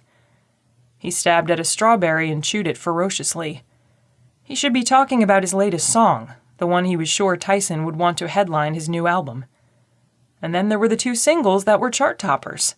He could feel it in his bones, had a sixth sense about these things, and he had never been wrong before. He couldn't focus when Emily laughed breathlessly at Tyson's stupid jokes. What was wrong with her? She wasn't flirting, she wasn't sending out I'm available vibes, and she worked to include everyone, even Cody, in the conversation. In short, she was being an excellent hostess. He wished she'd knock it off. Tyson didn't need one more reason to smile at her. He could obviously see Emily's charms. She was an excellent mother, an active listener, and a great cook. Tyson would be stupid not to follow her around the room with his eyes. When she got up to clear the table, Xavier jumped in to help so that Tyson wouldn't follow her into the kitchen. They were a team, and he wanted to show it to everyone in the room, including Mark, who had kept his eyes to himself, though he'd been quiet throughout the meal. Tyson turned in his seat to track Emily's movements as she took dirty plates to the counter. Xavier glared at him. Tyson said, "You guys should come down to Texas for a weekend. We'll teach you to rope and ride." He rubbed Cody's head, messing up his already messy hair. "Can we, Dad?" Cody begged. Xavier glanced at Emily, hoping she'd come up with a reason not to go, that school was starting soon would work, or that she was allergic to horses. Anything. Her face lit up. "I'd love that. I haven't been on a horse for years." She reached for the pitcher of orange juice. Tyson got to it first and handed it to her. "Thanks." She graced him with one of her genuine smiles, which made Xavier want to kick them out of the house. He took deep breaths. If he'd just told Emily he loved her and she'd said it back, then he'd feel better, more secure in his marriage. He just didn't know if she was looking at Tyson and thinking, "I could have had this guy?" "You're welcome. What can I do to help?" Tyson went to stand. Xavier couldn't take much more of this. "Why don't we go into the studio and I can show you guys what I've been working on?" Mark gave him a look of relief. "That sounds great." The poor guy probably thought they'd been stalling because Xavier didn't have anything ready. He was in for a big surprise. "Are you sure you don't want help with the dishes?" Tyson asked Emily. Xavier scowled. This guy was making him look bad. Emily shooed them out of the room. "I have all the help I need. Cody is excellent at loading the dishwasher." Cody let out a groan. "Come on, Pumpkin. You've been faking sick for too long," she teased him. Cody gasped. "Faking?" Emily's laugh followed them down that hallway. Xavier wished he could stay with them, that he could bottle the sense of family Emily created so easily. He also wanted to bottle Emily up and keep her all to himself. He'd never felt like that with Nora. Being married to her was like being tied to the wind. A sudden understanding of that situation hit him like a falling piano. He'd never felt safe with Nora, never felt like she loved him as much as he loved her. The feelings he had with Emily were so different. Being married to her was easy, almost effortless, probably because there weren't romantic expectations. Yet there was romance in their marriage, and attraction. The way she'd looked at him in his room that afternoon had left his head spinning. He could have kissed her right then, was about to, but she'd shut the door before he had a chance to act on his desires. If only the shower had washed away the need to kiss her, to finally let her know that he liked her as more than the mother of his child, that he liked her as a woman. As gifted as he was at writing lyrics, he still couldn't wrap his head around the words that would express the boom-boom in his chest when he saw her for the first time each morning. Mark clapped his hands together and rubbed his palms, startling Xavier out of his own head. "I can't wait to hear what you've got." Tyson glanced around the room. "Do you have a guitar for me?" Xavier looked at the space through his eyes. The open notebooks, one per song, were scattered on every surface. Guitar picks littered the carpet behind the desk like glitter. The piano was covered in sheet music. He suddenly understood Emily's frustration with him earlier. The only way to get over the embarrassment was to act like he wasn't embarrassed. The old adage, "fake it till you make it," came to mind. "Of course." Xavier went to the closet and pulled out a beat-up black case. Back in the day, when he and Tyson were young and idealistic, they'd jam together. The creative synergy that happened was incredible. He'd forgotten that feeling and was suddenly excited to find it again. He handed Tyson the acoustic guitar. Tyson grinned. "You still have Bessie? You don't ever throw out a classic." Xavier returned the smile. His fingers tingled, ready to play. He felt like himself again, like he could tap into the source of inspiration as easily as slipping into his favorite pair of cowboy boots. It made him feel alive, almost as alive as kissing Emily had. He'd like to do that again, like to hold her close and breathe in her delicious scent, drink in her lips. Tyson strummed and then tightened the A-string. "Let's hear what you've got."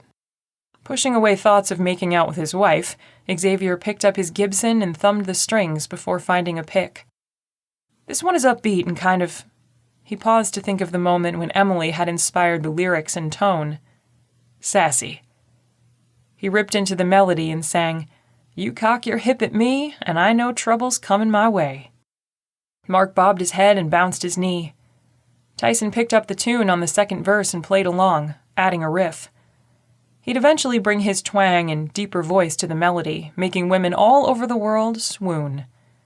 As long as Emily wasn't one of them, he and Tyson could stay friends. They played for another 3 hours, working through about half the songs Xavier had written since marrying Emily. He'd saved a couple that were too close to his heart to share with the world, but he put his best stuff out there for this meeting. He wanted the comeback even more than before. He wanted to prove to Emily that he was a guy she could be proud of, that he could bring home the bacon. Mark pushed to his feet.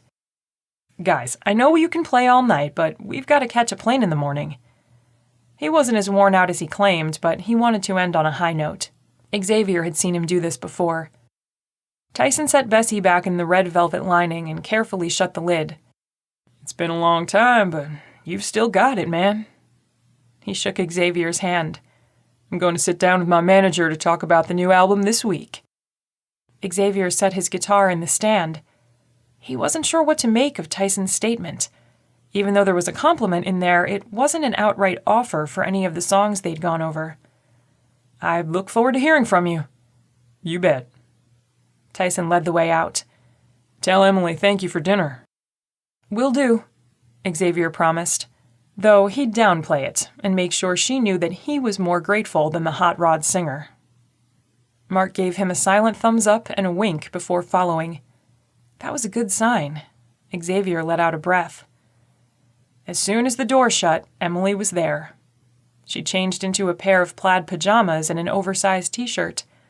Her hair was piled on top of her head in a messy bun, and she'd never looked more beautiful. "How'd it go?" Her blue eyes held a note of vulnerability that he realized was for him. She wanted him to sell a song, not because she wanted to buy a new couch or take them on a European vacation.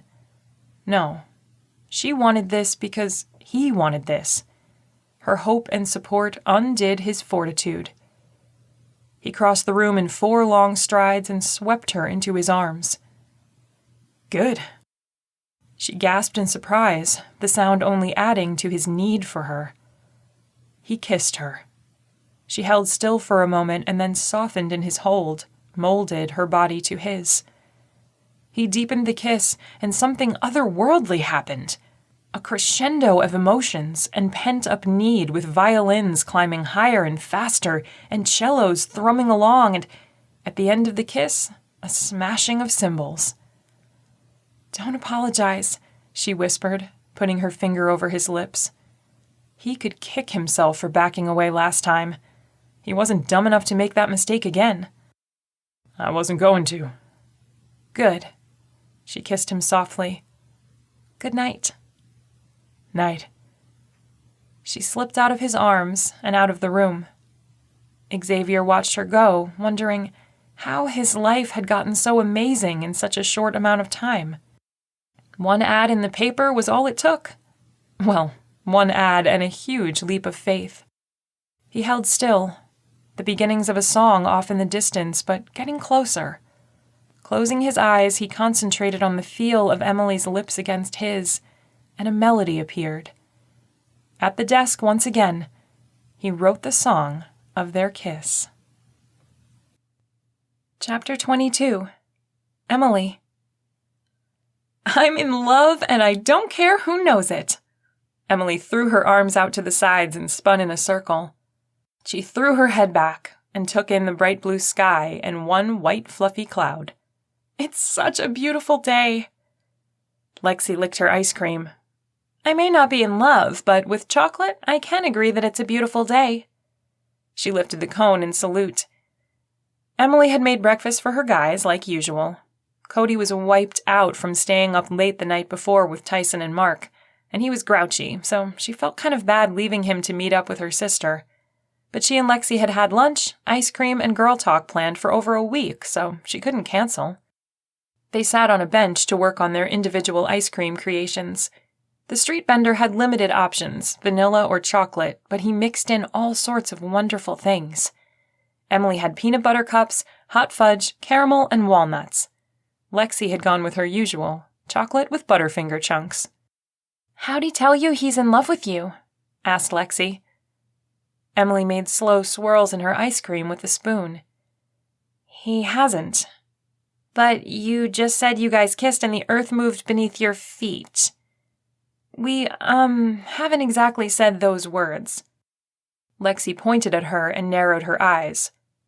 "You're telling me you two are married, you're raising a kid together, and you're kissing, and you don't say I love you?" "Not to each other." "That's whack." Emily giggled. "I know, it's not normal. Who's to say what normal family looks like these days?" The sun filtered through the leaves above them. Children laughed on the playground far enough away that the screams were muted. Emily let out a contented sigh. "I finally have the family I always wanted. I'm not going to lie, it's an amazing feeling." "I hate to rain on your parade, but you still haven't told Mom and Dad." Lexi took a huge bite of ice cream and grimaced. "Cold," she managed to get out as she rubbed her temples. "I'm calling them right now." She dialed her parents and grinned when her dad picked up. They said hello, and she jumped right in, feeling invincible, wrapped in a cape of love. "So, I got married." Her proclamation was met with silence. Dad finally said, "You're joking, right?" "I'm not, Dad. It's a long story. Can you get Mom so I only have to tell it once?" She grinned at Lexi, who was taking another huge bite. The girl had a weakness for sweets that was going to freeze her brain. Right on cue, she rubbed her temples again. "Hey, sweetheart!" Mom's melodic voice filled the line. "Your dad is pulling my leg. He said you got married." "I did." She wasn't at all repentant, although she should be. She'd made a huge decision and not included her parents. That wasn't like her. She needed to make it up to them. "I'm calling to invite you to meet my husband and—" She sucked in a breath. "My son." "Honey, what have you been up to?" She rolled her eyes at herself. Lexi lifted one brow in question. "They think I got pregnant," she whispered. Lexi snorted and covered her mouth with a napkin. "It's nothing like that. Cody is 6. He's smart and sweet and seriously funny. You're going to love him." Lexi leaned over so she was closer to the phone. "I already do." "Is Lexi there?" demanded Dad. "Right here," Emily confirmed. "Put her on." She rolled her eyes again. "They want to talk to you." Lexi took the phone. "You let her get married?" Dad shouted through the line. Emily pulled her lips back into a grimace. His bellow could be heard all the way over at the playground. Lexi mimicked her face. "Dad, it's cool. Xavier is a great guy, the best, and Cody really is a gem. Don't be mad until you meet them." "I'm not mad," he yelled. "I'm shocked you girls would hide something like this from us. You're the big sister. You're supposed to watch out for her." She coughed. "You get that she's an adult, right?" "Lexi," he warned. She shook her head, making her hair flip. "I'm not going to get yelled at for something she did. If you want to yell at me, do it for maxing out my credit card on new skis." She handed the phone back to Emily and stood up. "Thank you." She air-kissed Emily's cheek. "I was looking for an opportunity to tell him about that, and compared to your elopement, I look pretty good right now. Toodles!" She wiggled her fingers. "I have to get back to work." Emily smirked at her and waved her fingers too. "Toodles." She put the phone back up to her ear. "Dad?" "Dad's sitting in front of the freezer," Mom answered. Emily blanched. Dad would open the freezer and stick his face in to cool off when he was upset. She could count on 2 fingers the number of times he'd done that because of her. Lexi had probably made him take a freezer time out a dozen times growing up. Mom had been more level-headed, especially when it came to matters of the heart. Mom sighed. "Why don't you start over? I'd like to hear this story." "It's not your normal romance," Emily warned. "I'm all ears." Emily explained about the ad, about the feeling she had that she was meant to be this man's wife. She opened up about her reservations and wrapped up with how great things were. "I want you guys to meet him." "Well, that's a no-brainer. We'll shop flights and let you know what's available." "And I hope we can come out for Thanksgiving or Christmas. We need to talk about the holidays. It would be great if you could meet his parents."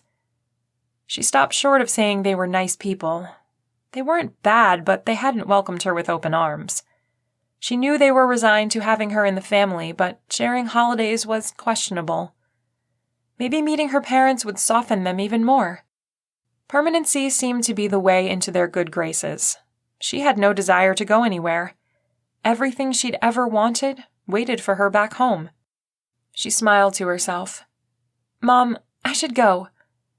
She suddenly couldn't wait to get home to be with her family. Mom said goodbye and they hung up the phone. The drive home took forever. All she could think about was being with her guys again. Hearing Cody laugh or sound out a word. His reading had taken off and she couldn't wait for him to get back in school and wow his teacher. Then there was Xavier. Wonderful, sexy, talented Xavier who made her weak in the knees. Once she was through the door, she paused only long enough to listen for Xavier and Cody. She found them in the kitchen, putting the finishing touches on a cracker and cheese tray. Xavier's eyes lit up and warmed at the sight of her. She went to his side, sliding her arm around him and leaning on his chest. Last night's kiss had thrown open the door, and she was going to sashay right on through and into his arms. The space had been made for her. "What have we got here?" "A snack," replied Cody. He slid off the bar stool and ran around, slamming into their legs. She grunted on impact and then laughed. Xavier kissed her cheek. "We missed you." She turned to him. His eyes were full of meaning and caring and so much more. "I can see that," she said, breathless. He kissed her lightly on the lips, making her knees give out. She sagged into him, wanting so much more than just that small kiss. Cody sprang back. "Come on!" He reached for the heavy wooden tray, almost toppling it in the process. "Where are we going?" she asked as she steadied it. "We're going to eat by the pool." His voice was so animated he should have been a cartoon. "Want to join us?" Xavier traced her cheek. There were 6 to-dos she could have tackled. None of them sounded as good as spending some time with her guys. "I'd love to." Xavier held her close for a brief moment and then took the tray from Cody. "Will you open the door?" Cody scampered off to pull on the sliding glass door. Xavier put his free hand on the small of Emily's back. She didn't think she would ever get enough of his gentle and sweet touches. He knew exactly how to treat her like a lady and make her feel like a woman. To think that only a couple weeks ago she'd been yearning for this kind of a relationship, and now she had it. Prayers were answered. Romance was real. Love triumphed. "We don't say I love you." Her words came back to her, taunting. She shoved them away. What were 3 little words anyway? She didn't have to hear "I love you" to know things were good between them. Her marriage was wonderful. Words were just words. She stepped through the door and was hit with a blast of chilly wind. What in the world? She rubbed at the goosebumps on her arms. Xavier lifted his chin and sniffed the air. "It smells like a summer storm. They can get dicey." She nodded but continued to rub her arms. The sudden temperature drop felt like an omen, and her optimism from moments before faltered. They were okay, right? She had a ring on her finger.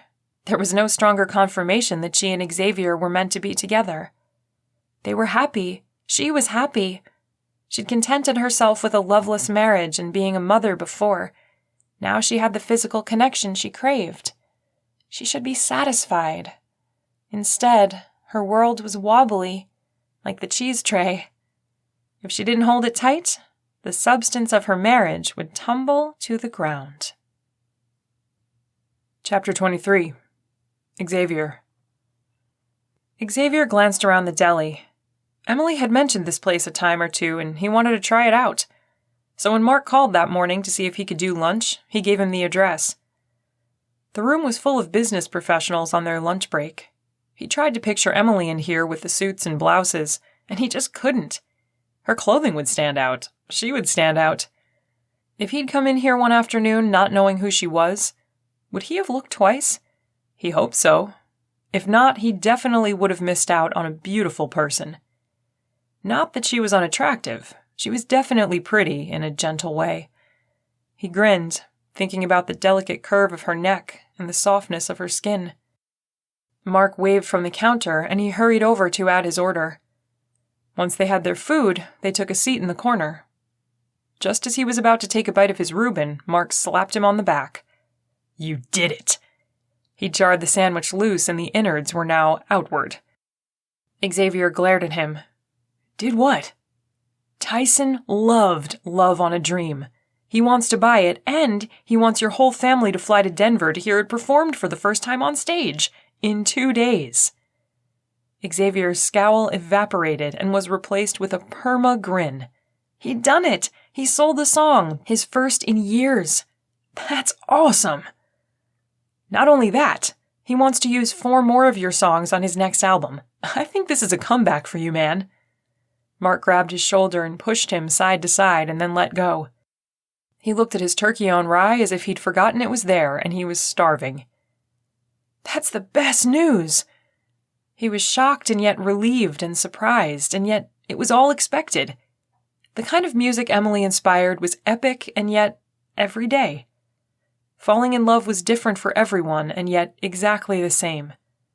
She made it all feel like a dream. Xavier thought of the other songs he had stored away. I've got more. If they're anything like Love on a Dream, I won't have trouble selling them. I have a few artists in mind. His old business sense had kicked in, but he hadn't dared bring this up until he had confirmation that he wasn't a hack or a has-been. Mark laughed. I'll bet you do. But I'd like to work with someone new. Someone like Tyson is, who will play around with the music. That creative zen they got into made such a difference. Jamming with an artist gave him a chance to get to know their voice in a way that listening to their songs didn't. He could push them to try things and then know if it did or didn't work. That always put him in the flow. Mark nodded. I'll start looking for that. You know, Tyson gives you credit for his rise to the top. He does? Xavier hadn't heard that before. He does to the people who matter. You know how media interviews go. They want to hear about the band and the stage crew, but when you talk to him, the real him, he says your songs were the ones that shot to the top of the weekly top 20. Mark swiped the mustard off his lips. Xavier hadn't started putting his sandwich back together, but he was so blown away. I did some research of my own, and he's right. Hard Heart in a pickup truck stayed in the #1 spot for 3 months. Why didn't I know this before? Nora. Mark glanced away. Xavier's curiosity pricked. Mark didn't talk about Nora a lot. He let Xavier go on for hours after the funeral, but he never brought her up. She didn't pass for a year after Hard Heart was released. What did that have to do with the song's success? Mark set his sandwich down and wiped his fingers with a paper napkin. I didn't want to ever tell you, but I think you need to know. She asked me not to talk about how well your songs did after you sold them. She said she didn't want you to let the success go to your head, for you to think you were big time. Xavier shoved the plate away from him. He didn't quite believe Mark. Then again, Mark didn't have a reason to lie. Why would she do that? She said that once you started feeling the pressure of a hit song, your music would suffer. I think she was trying to protect you. He shook his head sadly. That sounded like something Nora would say. She was all about art for the sake of art, not money.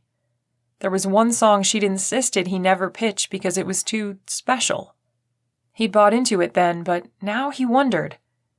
Another thought came to mind, one that he'd never expressed but that had stayed with him from early on. Mark, do you think Nora was jealous of my success? He felt bad even saying the words out loud.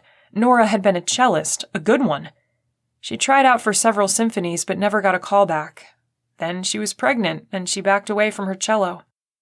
Mark tipped his head from side to side. I think she felt like you were above country music, that you should have stuck with the poetry you were doing when you two met. I only did that as a class assignment. Right, but it was what she liked. Commercializing lyrics bothered her. I know. Xavier grabbed a napkin and began folding it into a tiny square, much like he'd felt being married to Nora. I love it, though. I love hearing my songs on the radio and seeing them performed on stage. He threw the square aside. If I had half of Tyson's stage presence, I'd be up there myself. Stage presence? More like less of his own stage fright. His hands felt like clubs up there, and it made playing a guitar impossible. Mark smiled. I think you could go for it, especially if you were singing one of Emily's songs. Xavier lowered his brow in confusion. Emily's songs? That's what I've named this new batch of music. You wrote it for Emily, didn't you? Or I should say because of her. I'm so glad you guys fell in love. It was unexpected, but it's great. Love? Xavier scoffed. Don't get me wrong, I like her. A lot. But love? That's not really possible. Mark gave him a "do you think I'm stupid" look. It's in your music, man. It's like she opened your heart and pulled the notes out. Xavier pushed back from the table, agitated. What Emily did was bring order to my life. She makes healthy meals that feed my brain and body and son. She cares for Cody, so I'm not constantly worried about him. She hasn't unlocked anything. Okay. Mark held up his hands. I surrender. You're not in love with her. Thank you. Xavier grabbed his plate back and popped a piece of meat into his mouth. But can I just ask, why not? He chewed. Because I don't need a distraction, and that's what love is. It's work and effort, and it takes so much time to keep the other person happy. You have to constantly monitor your relationship and make sure you're putting enough of yourself into it while keeping some back to survive. Love is exhausting. Mark stared at him as he slowly reached for another napkin. That's telling. Xavier stood. I think I'll take this to go. He marched out of the deli without getting a box to wrap his sandwich. He didn't even care. He set the plate on the seat of his SUV. He wasn't in love with Emily. He couldn't afford to be. The whole reason he'd picked her was because he knew he wouldn't fall in love with her. He didn't have time to fall in love. He had a comeback to make and songs to write. Things were finally looking up for him. He could kiss her, laugh with her, raise Cody, but love her? That was out of the question. Then why was everybody asking him about it? First his mom and now Mark. He shook his head. They must be reading things into the situation. They hadn't had their conversation where he told her he liked her. Didn't have to. They didn't need words. They had expressed themselves with touch. That was enough for both of them. Chapter 24. Emily. Emily bit her lip as she stared at the little black dress she'd packed to wear to the Tyson concert. The black lace across the sweetheart bodice was a little on the risque side compared to what she'd been wearing, but it was conservative when compared to her high school prom dress. A couple months ago, she wouldn't have blinked before putting this on. Now she blushed thinking of how Xavier was going to react. You're going to look so hot. Lexi fanned her face as she came into the room. That's what I'm afraid of. Tyson had rented them a 4-bedroom suite. She and Xavier decided to invite Lexi along to watch Cody. She got to go to a free concert and trip to Denver, and Cody would be well cared for while she and Xavier schmoozed with the bigwigs. What, you're scared Xavier won't be able to control himself after seeing you in that dress? No, I'm afraid he will be able to control himself after seeing me in the dress. She crossed her arms. He hasn't kissed me in days, and I'm going through withdrawals. Lexi laughed. Don't worry, we'll get you all done up and he'll lose his ability to think rationally. Stop, you make him sound like a cartoon coyote. Sweetie, inside all men are cartoon coyotes. Some are just better at hiding it than others. Emily laughed. Let's get this hair done. She pulled out the high bun and let the waves tumble around her shoulders. Lexi added some shine spray and mused the waves. Boom, sexy bedhead done. Emily had to admit, having her hair loose again felt freeing. She changed into the dress and Lexi did a smoky eye, adding false lashes that made her blue eyes pop. She sighed happily.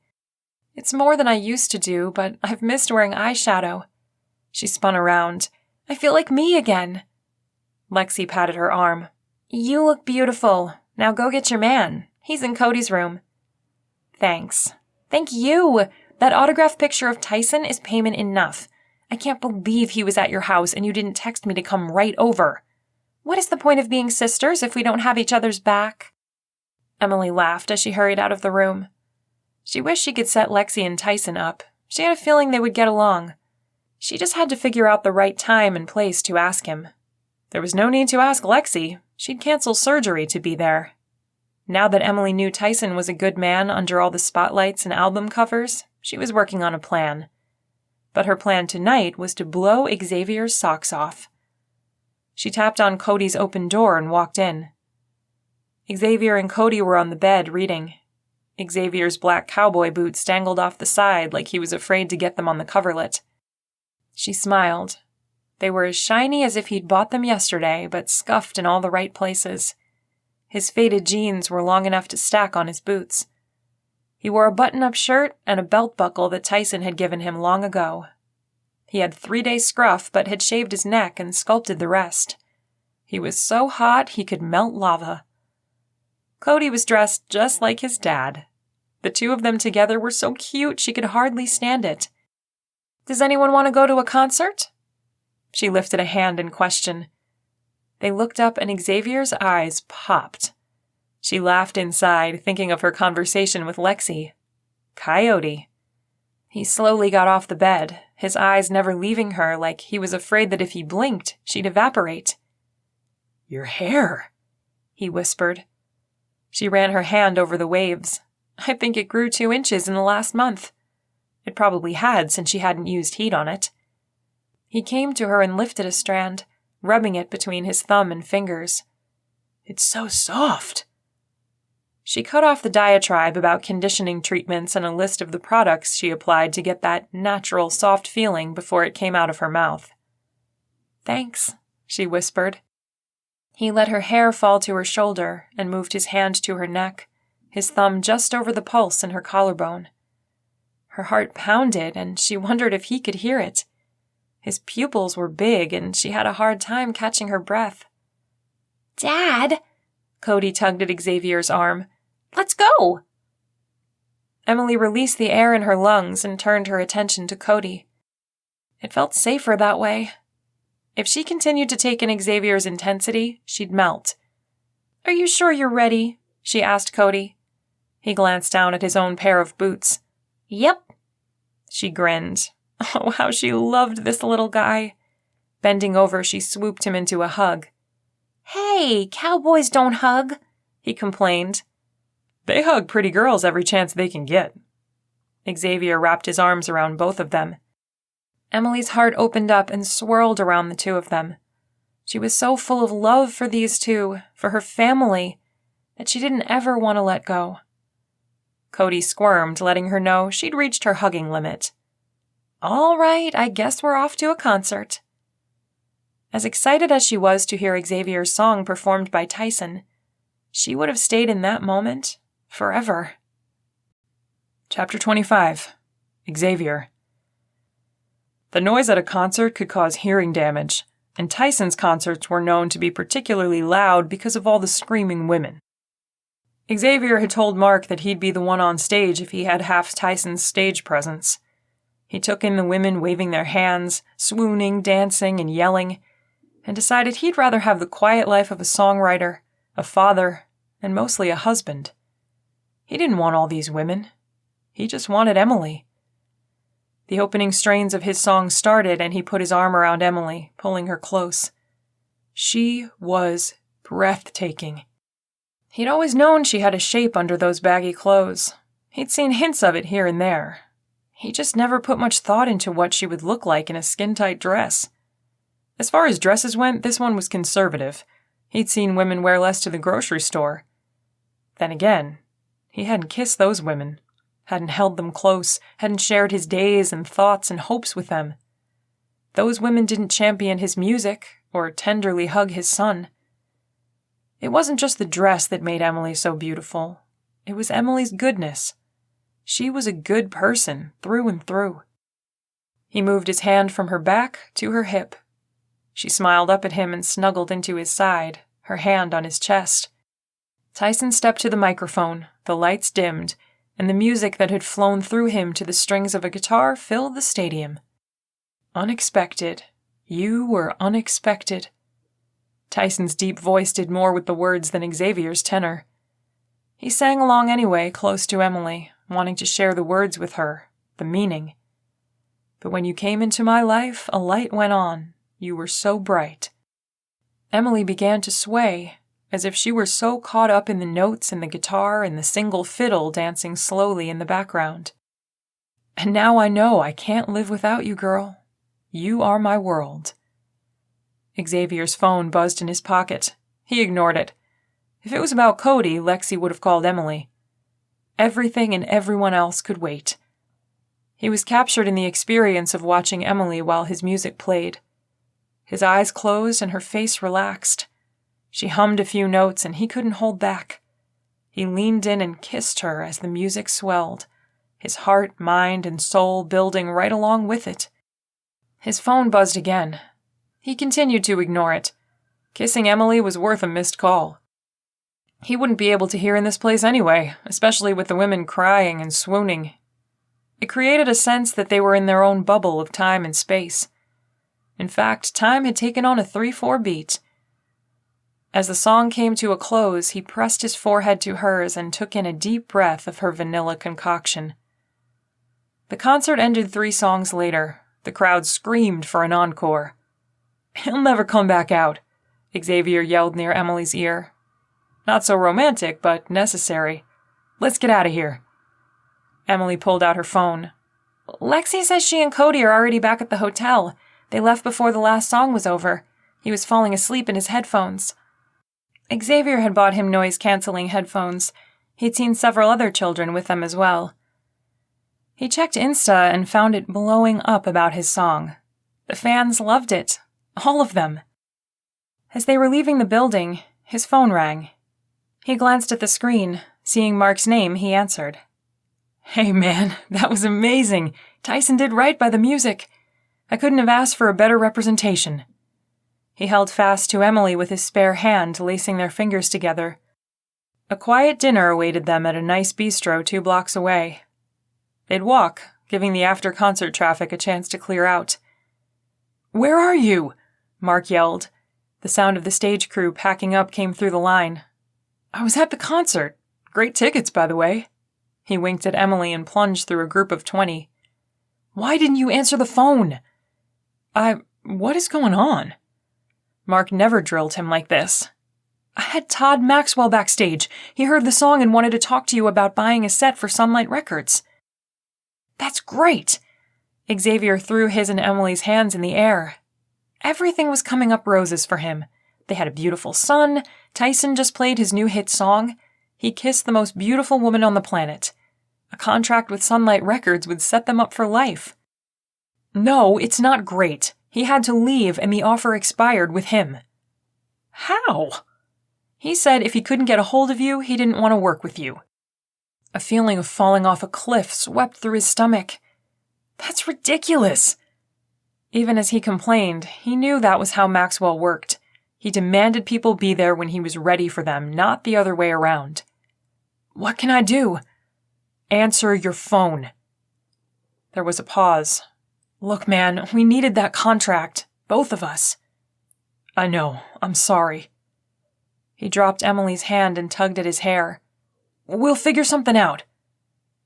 They said goodbye and hung up. Xavier mimed throwing his phone at the brick wall. He'd screwed up. Big time. His comeback was falling apart right in front of him. "What's the matter?" Emily asked. He looked at her in her stunning dress, her hair framing her beautiful face, and he realized what she'd done to him. She'd become a distraction, the very distraction he was looking to avoid. She'd helped him write again, and she'd wooed Tyson back into his life. But when it came down to it, she'd drawn him into a web of attraction and desire that had stepped in front of the comeback career path he'd started out on. You distracted me. She fluttered her lashes. I did what? He took a step away from her, as if she had tractor beams for eyes and would draw him right back in if he let her. I ignored an important call because I was more worried about you than I was about my career. He shook his head as if he could shake loose of the thoughts telling him to shut up. They wanted him to stop making her look like he was tearing her heart to pieces. Xavier, I'm not sure what I did. It was me. He thrust his fist at his chest, pounding hard. I set up boundaries when we got married, and I've crossed them. He tucked his phone in his pocket and tugged on his shirt sleeves. It won't happen again. He strode toward the bistro. Wait a second. She grabbed his hand to stop him, and he yanked it away like she'd scalded his skin. She jerked in surprise. What won't happen again? The physical contact, the kissing. He ticked them off on his fingers. Slow dancing, all of it. She stared at him, her face unreadable. Like, never again? Never, he responded, slicing his hand through the air to accentuate his determination. She pinched the bridge of her nose. I'm not sure I'm okay with that. He coughed in surprise. Did she not hear him? She distracted him from the most important meeting of his life. He couldn't concentrate when she was around. He wasn't made to be a lover and a businessman. Those were two separate skill sets. When he was flooded with desire, he didn't think rationally. You agreed happily when we got married. Right. She glanced down at her fingers twisted in front of her. But that was before I knew this kind of love was possible.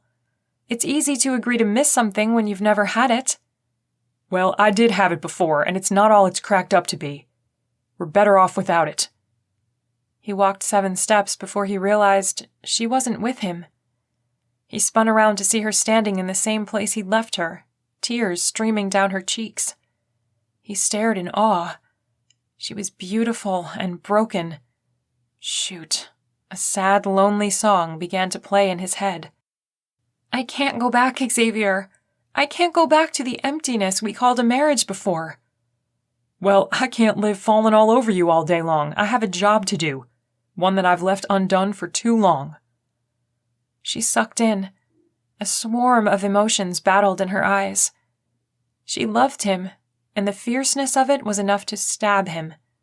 He'd not seen it before, not put a name to it because he couldn't look further than himself. Then I have to go. His heart cracked. Go? She couldn't go. They were married. She loved him. He had deep feelings for her.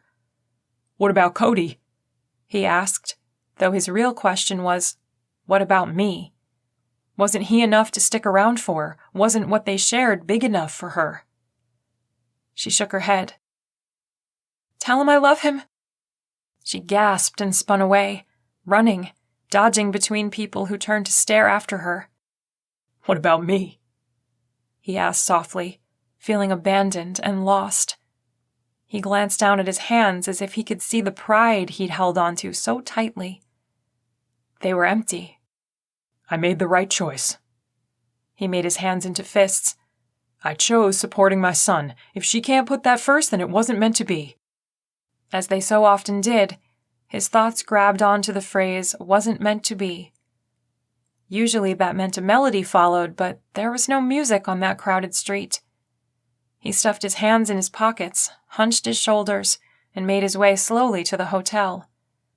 Maybe Emily was there and they could talk things through. He'd been hasty and argumentative and accusing. They'd had disagreements before, and they'd worked them out. This would be no different. But when he got to the hotel, her room was empty. Cody slept peacefully in his bed. Emily's door was shut, and there wasn't any sound on the other side when he pressed his ear to the wood. When he woke up in the morning, Emily was gone. The suite was empty of all girly things. The music was silent. Chapter 26. Emily. Emily left the witness stand, her hands shaking and her cheeks soaked with sorrow and fear. She wore a pair of black slacks and a silky blouse, something she hadn't worn since she married Xavier. The clothes felt good, like she'd picked up a piece of herself once again. Roger winked at her as she passed him sitting at the defendant's table with his highly polished and gelled attorney. She took a seat next to her sister on the bench on the other side of the room, where he was barely in her peripheral vision. She didn't want to take her eyes off of him. She wouldn't look away from a snake on the hiking trail. But seeing him again brought back the whole experience. She wished Xavier were with her. Having his arm protectively wrapped around her shoulder would calm the storm raging in her stomach. She hadn't eaten much over the last week, not since she'd left Colorado the night of the concert. Her tears continued to flow as she listened to closing arguments. The judge was quick with his gavel. Guilty. 3 years imprisonment with the possibility of early parole and counseling. Mrs. Cohen? The judge looked over his glasses and found her in the sea of faces. I suggest you find yourself a good counselor. Today was a difficult day, and having someone to talk to will help. She nodded. She still had the number from the woman she'd seen just after the attack. I will, thank you. Lexi turned her away from Roger as he was led out of the courtroom to be fitted for an orange jumpsuit. These tears aren't just for today, are they? Emily sniffed and searched through her purse for a tissue. I can't stop crying. He's a jerk, sweetie. You need to forget him. Lexi rubbed her arm. I wish I could. It was so wonderful, but I'd had to give up a part of me. The flirty, fun part full of joy? Not all of it, but the part of me that enjoyed feeling pretty. It was so dumb that I couldn't wear makeup or leave my hair down. I don't think that was because of Xavier. I think that was a shield you put up because of what happened at work. Lexi offered her knowledge in a quiet and contemplative way. Emily nodded. Xavier got through the shield, though. It wasn't a very good one. Well, it was made of cotton. Lexi bumped her. She ran her fingers through her silky tresses. She hadn't pulled it back in days. My body was part of my identity, especially because I used it to teach yoga.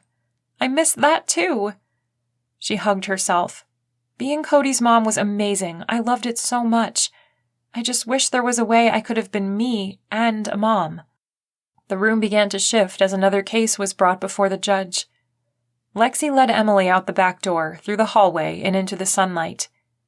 Xavier is an idiot for not valuing what he had when he had it. Emily glanced down at her ring. We're still married, she hedged. Lexi stopped their progress with a tug. Do you want to go back in and file for an annulment? Emily stared up at the imposing courthouse with its leaf-topped pillars and scales of justice carved in marble. I'd rather not go back in there right now. She clasped her hands together in front of her. It wasn't just facing the courthouse again that weighed on her. She wasn't ready to say goodbye to Xavier and Cody and the time they'd spent together. Closure on the attack was a blessing, a sweetness she was happy to grasp onto and carry throughout her life. Her marriage was sweet too, at least for a time, and she wanted to hold that for as long as she could. Removing the ring on her left hand or signing papers to dissolve the union was overwhelming. Being the one to cut ties made her mouth sour. She clutched her left hand to her chest. I want to be a Mrs. for a while longer. Lexi nodded, her lips sealed shut. Emily climbed into the car and watched the courthouse fade in the side mirror.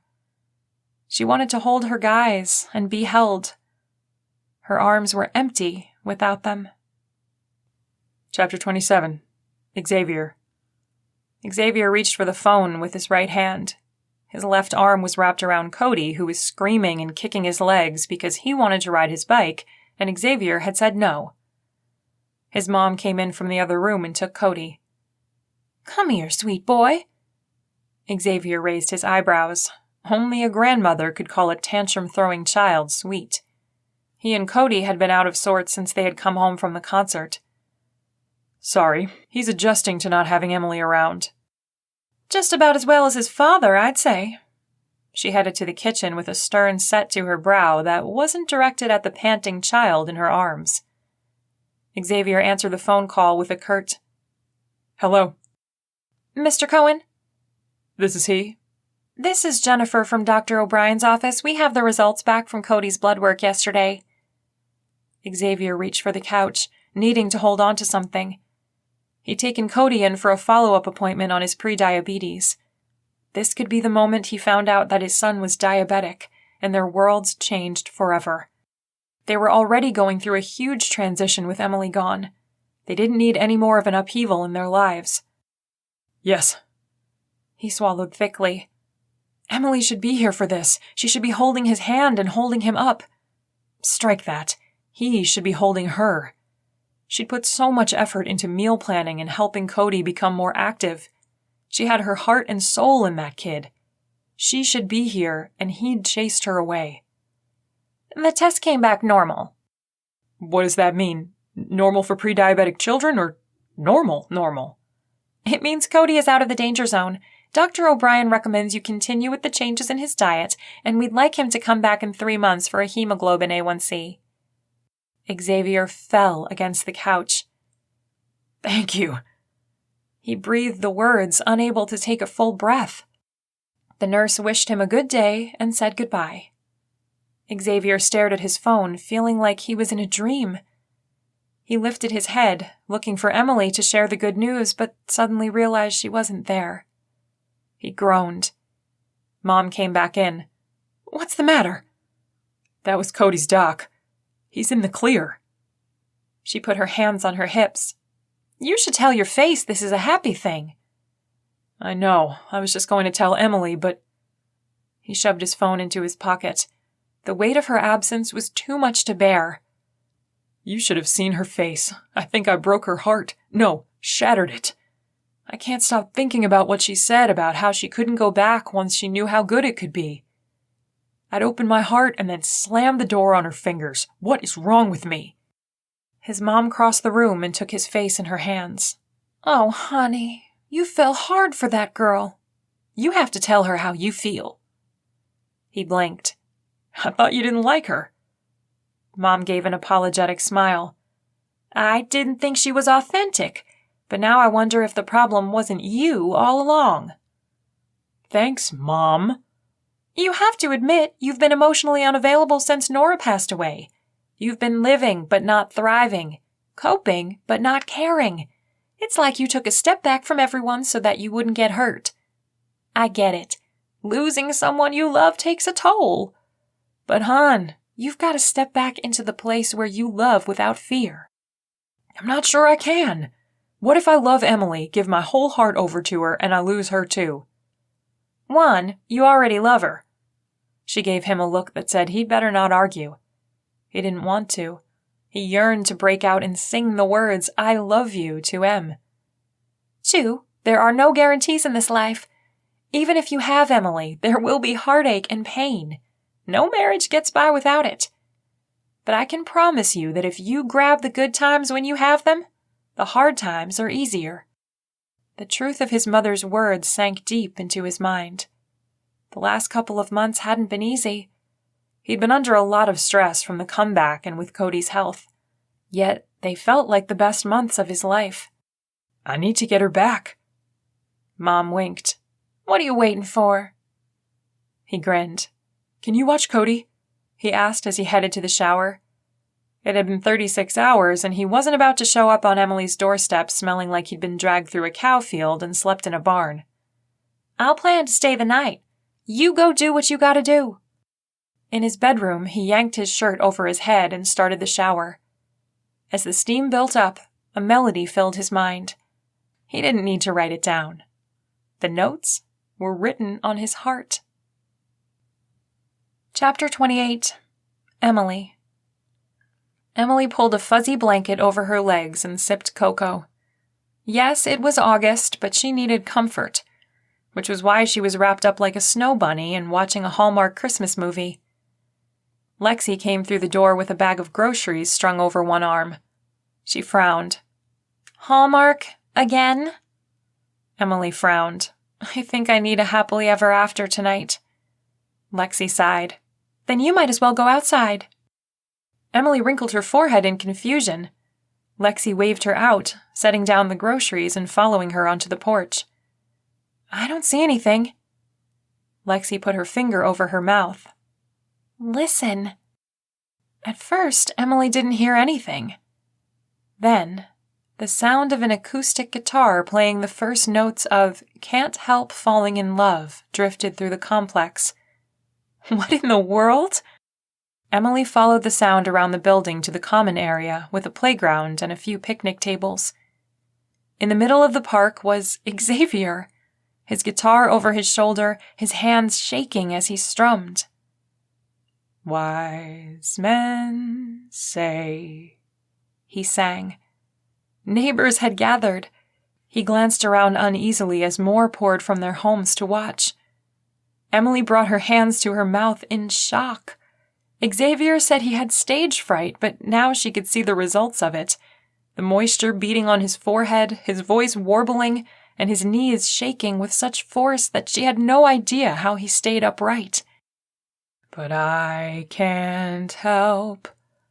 He strummed chords, making the break between verses longer as he worked his mouth as if it had gone dry. He hadn't seen her yet, but he continued on. Falling in love with you. She whimpered into her hands, and his gaze zeroed in on her. He stood taller, his voice growing stronger. He began to walk toward her, and her feet moved toward him. He sang slower than Elvis, drawing out the notes in an achy plea for her love. Some things are meant to be, he crooned. His stage fright was still there, but as he sang just for her. She was taken back to the day in his studio when they'd teased about music and Elvis. That was the first time they'd flirted. The first time she'd thought she might have found her dreams and hopes for a forever family. Take my whole heart too. She nodded. He strummed as he spoke, his hands moving with ease. I'm a fool, Emily. I didn't see the jewel I had. I didn't look in my own heart to see how much I love you until you were gone. For that, and for everything else I've ever done that made you feel less than a goddess, I apologize. His words washed over her like a bath of hot cocoa and a million Hallmark movies. She threw her arms around his neck, the guitar strings pressing into her belly and the music stopping, except she could hear it still echoing in her head and in her heart. Say it again? She asked. I love you, I love you, I love you. He wrapped his arms around her and lifted her off the ground. She laughed at his exuberance. He set her down, gently, but didn't loosen his hold. His eyes dipped to her lips. Please come home, Emily. She didn't answer, except to raise up on her toes and press her lips to his. His arms were strong, his kisses sure. A moment later, she pulled back, running her hands over his shoulders. This is my home. His cheeks crinkled with a smile that melted her heart. And you're my music. He tucked his guitar behind his back, and there was nothing left between them but the love they shared. Epilogue. Xavier. Xavier entered the kitchen to a familiar sight. He took a deep breath, grateful for what the last 3 months had brought into his life. Emily was at the counter, chopping vegetables for a salad. Cody sat on a bar stool, peeling carrots and chattering away. They giggled over something he'd missed because he was too busy staring at the perfection before him. The only thing that would make it better was if he had his arms around Emily. He wandered in and took up a place behind her, wrapping his arms around her middle and burying his face in her neck. She'd worn her hair up tonight, and her perfume enveloped his senses in joy. I can't shop with you trying to seduce me. She bumped him with her hip, doing nothing to create space. Since tonight was her night, and not a night he could whisk her off to the deck for kisses and cocoa, he relaxed his hold. Who are these people again? She snatched a carrot from Cody's cutting board, earning a glare from his son. Emily was as relieved as he had been to hear Cody's prognosis. They still had to watch him for signs of diabetes, but they were hopeful. One of my yoga students and her husband. You'll love them, she giggled, making him a little worried about who exactly she'd invited to dinner. Emily had picked up teaching a couple classes a week. She'd told him about the attack, and they talked over the pros and cons of her returning to work there, with her deciding she'd rather have less stress than a PT position but still help people feel good in their bodies. The counselor had helped her work through the trauma of facing Roger in court. She was determined not to let him steal her happiness, and she enjoyed teaching yoga. Cody worked his schedule around hers. She'd blossomed even more since her return. At least once a day, he thanked his lucky stars that he'd married such an amazing woman. Mark yelled hello from the front door. It didn't matter that Xavier and Emily were living like newlyweds these days. He still didn't knock. "We're back here," Emily called. Xavier loved the way his best friend and his wife had gelled. Emily was all about making their family bigger and having their home open and welcoming. She made people feel important. Mark came in, his hand on the small of his date's back. He introduced her as Jenny, and everyone said hello. Emily offered them a tray of cheese and crackers. The doorbell rang. Emily glanced at the clock. "I'll get it." She hurried to remove her apron and darted for the entryway. Mark placed a piece of provolone on a cracker. "Do you know these guys?"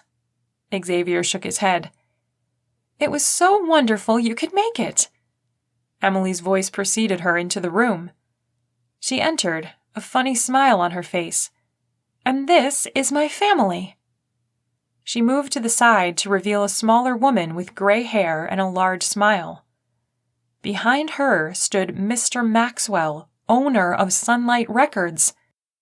Mark dropped the cracker and cheese and his jaw. Emily introduced Mark to the man who had the power to crush his career. "And you know Mark Johnson. This is his lovely date, Jenny." Stunned, Xavier blurted the first thing that came to mind as he pumped the man's hand. "I had no idea you lived in Moose Creek." He laughed. "My wife grew up here. I couldn't get her to leave if I promised her a private island." Mrs. Maxwell elbowed him. "You did, remember?" She wore a pair of leopard print leggings and a black shirt that hung off one shoulder. His eyes twinkled. "And you said no." She shook her head. "I love my mountains." "How?" Mark stumbled, turning to Emily. "How do you know them?" Mr. Maxwell chuckled, answering for her. "It was the video." Xavier's face burned. "I'm never going to live that down." Someone had filmed him singing in the park for Emily and posted it on the city webpage. His wife stepped in. "I told him I knew Emily. I took her yoga class at the PT center in town. He asked to meet you, so I invited us over for dinner." She cupped her hand around her mouth. "I don't cook." "I like working with people who have their priorities straight." Maxwell's eyes fell on Cody, who slipped his hand in Xavier's. "You've got a lovely family. Let's set up a time to go over what you've got." Xavier's head spun with the possibilities. "I'd like that." "He'd love it," threw out Mark, making them all laugh. Xavier put his arm around Emily. Tonight was her night, even if she'd done this for him. "But tonight's not about business. Emily's made something delicious." He kissed her temple and whispered, "Thank you." She shrugged, like it was no big deal to get a studio owner to come to dinner. "It's a night for announcements, too." Xavier glanced at Mark. Just how close were he and Jenny? "Yeah?" "What announcement?" asked Mark. If he was trying to throw them off, he wasn't very good at it. "I think Cody has something to say." She ruffled his hair, and he looked up at her with a grin bigger than the sunrise. "Now?" he asked. "Now," she confirmed. He threw his arms open and shouted, "I'm going to be a big brother!" Xavier's arms went numb. Mark hooted, Jenny clapped, Mr. and Mrs. Maxwell whooped and hugged. Emily turned to put her hands on Xavier's chest. She tipped her chin up and gazed into his eyes. "You look a little surprised." He brushed his hand over her cheek. "A lot." She giggled. Her cheeks turned pink. He smiled and kissed her once, and then again. "I hope it's a girl, and she's as beautiful as you." I want a brother. Cody folded his arms and pouted, making the adults laugh. Emily kissed Xavier once more. If not, we can always try again. He liked the sound of that. Once he'd opened his heart to Emily, he found that there was so much room inside of him to love.